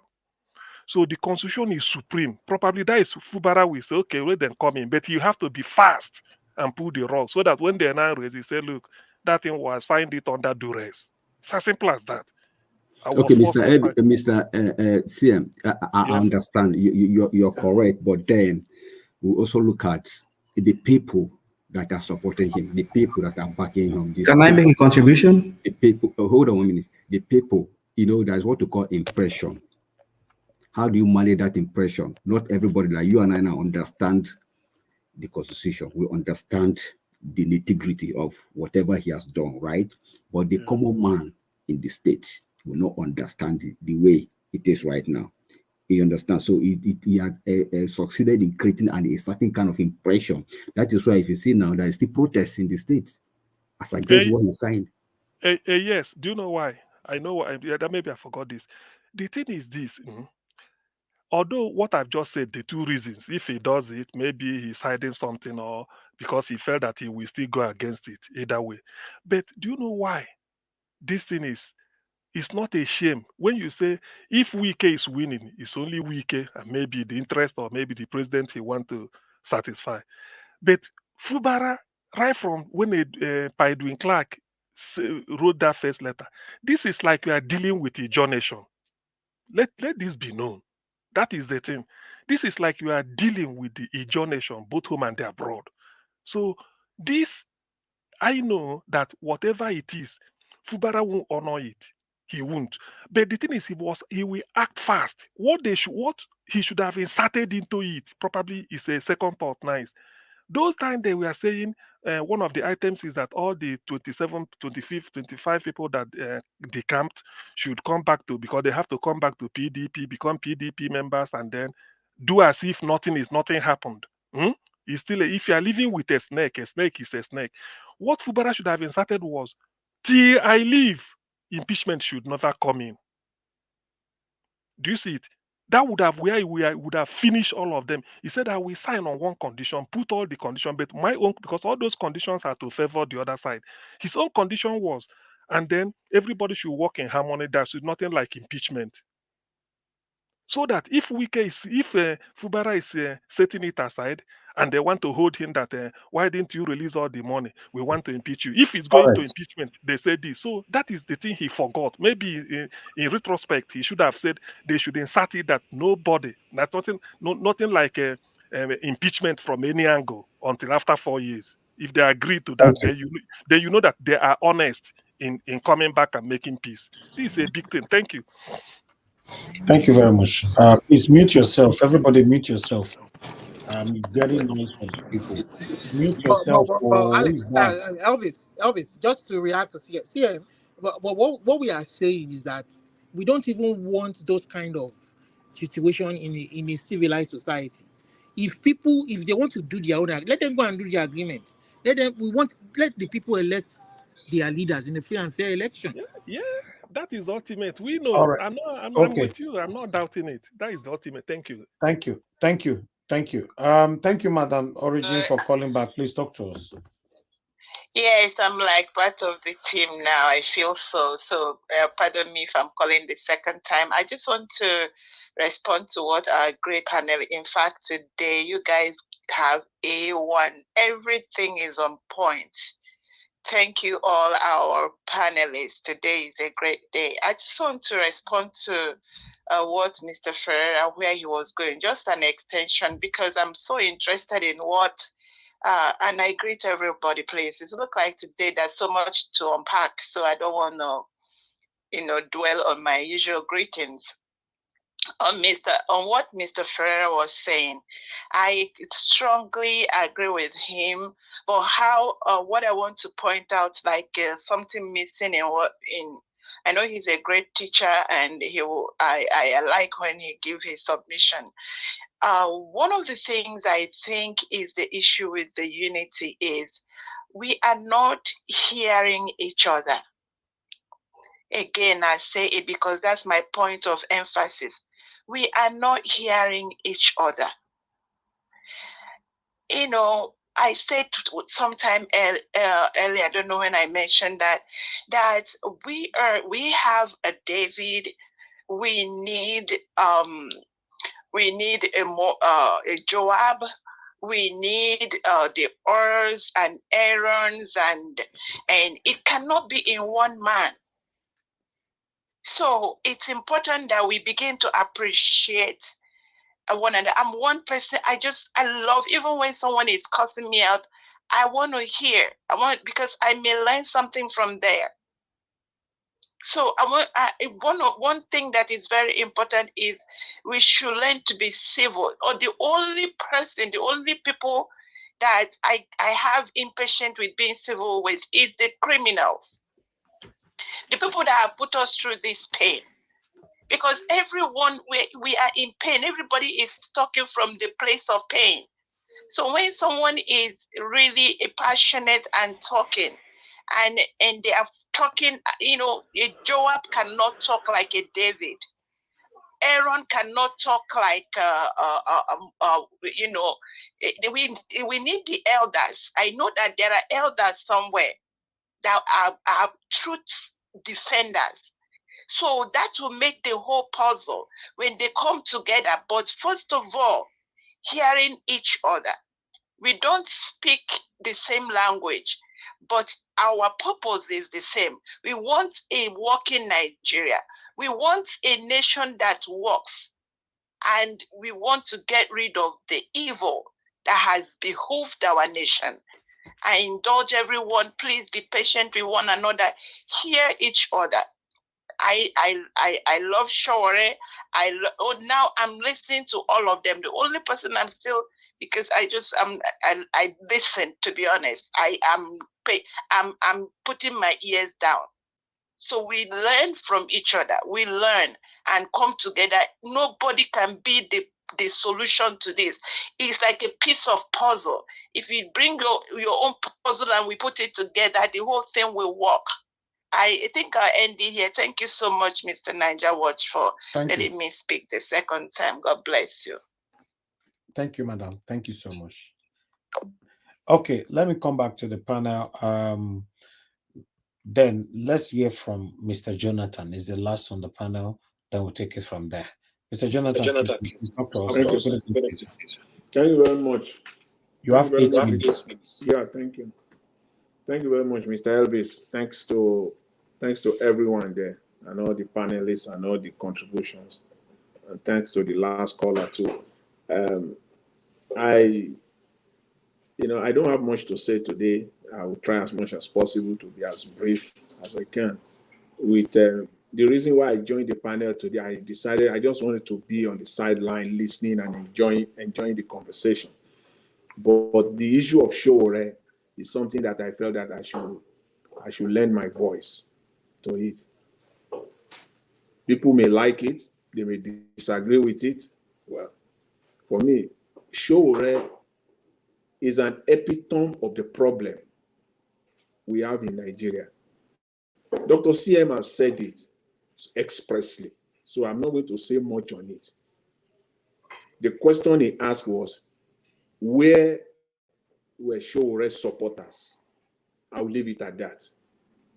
Because I want to believe he was also rigged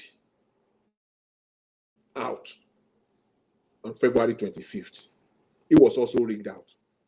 So the question is, where are his supporters? So I'll leave it at that for people, to take care. Are you asking for Sowore's supporters? Yes, I'm asking. I'm asking for Sowore's supporters that are not on the streets. That are not on the streets. Really? Yes, I'm asking for it. So I will leave it for people to answer. Let him answer. Maybe you tell us where Sowore's supporters were also. So that's just an express question. So we'll just leave it at that for them to answer. When they answer that, then the conversation can then continue from there, so that we don't waste time. When you call somebody who you are, trying to label somebody exactly who you are, that is the game of a typical classical politician. You said the obedient movement is fake. I say it. In fact, I wrote it. This very one I'm about to say now, I wrote it in cap in front of me here. Sowore is fake with autocratic tendencies written all around him. He's fake. Everything about him is autocratic and it's all written all around him. And that's who he is. I won't say much more about that. Anybody who wants to discuss it further, then we can take it up from there. With respect to Dr. Clarke, Pa Clarke, kudos to the man. I respect him. He's an elderly man, old enough to be my father, not my grandfather. So I give him that. However, I don't agree with him entirely. Once one of the speakers here, one of the panelists, talked about Pa Clarke, that there is nothing wrong in Pa Clarke talking about the Constitution, and he made a comparison with Peter Obi. After all, Peter Obi benefited from this same Constitution. That is comparing orange with apple. You have to let's do apple for apple. There is nothing wrong in a man to evolve. I may disagree with something today, even on this panel today. And me as a man, I can come tomorrow and say, my position yesterday is not what it is. It has changed. That is evolving. I can evolve from my position. You cannot compare that, because why did I say that? If Pa Clarke actually is really truthful, fine, to give it to him that Pa has evolved. He didn't believe in the Constitution. He believed that the Constitution was okay before, and today Pa is now saying that the Constitution is faulty. Then Pa is it portion of the Constitution that is faulty, or the entire Constitution? If it is the portion of the Constitution, which portion of it? But from the interview, he was referring to the entirety of the Constitution, that the Constitution is faulty. So if the Constitution is faulty, I don't know where Pa was when Tinubu was inaugurated on May 29th, because it is this same Constitution. So give it to him that he has evolved, right? He has evolved. So as at that time, because we know all his digital footprint is all over the place after February 25th, he did not condemn it. He didn't say anything about Abuja. He didn't say anything about the electoral mess, about INEC, as they are taking advantage of this criminal constitution. He was in support of all of that. So let's give it to Clarke. That Clarke actually evolved after May 29. That May 29. That as at May 29, thereabout, or after May 29, still believed that the constitution was right. So it was between June and now, somewhere in between, that PA has evolved, that the constitution is faulty. So if we give it to him that way, then you should also say that Tinubu government today is illegitimate. It's not legitimate. He has to say that. You cannot eat your cake and have it and say that the constitution is faulty, but the government that is there is fine. You can say that.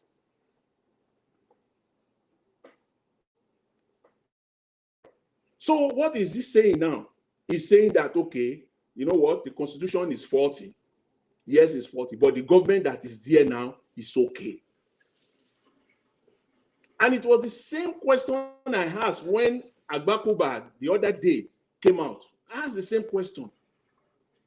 At what point did the son, Olisa Agbakuba, evolved?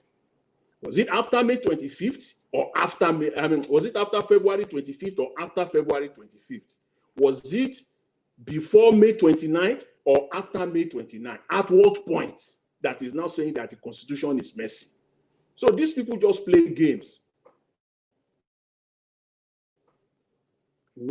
If at any point that it suits their whims and caprices, they can come up and say whatever they want to say. This, as I always say, see, this is not Nigeria of the 80s. In fact, this is not Nigeria of a decade ago. It's not Nigeria of a decade ago. You can't say this and go away with it.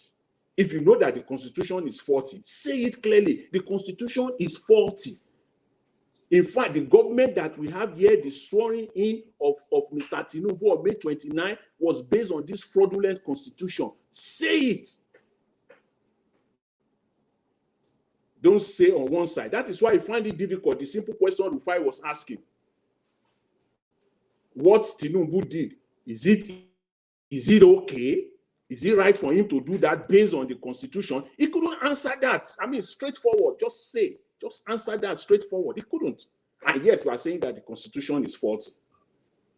So these are the issues that I have, with these people in Nigeria, that at one point or the other, they are in position, they have the clout, to say one thing. They have the platform to speak, and it will go far and wide. These are the problems that we have with them.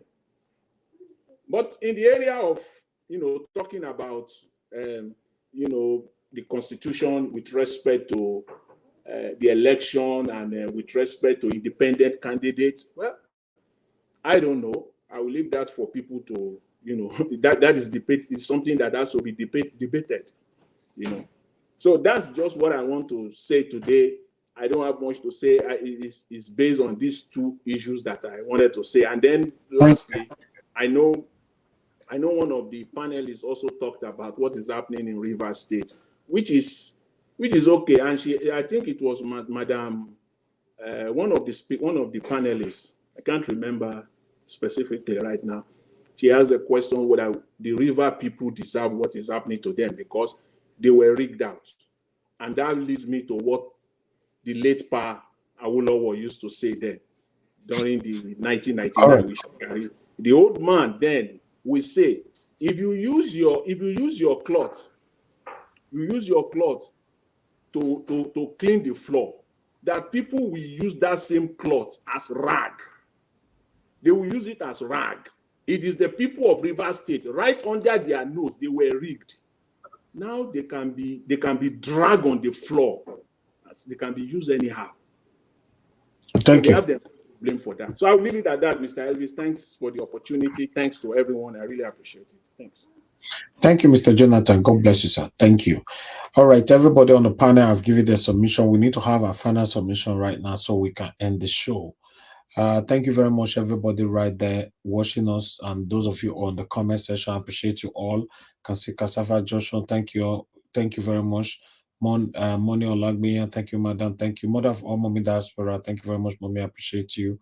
Thank you very much, everybody right there. Alice, Onofeta, I can see you as well. Congo, I can see you. Eva Line, and many others. Thank you very much for your time with us. Okay, let's have a final submission right now. I'm going to be starting with the give us a mandate. We're going to have only for 5 minutes. These for 5 minutes must be stick with. Thank you. Give us a mandate. Give us your final submission. 5 minutes, sir. Thank you. Well, thank you very much for the time. I truly appreciate the time, and for everyone that has given their submission. Thank you very much. Hopefully, the people in the past window enter no go come enter now, so that we're not going to extend this broadcast. But anyway, I may not advocate for them. I beg, give your final submission. May go sleep. I only talk now. Wait till I talk. I just make comment now.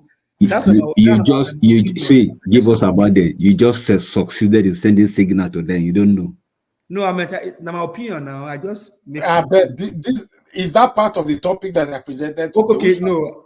So my 5 minutes just start now because now you interject me. Well, so for River State, waiting Fubara doing. If not, wait, on this Fubara case, whether I send that document or not, send now fake news. Remember, Tinubu was sworn in on a 40 constitution based on waiting the elderly statement. You know, say all of them are elder statement. So if you call them elder, you know how statesmen put. You know, you never recognize them based on waiting Robert Clarke, the elder statesman or statesman, when talk today. Tinubu, that means Nigeria not even get president. As it stands today, Nigeria not get president. But if the country Nigeria get president based on people who say na their president now be the criminal drug baron, you know, see them, you're uncommon people. And someone like me, I need to talk to uncommon people, and they talk to only common people. So for the common Nigerians, make I come talk to now. The very first way they're swearing this uncommon person, it tells you subsidy don't come out. We go check. Only to find out say for August they pay subsidy. Second bingo be say insane they go France, they go bring investor. Like your CM, the last time I checked, they say you and those France investors and I do meeting for Asorok. Second, that one at second bingo, right? Third bingo, the guy go India, they say go bring investor. Last time I checked, they say the investor from India, them and the Frank Tietie, now then do meeting for inside the Orient Junction. Third bingo. The fourth bingo be say then go Dubai, say Dubai they don't leave the ban for visa restriction. Only say you can't find out. The council one minister say name na Ngalailai, Akuri Ngalailai. That one a fourth bingo, na lie. Now Ajuri Ngalali. Akuri Ningalailai. Akuri Ning. Go ask my egu, he go tell you what he mean. Akuri Ningalailai. I no go explain them for you. Now what he mean? He name na Akuri Ningalailai. So that one a fourth bingo. Bingo upon bingo upon bingo upon bingo. This government where Mahmoud Yakub give Nigerians na government of bingo. Fubara no sign any documents.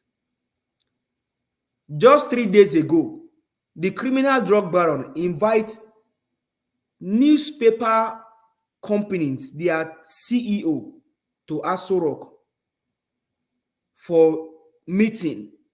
Waiting and discuss, I don't know. Maybe tomorrow, Wike will come tell us waiting and discuss. No forget, say this government are government of propaganda. They bring them in through propaganda. He must run on propaganda. But regardless, my only worry be say Rivers people, as it stands now, they need to enjoy good governance. Edwin Clarke don't make comments come bulala Fubara. Say, when you know, say you no go fit all this thing, why you can't even start them in the first instance? But that one are tori for tomorrow. The video day private session for you, Mr. Elvis. My only thing is say, Fubara, I beg, make sure say Wike, you come on in wings. The last time I checked, it be like I said, they say you give a Rivers civil servant 100,000 naira for Christmas bonus. Allegedly, because I never seen it for your own Twitter handle. I don't know how true that may be. Now, this kind of thing we want to see. So that Rivers, they're going to enjoy good governance like Abia people. Waiting Alex Oti they do. The last time I checked, the level of unemployment for Rivers State, they're very, very high. Please, Fubara, even though the way we enter na Magomago way, people of Rivers, they don't give you their support. Make sure, say, you do something better for Rivers people, the youth. Give them job. Give them better education. Make Rivers better. Alex Oti, talk to them. Make him show you the way when they live for Abia State. Because even now, Abia State now, place where people take example, they lead state for our country. Abia State no be a different state from Nigeria. Alex Oti, they do better for Abia State. Fubara, you don't get the support of Rivers people. I beg, no disappoint them. Now, yeah, I go leave it. Thank you very much, Mr. Elvis. Thank you, my brother. Thank you so much for that submission. All right, let me call on the next person, Madam Luke. Thank you very much for your time with us. I'd like you to give us your final submission if you're still there with us. Yes, I'm still here. And I want to thank you once again for being such a wonderful host always, and always keeping the peace. Even when we get very emotional. Well, at this point, all I can do is look forward to how we can move forward and see if we can use the next.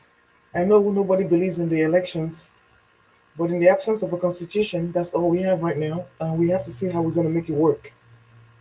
So we now have to go back and see what went wrong with the last one and see how we can correct it.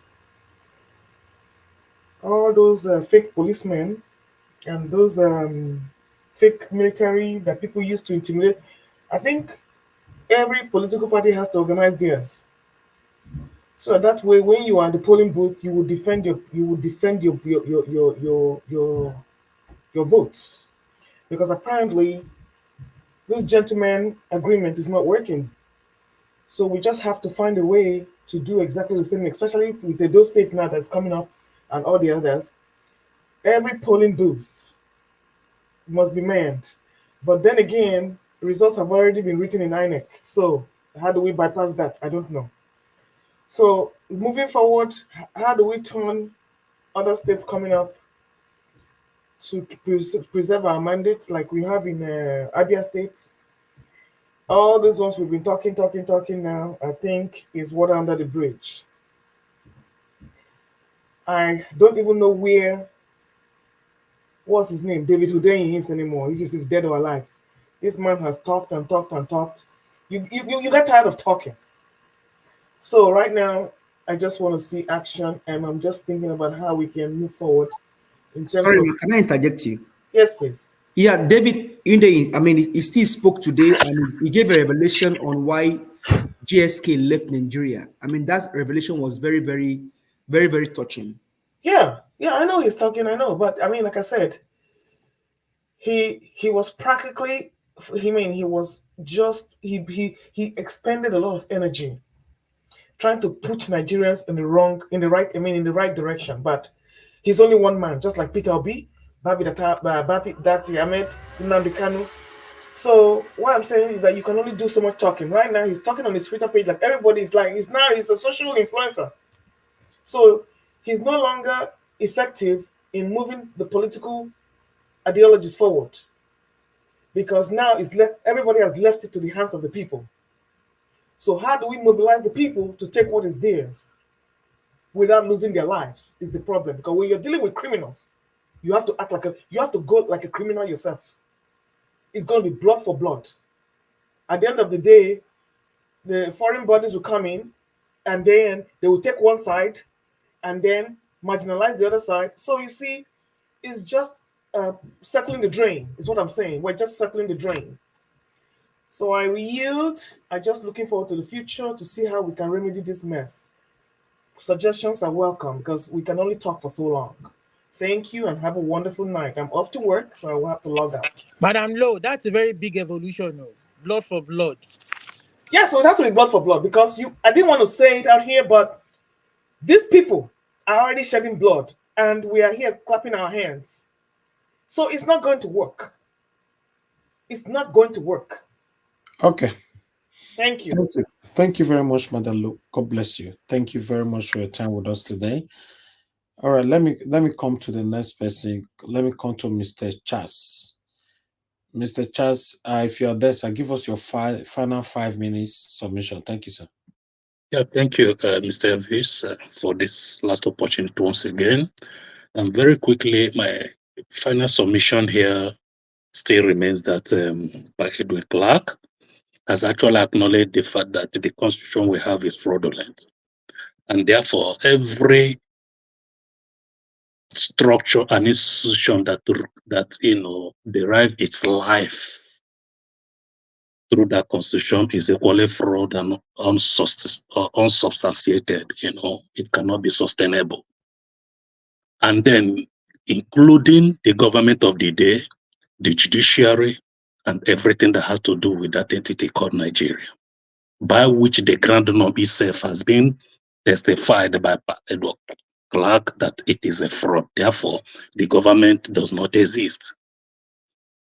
Moving forward, I believe that where two people fight, that is only where you can have somebody that separates them. Therefore, Nigerians must rise. I want to borrow the statement of Oraka, who says that hunger will be the only weapon that will eventually force Nigerians to rise up for that expected movement. And I foresee that happening in less than 6 months. Whether the 2027 is there going to be an election, no Nigerian should believe that. If the institution of INEC and every other existing structure that is deriving its life existence through the fraudulent constitution, as Pedro Clarke said, is still in existence, if the structure, I repeat, the people, the Mahmudu and everything, APC taking over all the places as resident international come, 2027 is not going to work, and Nigeria cannot move forward with it. Finally, as for Sowore, I want to repeat, there is this belief that if you want to go to war, they ask you if you have the requisite experience. If you start from the local government and gradually, graduate to become the governor of a state, and then from there he must have been well refined and be properly fitted into what the whole thing is all about, the nitty-gritty of good governance, before he can now talk and people believe him. As for me, I still believe very clearly that it is not about Obidient movement coming out. The Nigerians should actually come out to actually stand to defend their right. For the constitution is actually a fraud and must be brought down. And if it must be brought down, then we must not look forward to a one Nigeria for 2027, another election.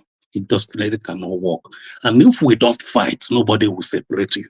And if nobody separates you, there cannot be a round table for negotiation on how Nigeria should be governed and move forward, whether to be or not to be, otherwise to your tent or Israel. I rest my case. Thank you. Thank you, Mr. Charles. God bless you. It's good to have you on the panel today. Thank you, sir. Let me come to the next person here, which is supposed to be Mr. Olomide, if you're available.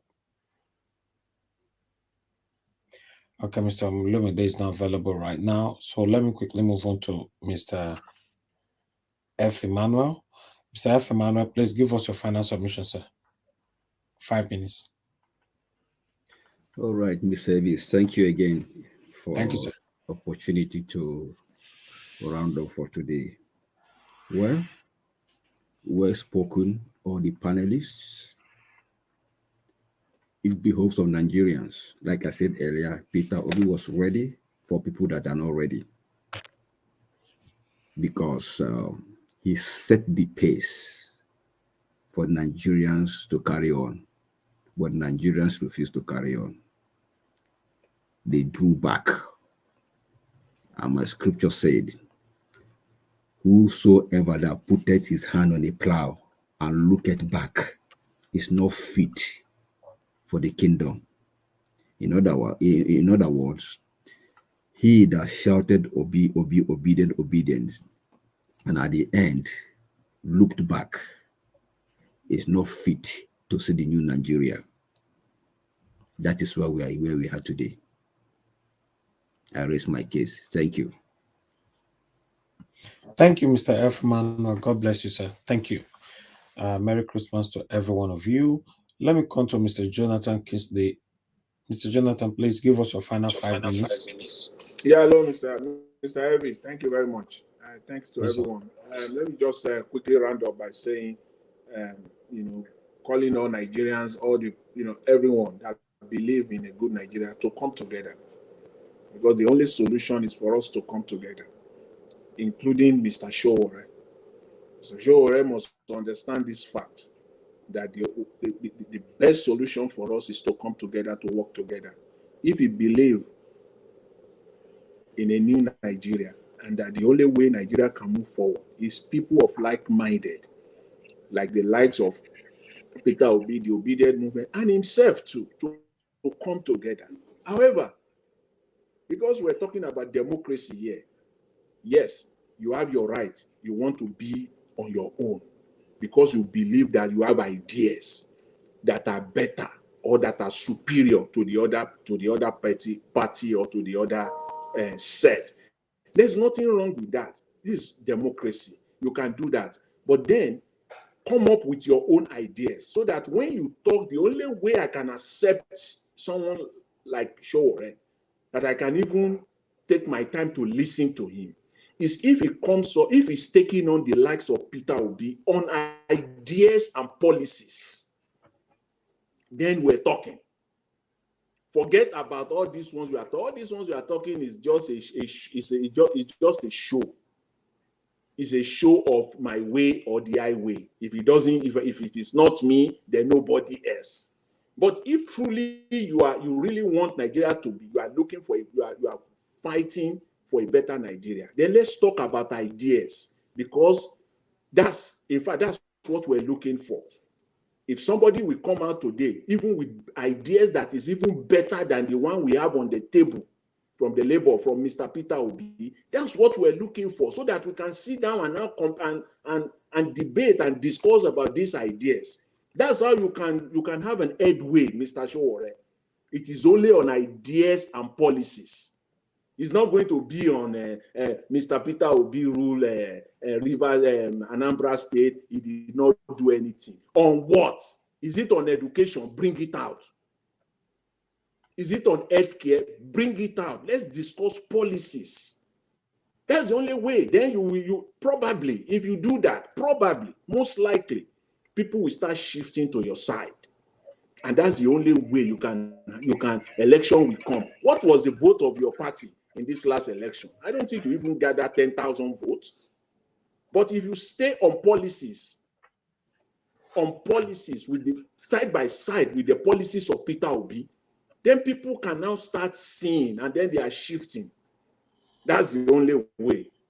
Because if you want to talk of someone who can manage, I don't know, I might be wrong. I don't say what I don't know. I say what I know. I don't know whether you have managed business that is up to $5 to $10 million. I don't know. Peter Obi has managed, he was the chairman of a bank, he was the governor of a state. So if you want to compare apple with apples, let's even give it to you that, okay, you have not been in the public sector. You have not been a governor. You have not been a real politician holding a government, office. What about your private sector? How large it is? What is the size of it? Have you managed something like, say, 5 billion naira to 10 billion naira so that you two can stay on that. I managed this company. The value of this company was 20 billion naira. The value of this company was 1 billion naira. This is how I took the company up from 500 million naira to 2 billion naira. This is what, stay on your own record. Peter Obi is staying on his own record. He is not deviating on his own record. Day by day, that is why if you sit today, listen to Mr. Peter Obi, it will sound as if he's repeating himself because he's not lying. He's not adding to it. He's staying on record, on his own record. Stay on your record if you have any. I don't have any problem that you have not been a governor before. You have not even held any political offices before. I'm fine with that. But your record, your private sector record, stay on it. And let's talk on that. Don't come out and to belittle somebody. And all the people that are supporting it, let all the people that are supporting Sowore today, ask Sowore to stay on record, on his own record, private business record. Thank you very much, Mr. Elvis. I really appreciate the opportunity. Thanks very much. God bless you. I bet change your name to Table Shaker. All right. I appreciate every one of you today. May God bless you all. Augustine, you are the last on the panel. Please give us your final 5 minutes. Let's round up. Thank you, sir. Think who was the person that spoke? Well, who was the person that spoke last? Sorry, who was it? We call you. You didn't answer now, guy. I don't know when you call you. Excuse me. Who was the person that spoke last? That was Mr. Jonathan. Mr. Can I speak now? Jonathan, are you still there? Somebody's already talking now. Okay. I'm here. Okay, Jonathan, if you still have more to say, I will yield my time to you. Your analysis is quite the type I like. If you still want. Okay, you your time for me, Augustine. Thank you. Thank you, Augustine. Now you they give time now. Okay. It's like that. Okay, Augustine, might come back to you. You know, let Olumide just finish talking. Mr. Olumide, give us your final submission if you are there. Okay. Let me just submit finally by saying that I mean, I want to say that the Obidient movement, nobody is I for one, I mean, I was impressed with. You have noise on your background, so you know we don't like these things. I was impressed with their effort to claim back the country through a credible election, and that failed. So nobody is trying to belittle whatever efforts they made, but you have to look at the bigger picture. See, the country is fracturing. Today, there's a call for Biafra country, there's a call for Yoruba country, Middle Belt country, blah, blah, blah, and it's slowly disintegrating without you people knowing, because people are losing hope in that one entity called Nigeria. So, the elections are over. That is what maybe perhaps Sowore is trying to say. And I mean, if I look at what the last speaker was saying, this is all campaign after election. It's over. What the guy is telling you is that, for instance, the election was over after the Supreme Court gave their final verdict, and there were 3 state elections right before your eyes, and the movement you couldn't galvanize the movement to take the 3 states, and there's still more coming. Nobody's saying Obi is not a gentleman or not a good candidate. It's over. The campaign is over. And if you go in this same manner in 2027, you're going to get the same result. The country is in a mess. It's state captured. Are you going to have a credible election? Are you going to? And this man, from his speech that Elvis played, this man is not ready to go the whole hog. They just told you what to take it. I mean, let the people coalesce, let them get to the hungry state, let them blah, blah, blah, blah, blah. I'm not against. I'm just saying that perhaps you people should look beyond him. Coming together, yeah, I mean, people of different ideology, which is what democracy is all about anyway. We all can't have the same ideology, but one thing should drive us, that we want a better society. we don't want the country to fracture. But you're still making a hero of somebody who I mean, as I don't know how else to put it, because we are misdirecting our energies. That's what I just think. We're misdirecting this energy. How do you take the country back? This guy was able to influence the U.S. the U.S. and a U.S. institution, a university, to get the kind of result we believe that it didn't really earn. And you're still talking about one man, you're talking about this, you're talking about that. I mean, God preserve his life until 2027. I pray for him, but are we going to have a free and fair election come 2027? You have to deal with the issues, deal with the real issues that the present. The country is a mess. That's what we're saying. Look, beyond nobody saying obedience isn't try. Now try now. Nobody no talk saying no try. Now try. But the country is a mess. We don't have a civilized society. We don't have a society where things should work the way they should work. All our institutions are a mess. And in the hands of one man right now, well, I don't know. I don't know. I don't know. I mean, if the obedient movement is they're not building to the Labour Party. That what we hear is that they are beyond the Labour Party. It's a movement.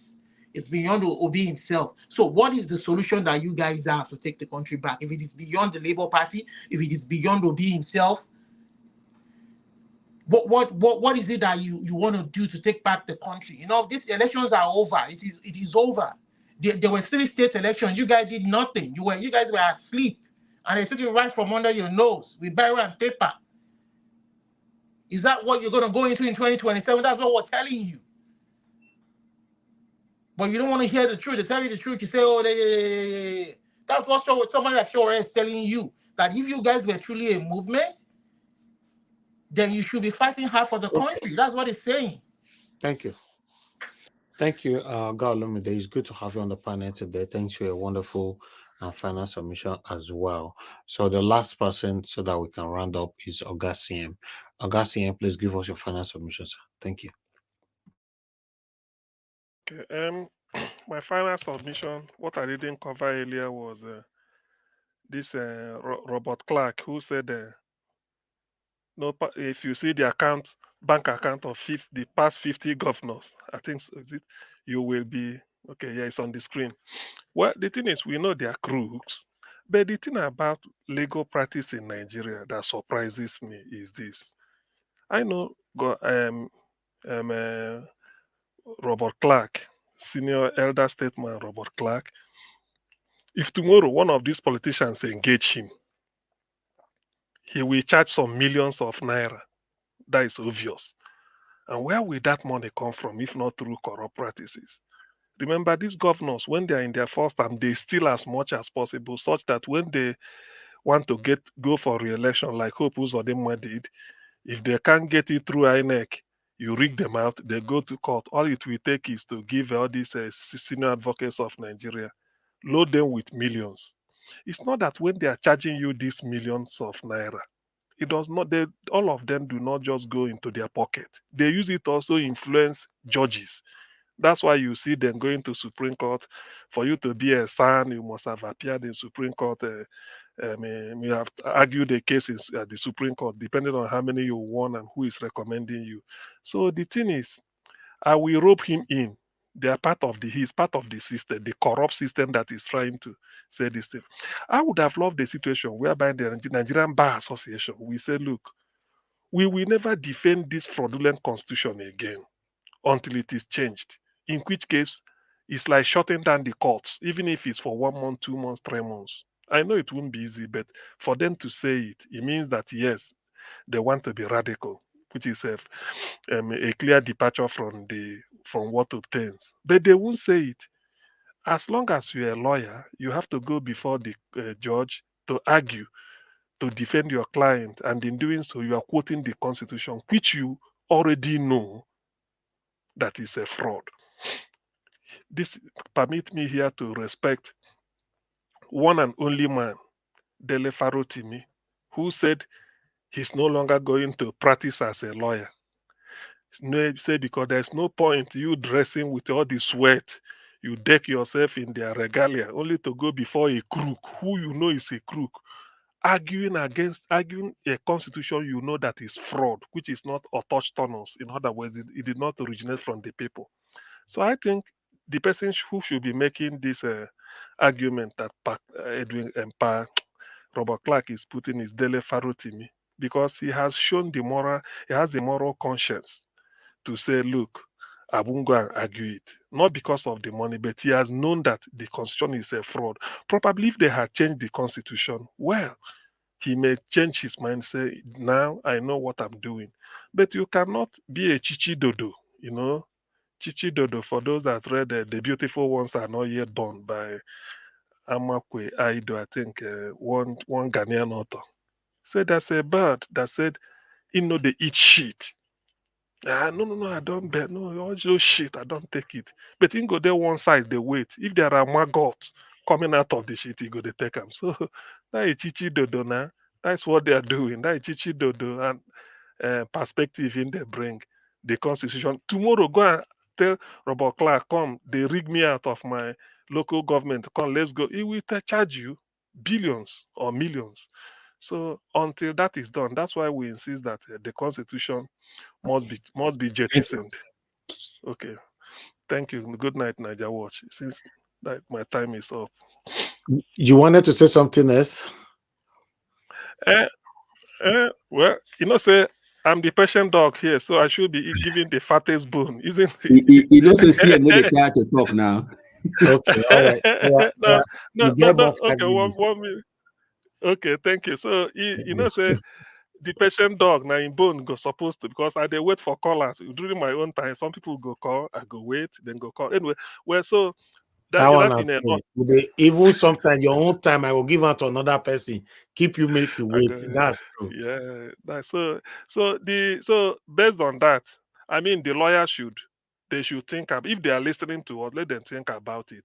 It's possible for them to say, like what Dele Faro to me is not that he wouldn't go. He said he doesn't want to practice, knowing the fact that the constitution is fraudulent and then the judges are corrupt.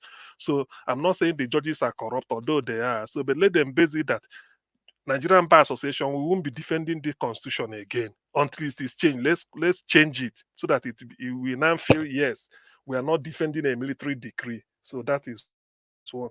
Now on this, let me recap on this Wike versus Fubara show because this is a soap opera that will run for quite a while. See, Fubara must know today that those who called in the midnight when he was sleeping but didn't succeed, those people must surely call again. So he must continue to sleep with his one eye open until he leaves government house. Since he did not insert that clause, maybe item number 9, that since they want the status quo to remain, those who don't retire, they don't decamp from PDP to APC, they want to come back to PDP and then back to State House of Assembly. So no need for INEC to conduct a another election. And then all commissioners are back, all their salaries paid, everything. The only thing where they not go meet now, the House of Assembly that has been pulled down. Yes, all those things is just the status quo, as if nothing happened.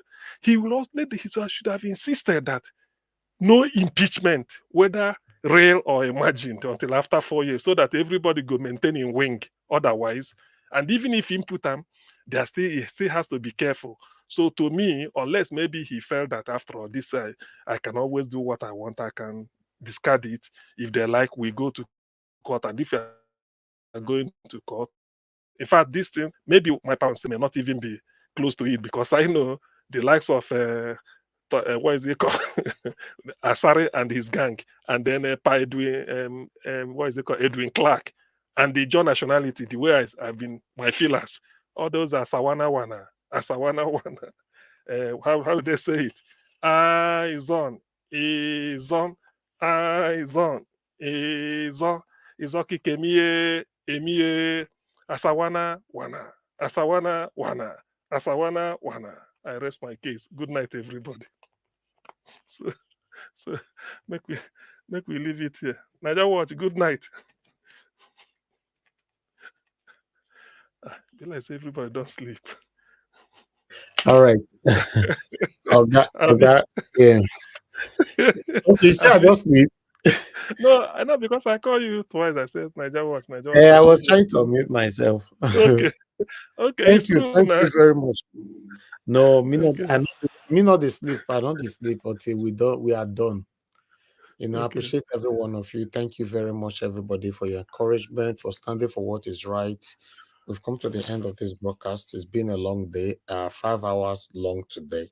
It was a hot broadcast. Appreciate you all. Garcian, thank you very much for always being there. Elga F. Emmanuel, thank you very much. Olumide, thank you very much. Mr. Jonathan, thank you. Appreciate every one of you. Thank you so much. Those of you that came to the panel today that have already left, Madam Luke, thank you so much. Thank you, Mr. Chooks Obiboeze. Give us a mandate. Mr. Chas, thank you. Mr. Ferreira, thank you very much. And those of you that call in, Madam Law of God is my strength. Madam Busy Brains, thank you very much. And many others that called in. I would like to also appreciate those of you on the comment section right now. Thank you so much, my people. I appreciate you all, starting from Mother of All, Mommy Diaspora. Thank you very much, Mommy. I appreciate you. Thank you, Michael Organ Amaro. Thank you so much. And I can see Madam Luke is there as well. Thank you very much, Madam. Good night. Congo, thank you very much. I can see you. Money Olagbian, thank you very much, Madam. Maka E, thank you very much. I appreciate you all. Oga Abu Azi, thank you very much. I appreciate you. Alice Onofeta, Squid, I can see you right there, and many others. Oh, mashallah, you were asking for link. Oh no, you came late today, sir. Please try to come on time. Next time, we'd already closed now. Thank you so much for at least for listening and for coming to the comment section as well. Thank you so much. And I would like to quickly, who again? Okay, I think I've acknowledged almost everybody already.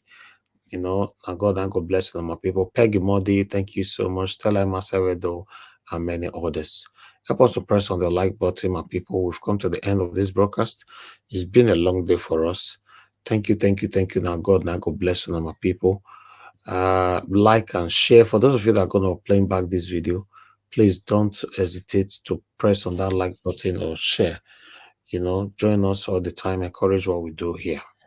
Now, here we draw the curtain. Thank you very much, my people. Good night and bye for now.